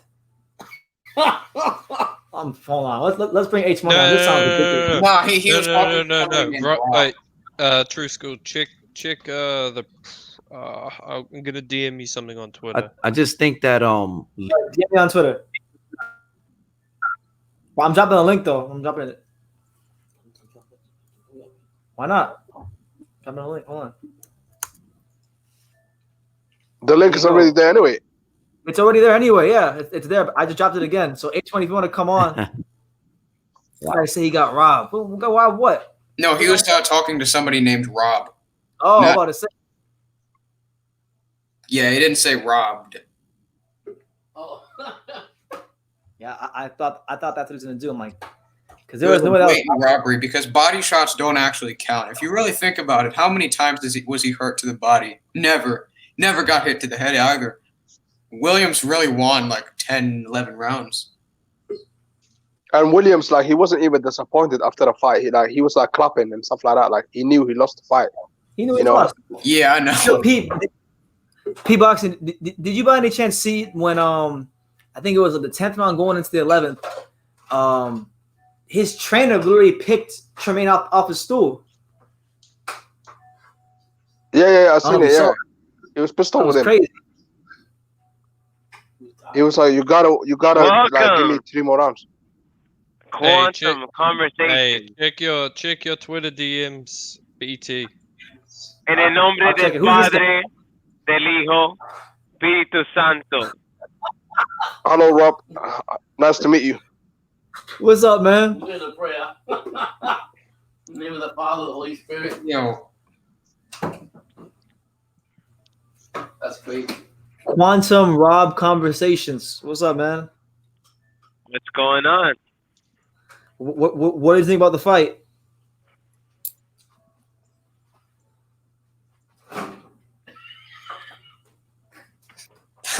Espíritu Santi. No, Espíritu Santi. We're gonna go Latin. You like that? Yo, Quantum Conversations, formerly known as the Beatmaker Osiris. The Beatmaker Osiris with the double capital I in the middle of my name, speaking the white flames. I'm not even sure what's going on right now. Yo, this man putting a spell on us. I was invited by H Money to come over here. H Money, thank you. Okay. So Quantum, what did you think about the fight? It's our local. Yo, Rob, do that fly kick, innit? You know he does some weird fly kick. Do that fly kick. What? You know the fly kick, the one that you was doing the other day. I can't hear you. H Money here now too. This is H Money, crazy. thank you for inviting me. I really appreciate it. Yo, True School, I told him about your channel. I told him this is Rob, True School. What the hell are you wearing, bro? Hey, BT, did you check your messages? I just checked it. Yeah, I just checked it. Yo, I'm a bit weirded out. So, Rob, do you have any boxing opinions? Do you have any opinions on this fight or no? Go ahead, H Money. Well, opinion is understanding within its own psychology of the fighter that is only understanding within the own periphery of understanding. So put it like this. So you would actually look at the fighter and look at their own battle record, because my analysis by Ferrazlis says only goes to the person that has the own confidence of their own understanding. because I look at things in a whole different perspective. People want to look at things as statistically, but I look at things as memorable. Everything is memorable. All combat is memorable. He's funny. You got me laughing, man. This man. So you see it as abstract. You see beyond the 3-dimensional realm. No, I'm on 4 dimensions, if anything. Oh, times 5. Times 5. 4 times 5. Okay. All right. Well, I'm gonna swing it over to H Money. H Money, what did you think about the Angelo Leo Tramaine Williams fight? It was a good fight. You know what I mean? I felt like the best man won. In the chat, I was talking to Rob. This is Rob here. I wasn't saying it was a robbery. I didn't say that. All I was saying was I was saying what's up to him. But it was a good fight, and the best man won. I think Fulton's gonna win. I got Fulton in the future winning. You know what I mean? You do? What about you? I got Angelo Leo stopping that man. For real, you got him beating Fulton. Fulton got a good defense, bro. Of course, Fulton can't fight going back. But Angelo Leo's awkward. Fulton can't fight on the inside. I mean, he can't fight on the inside. Like his inside game is legit. But Williams, he was a late minute replacement. He took the fight in the last minute. So you know what I mean? He was on the card. Yeah, but same with Leo, and he was also on the card training for a fight against a orthodox fighter. And Leo was actually training for. Yo, this dude is always on Google. He's not better than. Yo, listen, this dude is always on Google thinking he knows what he's talking about. Listen, let me tell you this: the events are what I'm saying is that the person that was fighting tonight. It's all about defense. Yeah, this dude is on it. No, because this dude is always like, scientifically, specifically. This thing is always on his Google phone. It's like, no, dude, no, you're not impressing me with all that. You talking to me? Stop, bro. I'm sorry, I'm here. Stop. I'm gonna stop you out. Listen, my bunny stops you out. Listen, let me tell you this. This is what I think is gonna happen. You know what I'm saying? Defense is always a very hard thing against offense because you score points when you don't score points, and defense always wins. You don't score points when you don't score points.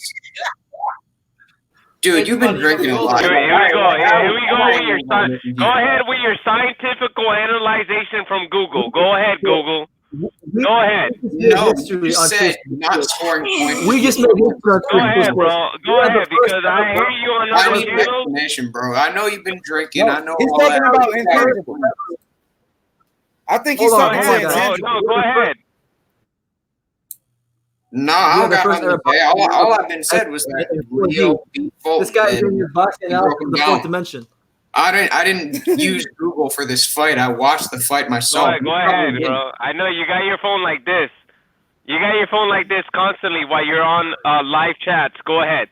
What do you got to say? Let me ask you, what do you think about No, the don't fight? ask What do me you think nothing. I just want to know how you feel. I feel great. No, about the fight. About the fight. Don't be technical. Oh, okay. It was a great fight. But what do you feel about the fight? Be a little bit more dissective. There's no what do I feel about the fight? Hold on, everybody. There's no Google here. Be more dissective. Okay. It was a very fun fight. Angelo Leo had a little bit of trouble early because of Tramaine Williams' counterpunching and timing with the jab. However, he started to get into sort of an awkward rhythm where he would start to roll under shots, but step in the direction where Tramaine Williams was moving in, and he would just cut his angle. And then everybody's laughing at you, bro. Everybody's laughing at your Google ass, nigga. Everybody's laughing at you because all you do is calculate. Nigga, yo, your iPhone can't save you right now, man. Your iPhone can't save you right now, bro. I'm sorry. Your iPhone can't save you right now. I forgot to tell you that Pluto, beyond Pluto, is not a planet. I think that's where you came from. Bro, what am I supposed to say? I honestly don't know. Let him know. How am I supposed to give my thoughts? Go ahead. Yo, give all your thoughts off of Google, please. Off of Google? What do you mean off of Google? I don't know what you're talking about, dude. I know you've been drinking a lot. Like, I don't understand. Rob, I think you've been. I don't think you've drank enough, bro. Finish that beer. Finish that beer. Yeah, he got it right there. There we go. Hey, you gotta finish it, bro. Yeah, man. Oh man, that was weak. That was weak. Opposite side of the house. Funny. Got Marilyn Monroe behind Yo, him. let me get on the topic real quick. Seriously, I'm a big Please, supporter bro, please. of Stephon Fulton. I think Fulton beats Leo by unanimous decision. I think Fulton will give Leo a boxing lesson. Fulton is a very tall super bantamweight. You know, they at bantamweight. Fulton is very tall for the division. Fulton has a very long reach, and he has a great defense. I think Fulton is much better than Leo. Seriously, True School. You said much better? Yes, Fulton is a. Yeah, but that's I think so. Different styles. It's much harder for Angelo Leo to have a defense like Stephen Fulton when he's not defensive. Stephen Fulton is going to be the one trying to be defensive, whereas Angelo Leo is going to be the one trying to apply the pressure. He's going to be the offensive-minded fighter. So it's going to be more so up to Stephen Fulton to keep his defense tight, even through a lot of the off-rhythm jabs that Leo is using. I'd still favor Fulton to win the fight, but I think it's closer. You got Fulton winning the fight intangible? Yeah. Me too. I agree with intangible. I think y'all don't learn. Y'all gonna have to learn the hard way again. I'm telling you, bro. I'm telling you, Fulton is a solid fighter, bro. He's very solid. I'm muted. Johnny, They muted me. Hey, what's I'm up, muted. Johnny? I can't even Johnny talk. boy, what's up, man? What's up, bro? Oh, look at it. You a fool. You a fool. Everybody on here. You a fool, man. Yo, Johnny, I got a question for Johnny. Hold on. Yo, H Money. Let me ask Johnny a question real quick. I got a question, hold Johnny. on. Yo, Johnny boy, H Money, can you guys squash all that beef? Can you guys do that? I know H Money. There's no If you would beef, shut bro. up for a second, yeah. There's no beef, bro. Come on, man. Lord. Yo, Johnny, I got a question for you. Yo, Johnny, what do you think about the Teofimo Lopez and the Lomachenko situation, bro? I need to get your thoughts on Teofimo rejecting the fight. Hold on, homie. Listen to me. Listen. Don't talk about my mother, all right? Bro, I don't know what you're talking about. I'm just here talking boxing, bro. I'm not here getting personal or anything like this. Is a boxing channel. This is not a boxing channel. This is not a boxing. Hey, this is a boxing channel, bro. You know what I'm saying? I got a boxing question for you. What do you think about Teofimo Lopez ducking Lomachenko? I think he's a fucking vagina. That's what I think. But I totally Team Haney over here, bro. Haney. But H, let me just tell you this one thing. Bro. You don't talk about me, I won't talk about you, dog. All right, bro? It For ain't sure, man. You know, we just having fun in games. You know, there's nothing wrong with a little bit of debating. You know what I mean? There's nothing wrong with a little bit of debating. You know what I mean? It's good. It's never personal. It's always done. It's done. No if mas. y'all gonna beef, no mas. That's it. No mas. Bro, I'm gonna say Johnny, this, did you man. watch the Angelo Leo fight? I don't know where Johnny Absolutely. is, but it's Team Haney over here, bro. If Teofimo Lopez is not going to step up, then Vasyl Lomachenko has got to see Devin Haney. Hey, my boy, BT. I think Rob is in the back. I think Rob wants to get on the platform. He's in the back. Nah, man. Bro. I'm good, champ. I think Rob gave me my dose of extraterrestrial 4-dimensional boxing analysis for the day. I think I reached the quota. Yeah, hey, but Angelo Leo, I think he's going to beat Stephen Fulton, bro. Angelo Leo, he's got too much pressure, too much experience now. He's going to outwork him.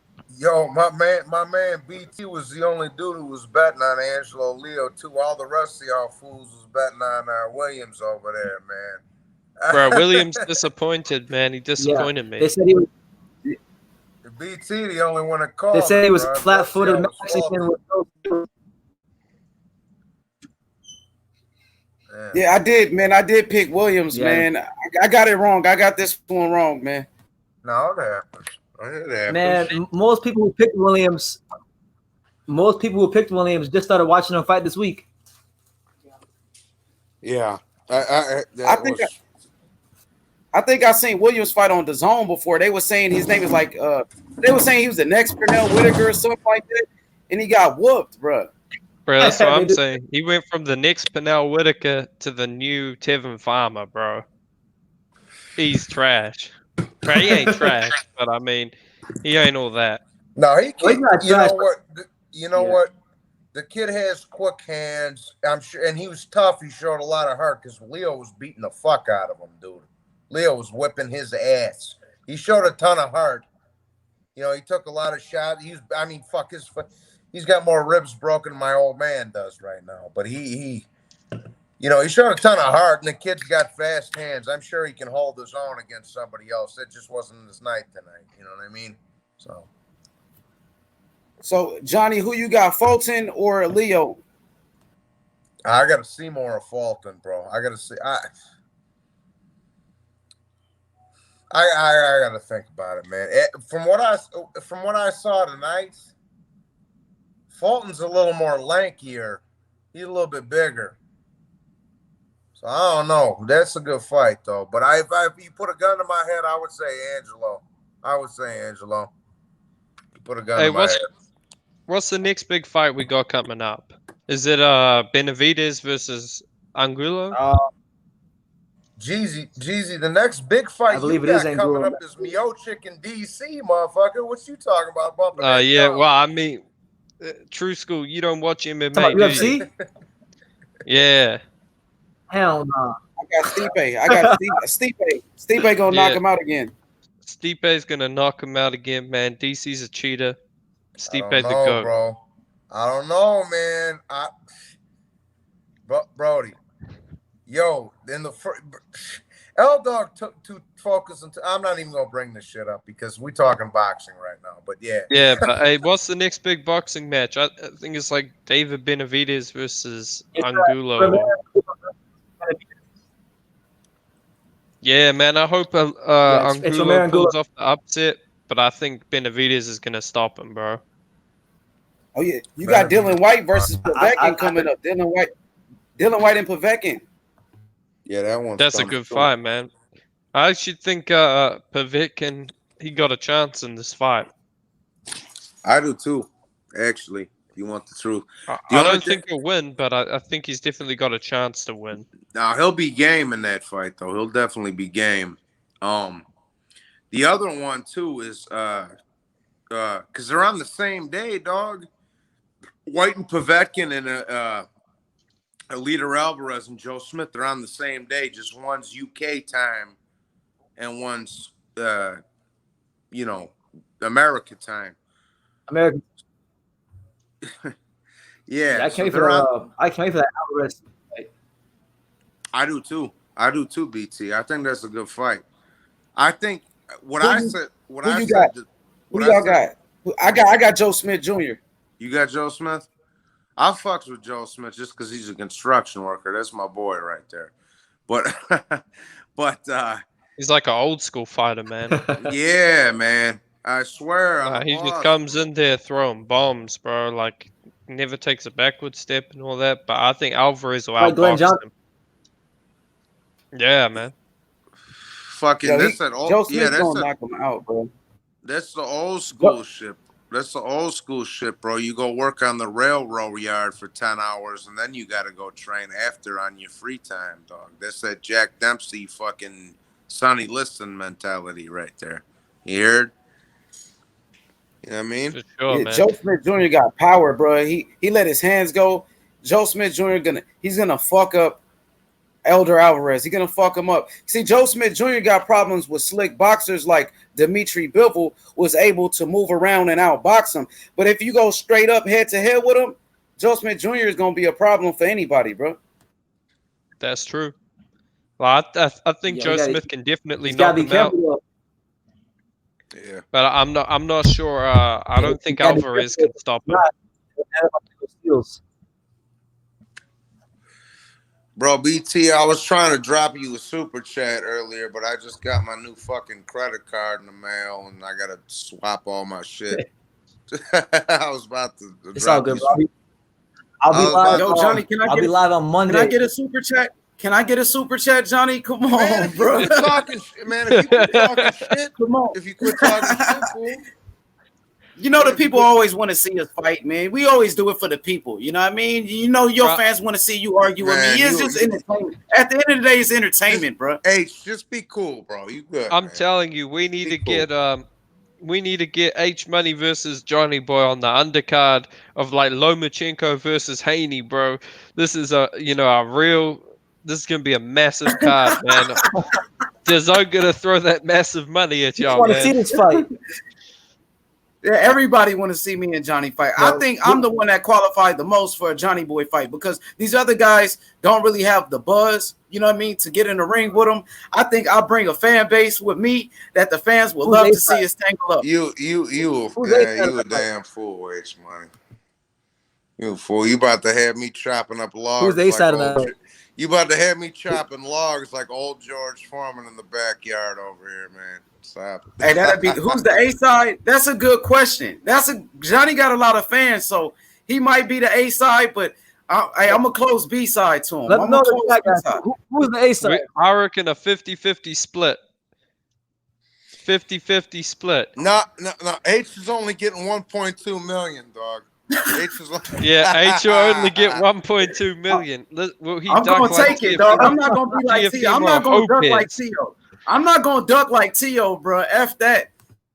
Bro, Teofimo Lopez this whole time was talking all that shit, and then he backs out. I can't He's believe a coward.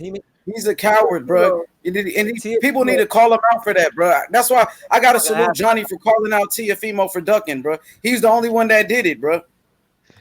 Bro, Punch Drunk is like defending Teofimo, man. What? He called him 1.2 million slave pay, bro. Listen. Now, Punch is close with the old man, so that's his own lane. You know what I'm saying? Let him have his own opinion, and that's it. But for me, if I don't call bullshit on that, motherfuckers gonna say, "Oh, you biased against Teofimo. You biased if it's somebody else." You know what I'm saying? You're gonna say otherwise. So I gotta call it what. And like I say, if we get some details out of Top Rank and Bob and all this other bullshit, that's one thing. I'm just going off of what's being reported, bro. You heard? I agree with Johnny. I agree with Johnny, man. I agree. Wait, Johnny, give me 1 second. I feel like Punch Drunk, bro, is being biased. You know what I mean? For Teofimo Lopez, and it's not right. You got to call. He say he's unbiased. Come on, bro. You got to be real with the fans. Don't lie to the fight fans. You got to call a guy out. The same way you call out Deontay Wilder, the same way you call out different fighters. You got to keep the same energy when it comes to your guy. That's all I got to say. Hey, what's your thoughts, True School? Because I know you were on the Teofimo train, man. I still am. That fight's going to happen. I mean, I think it still can happen, but I think he's trying to get 100,000. I want it to happen. I think he should have taken it to happen. I just want to say I want it to happen so Loma can beat the shit out of him. That's why I want it to happen. I want to know what the fuck is going on with Luke Campbell and Queen Rye. What the hell's going on with that, man? Luke Campbell will beat Ryan Garcia. Hold up, bro. Yo, that whole division, the lightweight division, dog. There's so much good talent in that division. Y'all need to get these fights cracking. Period, dog. You know what I'm saying? You know what I'm saying? You got to get fucking Loma Teo popping. You got to get Luke Campbell and Queen Ryan popping. Because there's so many good fighters in there, and then you got Tank and floating around, you got Haney floating around. Like they gotta get that shit worked out, bro. Because there's a lot of good fighters in that division, man. Yo, you're right. Even you got Gabriel Flores Jr. at lightweight, who's a solid fighter. And you got Felix Felix Verdejo, who's a solid fighter, Puerto Rican. You got a lot of good fighters at lightweight. It's very deep. You know what I mean? I love the lightweight division. You know what I mean? I just got breaking news I want to break to y'all. Bare Knuckle fighting. Bare Knuckles is officially signed to DAZN now. So if you're a Bare Knuckle fan, it's on DAZN. No more pay-per-views. Yep, for real. I swear to God, that's crazy. Yo, I'll pay to see Paulie get his ass whooped again. Yo, I was just gonna say, tell Paulie's bitch ass I'll fight him in a 5-rounder. I'll fight that motherfucker in a 5-rounder, bare knuckle. Paulie talked all that shit and he got his ass whooped by an MMA fighter, bro. That's embarrassing. That fucking fake Italian got his ass whooped by Conor That McGregor's was such a sparring weird fight. partner. Bro, I was sure Paulie was just gonna jab his head off, but nah, man. Hey, oh man, I was gonna say something. Yeah, I think the fight to make is Luke Campbell versus Ryan Garcia because I want to see Ryan Garcia get beat. I just want to see him lose. I can't stand him.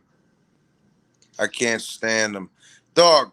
If you put fucking Jake Paul or Logan Paul or whatever the fuck his name, bro, if you put him right here in front of me right now and you just let me tee off a body shot on him, I'd send him to the fucking hospital too, bro. Like, that's not impressive to me. That's just gay. Hey, the fight we need to make Johnny Boy is Francis Ngannou versus Ryan Garcia. Oh fuck. Yo, Ryan can fight though. I can't. Ryan will. He's not that bad, bro, and he's young. He's very popular. I got Ryan over Luke Campbell. I'm gonna be honest. I got Ryan over Luke. Hold on, guys. On that one. Hold on. H20, hold on. We got who is this? We got Glenn Avery. I don't know. What's up, Glenn? Oh yeah, what's going on, bro? Everybody know me in this chat. What's going on? What's going on, Johnny Boy? Yo, True, you got an epic thing going on with H Money and Johnny Boy chopping up boxing, bro. I have never seen this in my life. Bro, peace to you, brother. I hear it's a rare thing. It's all, bro. Just don't trip. It's all good. No, you know what I'm saying. Only on True School Sports. Tripping. I'm just saying that's only some on real True shit School Sports, though. You know what I mean? It's only on True School Sports you can see something like this. I got much respect for BT and his daddy. You know what I mean? I would never disrespect this channel. So that's what it's all about. No doubt. And no will I, because he just gave me the link, and I've never been here before. You know what I'm saying? But the reason we got peace between H Money and Johnny Boy is because if they start fighting, bro, Pops will whoop both of their asses, man. Pops is a savage, bro. He'll whoop both of them. Facts, yep. No doubt. Well, now I know the rules. But yo, let me ask this question though, because yo, H, I tried to ask you this the other day. I know it was a little off of, and don't get me wrong. The other day I was on some Crown, so I was a little more. Is it boxing related? Than normal. Is boxing related though, right? Yeah, of course. Yeah. I'm gonna keep it a bucket. I'm gonna keep it a bucket. It's my first time here. You know what I'm saying? I'm not tipsy right now like that. You know what I mean? I'm just keeping it 100. So I was on Showbiz. He was doing a live earlier, and I asked about Verdejo. What do you see him as right now, and what do you see as his next opponent? Like how far do you see him going, and who do you see as his next opponent? Bro, without hesitation, he said the next opponent should be Devin Haney, without hesitation, and he said he could see the sky is the limit for him as long as he stays out of trouble. You know what I mean? So I would like to ask the panel, what do you guys think about that? Like if you don't know Felix Verdejo, then you know what I'm saying, then leave it alone. But if you know about Felix Verdejo, I think that's a question that everybody should ask on every boxing champ. Well, Verdejo, let me get in on that. Go ahead. Go ahead. I go after you. I think it's going to be a great. It's going to be a great step up for Devin Haney because he hasn't fought anybody at that level, and we need to see like with Verdejo, where he's at. How good is he? Will Maldera is cool and whatnot, but like, is he truly going to be that guy that Top Rank was talking about all those years ago as the next great Puerto Rican star? Like, I don't know, but I think Devin Haney fight would be a great way to answer that question. Well, for me, I think Verdejo's a solid fighter, but Y'all can hear me? I'm good. I'm clear. Yeah, Yeah, you're good, man. You're fine. Yep. Okay. I want to say this. Felix Verdejo's a solid fighter. Shout outs to Glenn. He told me about him. You know what I mean? I didn't know who he was until Glenn told me. He's a good fighter, but Glenn, he was ranked number 15 in the WBC, bro.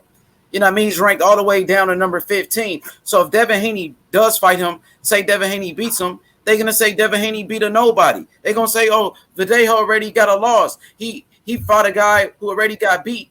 You know, Verdejo hasn't beat anybody. So don't you think Verdejo should move up in the rankings and beat somebody of, you know what I'm saying, somebody worthy and earn himself a title shot, bro? You got to earn himself a title shot.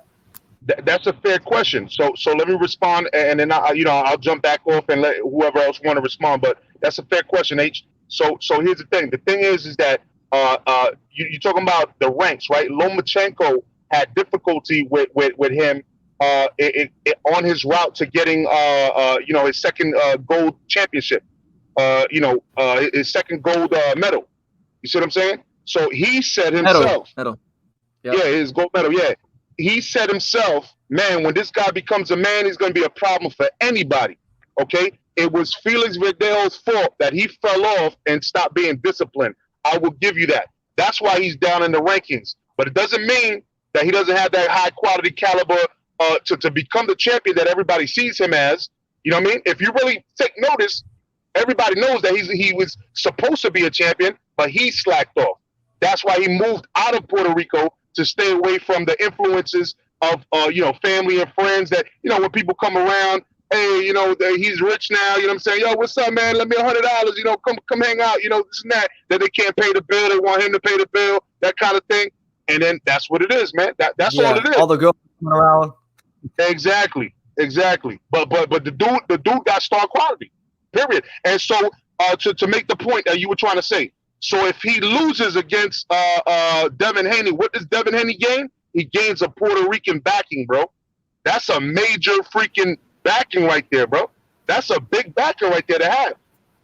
But quality with Devin Haney, one thing, L Dog, you coming after me. One thing, but Devin Haney needs a big name on his resume, and Verdejo is not a big name. That's all I'm saying. He doesn't have any. No major victories. Haney needs a fight because Haney needs to fight somebody. Haney needs to fight a champion. Haney needs to do this. But if he beats Verdejo, they're not going to give him no credit for that. But go ahead, L-Dog. Hey, look, I think the reason why Verdejo gave Lomachenko a lot of trouble is just because of the size. I mean, Verdejo is a huge lightweight. The guy's 5'9" with a 72-inch reach. That's the same as Errol Spence. So, I mean, he has a massive size advantage over Loma. But I mean, look, I would like to see that fight, Haney versus Verdejo. I think it's a good step up for Haney. It would be his toughest fight to date, but I would favor Haney to stop him.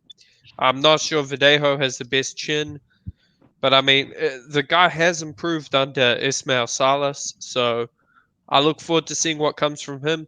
Personally, I think Lomachenko will fight him next if Teofimo doesn't. I think that's the fight Top Rank want to make because it'll be a cheap and easy fight to make, and it'll be like a tune-up for Loma because, I mean, Loma, he hasn't fought in a while. And I appreciate you bringing up the trainer, Salas, because you're right about that. That's a whole different step. That's what I'm trying to say. It's not the same Verdejo, and the Verdejo of the past was already dangerous, and now you have this new trainer. You know what I mean? You got to take all of this into the equation. Well, Solis trains Linares and them too, bro. Same guy that turned out. That's another good fight. Jorge Linares versus Javier Fortuna. Who do you guys think is going to win that, bro? Because I think Fortuna will stop him, bro. Let me just say this real fast, L Dog. I think Verdejo. I mean, I honestly, bro, if you want my honest opinion, I would prefer Verdejo over fucking 40-year-old Gamboa. I take Verdejo. Facts. I'd rather, you know what I'm saying? Let me say this. Johnny Boy, Gamboa just fought against Gervonta. Gamboa was in there with Crawford. Gamboa, a two-time world champion and Olympic gold medalist. So he's been in there with the best. Verdejo ain't been in there with nobody, though. But You know here's what I'm the saying? thing: he's been in there with the best, and he got knocked out by all of them. Eldor, let me respond to that, bro. What are you talking? Who, Verdejo? Let Verdejo me one say, got one loss. hold on. G, hold on. Let me just say that. Let me just say this, bro. But the thing is, H, you know, Gamboa got smoked in both of them fights, dog. Like I ain't got nothing against Gamboa, but like Verdejo's fresher, bro. He's younger. He's bigger. Like you got to take all that shit into consideration as well. Gamboa's been shot for years. Yeah, I'll take. He's been shot ever since he lost to Gamboa Castellanos. just went. Wait, Gamboa just went 12 rounds with Gervonta Davis. That he's the only fighter to go 12 rounds with Tank. He went the longest with Tank. You know what I'm saying? With one leg. He almost knocked out Terrence Crawford, bro. Gamboa beat Salido. Salido who beat Lomachenko. Gamboa beat with Ponce de Leon. Ponce de Leon, another former world champion. So Gamboa has more clout. He just was in there with Tank, bro. Like 2 years ago. But Gamboa has never won a world title above featherweight, bro. He's not a lightweight. Gamboa is a bigger name than Verdejo at the end of the day. True, but I just want to see the fight happen, bro. There will be a better win. But see, that's. Oh, I'm sorry, BT, but let me just say that. But that's the thing. I don't care about who's the bigger name. I care about what's the most competitive fight, homie. And to me, Verdejo is more competitive than Gamboa is because he's a little guy. Okay, but Verdejo, who did Verdejo beat for us to say he's? I think Gamboa is better than him. Who has he beat? Gamboa is a two-time champion. Verdejo hasn't beat anybody, and he's lost to a bum. He's been beat by a bum, bro. You know what I mean? Let's be real about it. He got a loss. He got knocked down by a bum. You know what I'm saying? So Verdejo he's not all of that, bro. To be real, bro. He got beat already. Gamboa, though, if I may, Gamboa also had trouble. You know what I'm saying? Because he was going through his own, and he was going through his own legal battles, and he fell off the map for a long time. When he came back, he was never the same. And so Felix at least is a little younger, and he realizes that, I messed up. And so he went and actually made a life change and showed excellent skill in the fight that we just seen with him. You know what I'm saying? Whereas you see Gamboa as somebody that's already like faded out. You know what I mean? Like I don't really see. I mean, don't get me wrong. Back in the day, I would have said, Gamboa, man, I'll give him a shot. Even after Terrence Crawford, I would have given him a shot. But bro, he hasn't really been active like that. You know what I'm saying? In major fights, he's kind of being like right now he's a gatekeeper, man. That's all he is. Well, check this out. First of all, Gamboa is Terrence Crawford's best win. Gamboa is Gervonta Davis' best win. You know what I mean? Gamboa been in there with the best. That'll make Devin Haney be in there with a common opponent with Tank Davis, a common opponent with Terrence Crawford. Verdejo doesn't offer any of that, bro. So Verdejo gotta get some wins, bro. He gotta go fight somebody quality. Bro. H stopped by Robinson Castellanos. Say it again. Gamboa got stopped by Robinson Castellanos, who had 12 losses. Sure, he got beat, but like I said, isn't Gamboa Terrence Crawford's best win? True School. Is he Terrence Crawford's best win? The biggest name on Crawford's resume? Yes, it is. Hey, but look, I'm gonna say this, H Money. The reason you want Haney to fight Gamboa is because he will smoke Gamboa and knock him out quicker than Tank will, bro. I think Haney smokes everybody. I think Haney smokes everybody at lightweight. He only got 2 fights left. You know what I mean? So the fact of the matter is this: Terrence Crawford's best win was Gamboa. Gervonta Davis' best win was Gamboa. You know what I mean? Felix Verdejo hasn't been in there with no top guys. Let him go fight somebody. I've got a new one. Jose Pedraza versus Devin Haney. L-Dog. How about this? How about Haney moves? How about Richard Comey versus Devin Haney? Yeah. Comey just got knocked out. Go ahead, Johnny. So did Gamboa. How about Haney moves up to more of his natural weight? How about Haney moves up to his natural weight and fights Regis Prograis? Haney gonna fuck up Program. I would love that fight, but let him stay at 135. Yo, Bro, he gonna fuck get up Progress. yo. Progress ain't shit, bro. Nah, Progress. bro, Josh Taylor Progress. smashed Progress. Josh Taylor smashed Progress, hands bro. on Haney, bro. Bro. Here's a better one: Baranchik versus Haney, bro. That's another good fight, man. H, you keep this in mind, dog. If that fight ever comes to fruition, bro, I will bet you the farm on that motherfucker. Straight up. Progress is a hype job, Johnny. Progress is a hype job, bro. Trust me. Okay. Hey, He's also a world champion.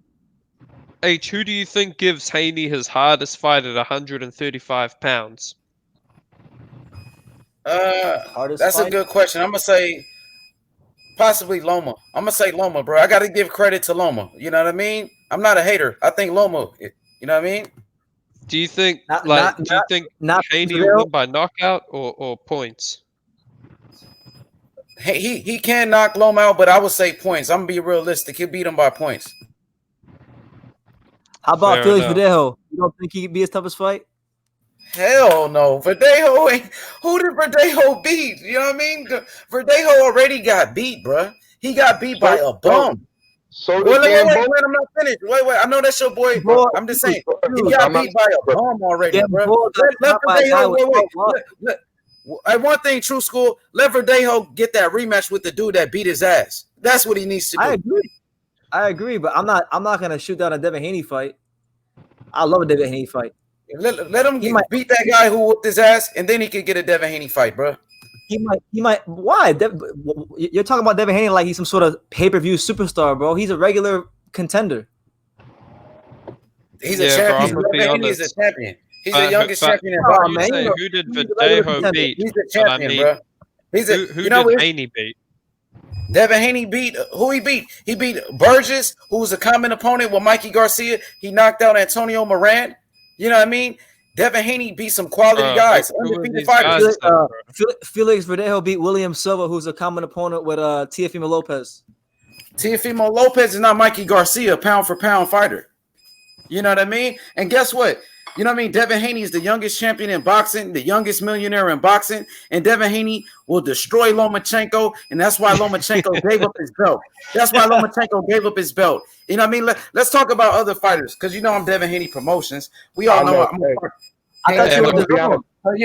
be honest. I'm gonna chop it off because I'm at 6%. I just wanted to come here because I couldn't believe what was going on here.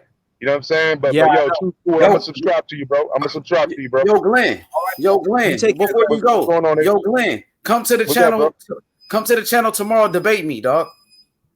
About Felix Verdejo?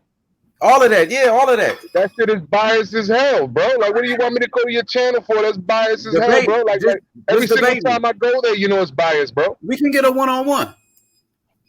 If you promise to go one-on-one, bro, I'm gonna show up, bro. You know I don't duck no smoke, bro. I go over there, you know what I'm saying, and we could talk about this. But you know what the chat is gonna be talking about. You know what your homeboy is gonna be talking about. It's not gonna be fair, and so that's why I don't do that shit no more with you, bro. Because it's not fair. It's like nobody's literally talking boxing and trying to be fair, except you, and that's it. Yeah. You know that I can't control the chat, but I would love to. But that's what I'm saying. So why would I want to go there and then have everybody talking shit? You know what I'm saying? Because we talking about boxing. You feel me? And they disagree. So you know what I'm saying? Like I know you don't pay attention to the chat, but that's the point. The point is that I don't feel like I pay attention to the chat. So everybody talking shit, I don't want to be there. You know what I mean? Bro, you look, check me out, Glenn. I want to say this. Bill Haney, you know, I talk to Bill Haney every day. You bring smoke. You bring smoke. You know what I'm saying, Glenn? And Bill Haney is all about that smoke. So that's why I'm saying you got to come back because you bring in smoke. And that's what he wants. Bill Haney tomorrow? That's what you saying? I don't think he's on vacation. I'm not gonna say he's gonna be on the show. Okay. You already talked to him, bro. Listen, Bill Haney talked to you. Hey, you didn't get it. They didn't let you talk to Teofimo Lopez Sr. At least Bill Haney chopped it up with you like a real nigga. You right about that. You right about that. I spoke to Bill Haney, but then the other people that didn't speak to Bill Haney was trying to call me out like they was gangster like me. You know what I'm saying? Bro, his name is True Bill. His name What is happened True with Bill. What happened with Bill Haney? It's True Bill. Oh, You know, hey, True School, I'm a part of Devin Haney Promotions now. They gave me a job. You know what I mean? Thank God, for real. Thank You being God. serious? Yeah, I'm for real. I'm for real, bro. I talked to him I talked to Devin on the phone a couple days ago. Now they on vacation right now. You should post the screenshots in the video. I want to see, man. I saw Devin Haney on Instagram. He got mad bitches at Yeah, his he place, do. bro. He do, man. He living like, man, he got some fine ass bitches. But Bro, the I thing need to is, join Devin Haney Promotions, man. Fuck Lomachenko. He ain't paying me shit. yeah, the thing Devin Haney Promotions going to fuck with the people. I think we should all join Devin Haney Promotions if he's giving us that. Yeah, they show love, but Glenn, the thing is this, like, you know what I mean? Devin Haney Promotions, his dad, they deal with people. You know what I'm saying? So he gonna come to the show, Glenn. He gonna come. I met his dad. I know, you know damn well that me and him didn't have a problem. We had a discussion. He liked you. That nigga liked you, bro. Yeah, that's what I'm trying to say. Like it wasn't me and him that had a problem. But that's why I don't like going to your channel, because everybody else that be hating, you know what I'm saying? They be talking shit like we had a problem, and we didn't have a problem. Yeah, man. I apologize about that. You know, you and JFL got beef for some reason. I try to squash it. You remember, I talked to you. I try to squash it. It's like, man, y'all don't get along for some reason. That's not on you, brother. That's not on you, man. Like you know, I appreciate you. I always try to show support. You know what I'm saying? I come to you wherever channel I see you at. I come and pop up. Yo, what's good, H? You know what I'm saying? We never got smoke like that. You know what I'm saying? And that's what it is, man. You know what I mean? Yo, but if I can to the chat, because I'm on 5% now. My shit about to go off. So yo, salute to y'all. Thanks for having me on, brother. All right, I'm gonna subscribe to your channel, True School. Absolutely, thank you, bro. Yeah, BT. I was trying to drop you some heat earlier, bro, but you I just got my new fucking card in because like the shit expired or whatever. From the bank. I ain't tripping about it, bro. I'm just letting you know. But yeah, it's all good. Bro, I'm gonna be honest, bro. I'm curious. I'm very on the fence about that Derevchenko Charlo fight. The other one I think is kind of a layup. Dog, but bro, I'm gonna be honest, Johnny boy. I think Jason Rosario got a good chance after watching some of his fights, bro. I'm not saying he's gonna win, but he's strong, he's big, and he's not too far away from Charlo in terms of boxing ability, bro. Like BT, you think so too? Shit. You think so too? You think Rosario's got some heat for him? I'm picking him. No shit. Okay. I'm picking him. Have you watched L Dog or Johnny? Well, you both can answer, and H can answer this too if you want. Have you guys ever watched Jason Rosario versus Jamonte Clark? Nah, I need to see it, bro. Oh my god, bro! He knocked this dude out the ring. It was crazy. Yeah, Jason Rosario, he's a good fighter, man. I respect the Charlos. I'm actually gonna buy their card because I actually want to see both of those fights, man. I want to see Charlo versus Derevchenko, and I want to see Charlo versus Rosario. That's good. I hope it's not like $75 or whatever, but you know, if it's like $50, man. I was like, yo, you know what I said, bro? I was like, you know what? Because I always buy a fight over summer because all my cousins come over and we play cards and play poker and, you know, fucking drink and all that other bullshit. But then my uncles and all that other.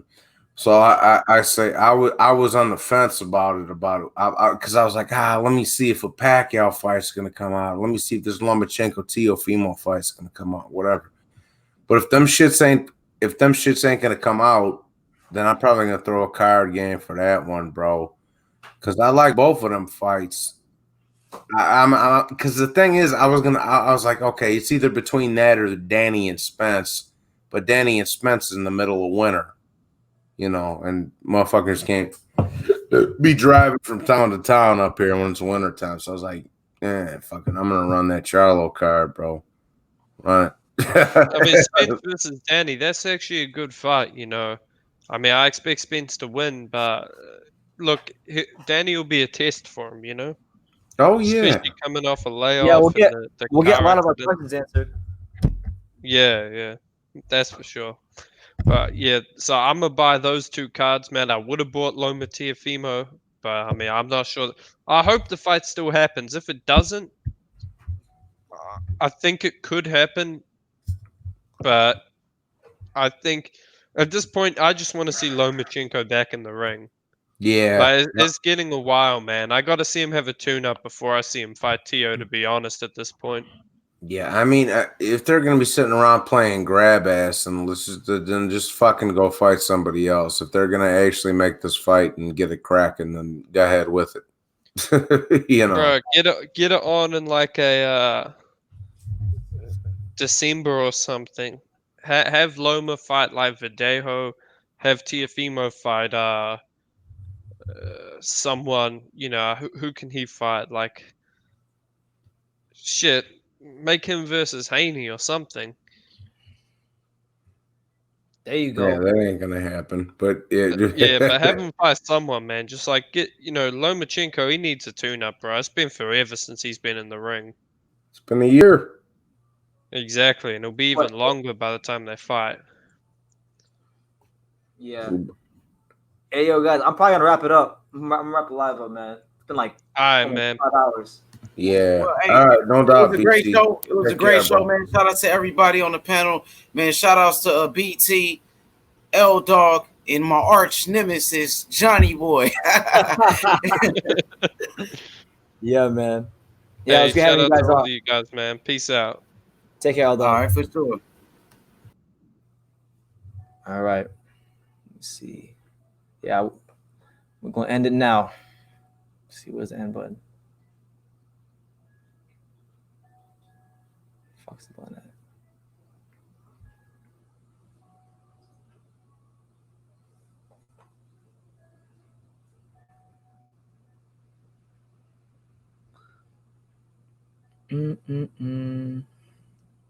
And broadcast, damn it. There you go. Oh. It was a great live though. It was really great live. Thank you guys. Thank you to everybody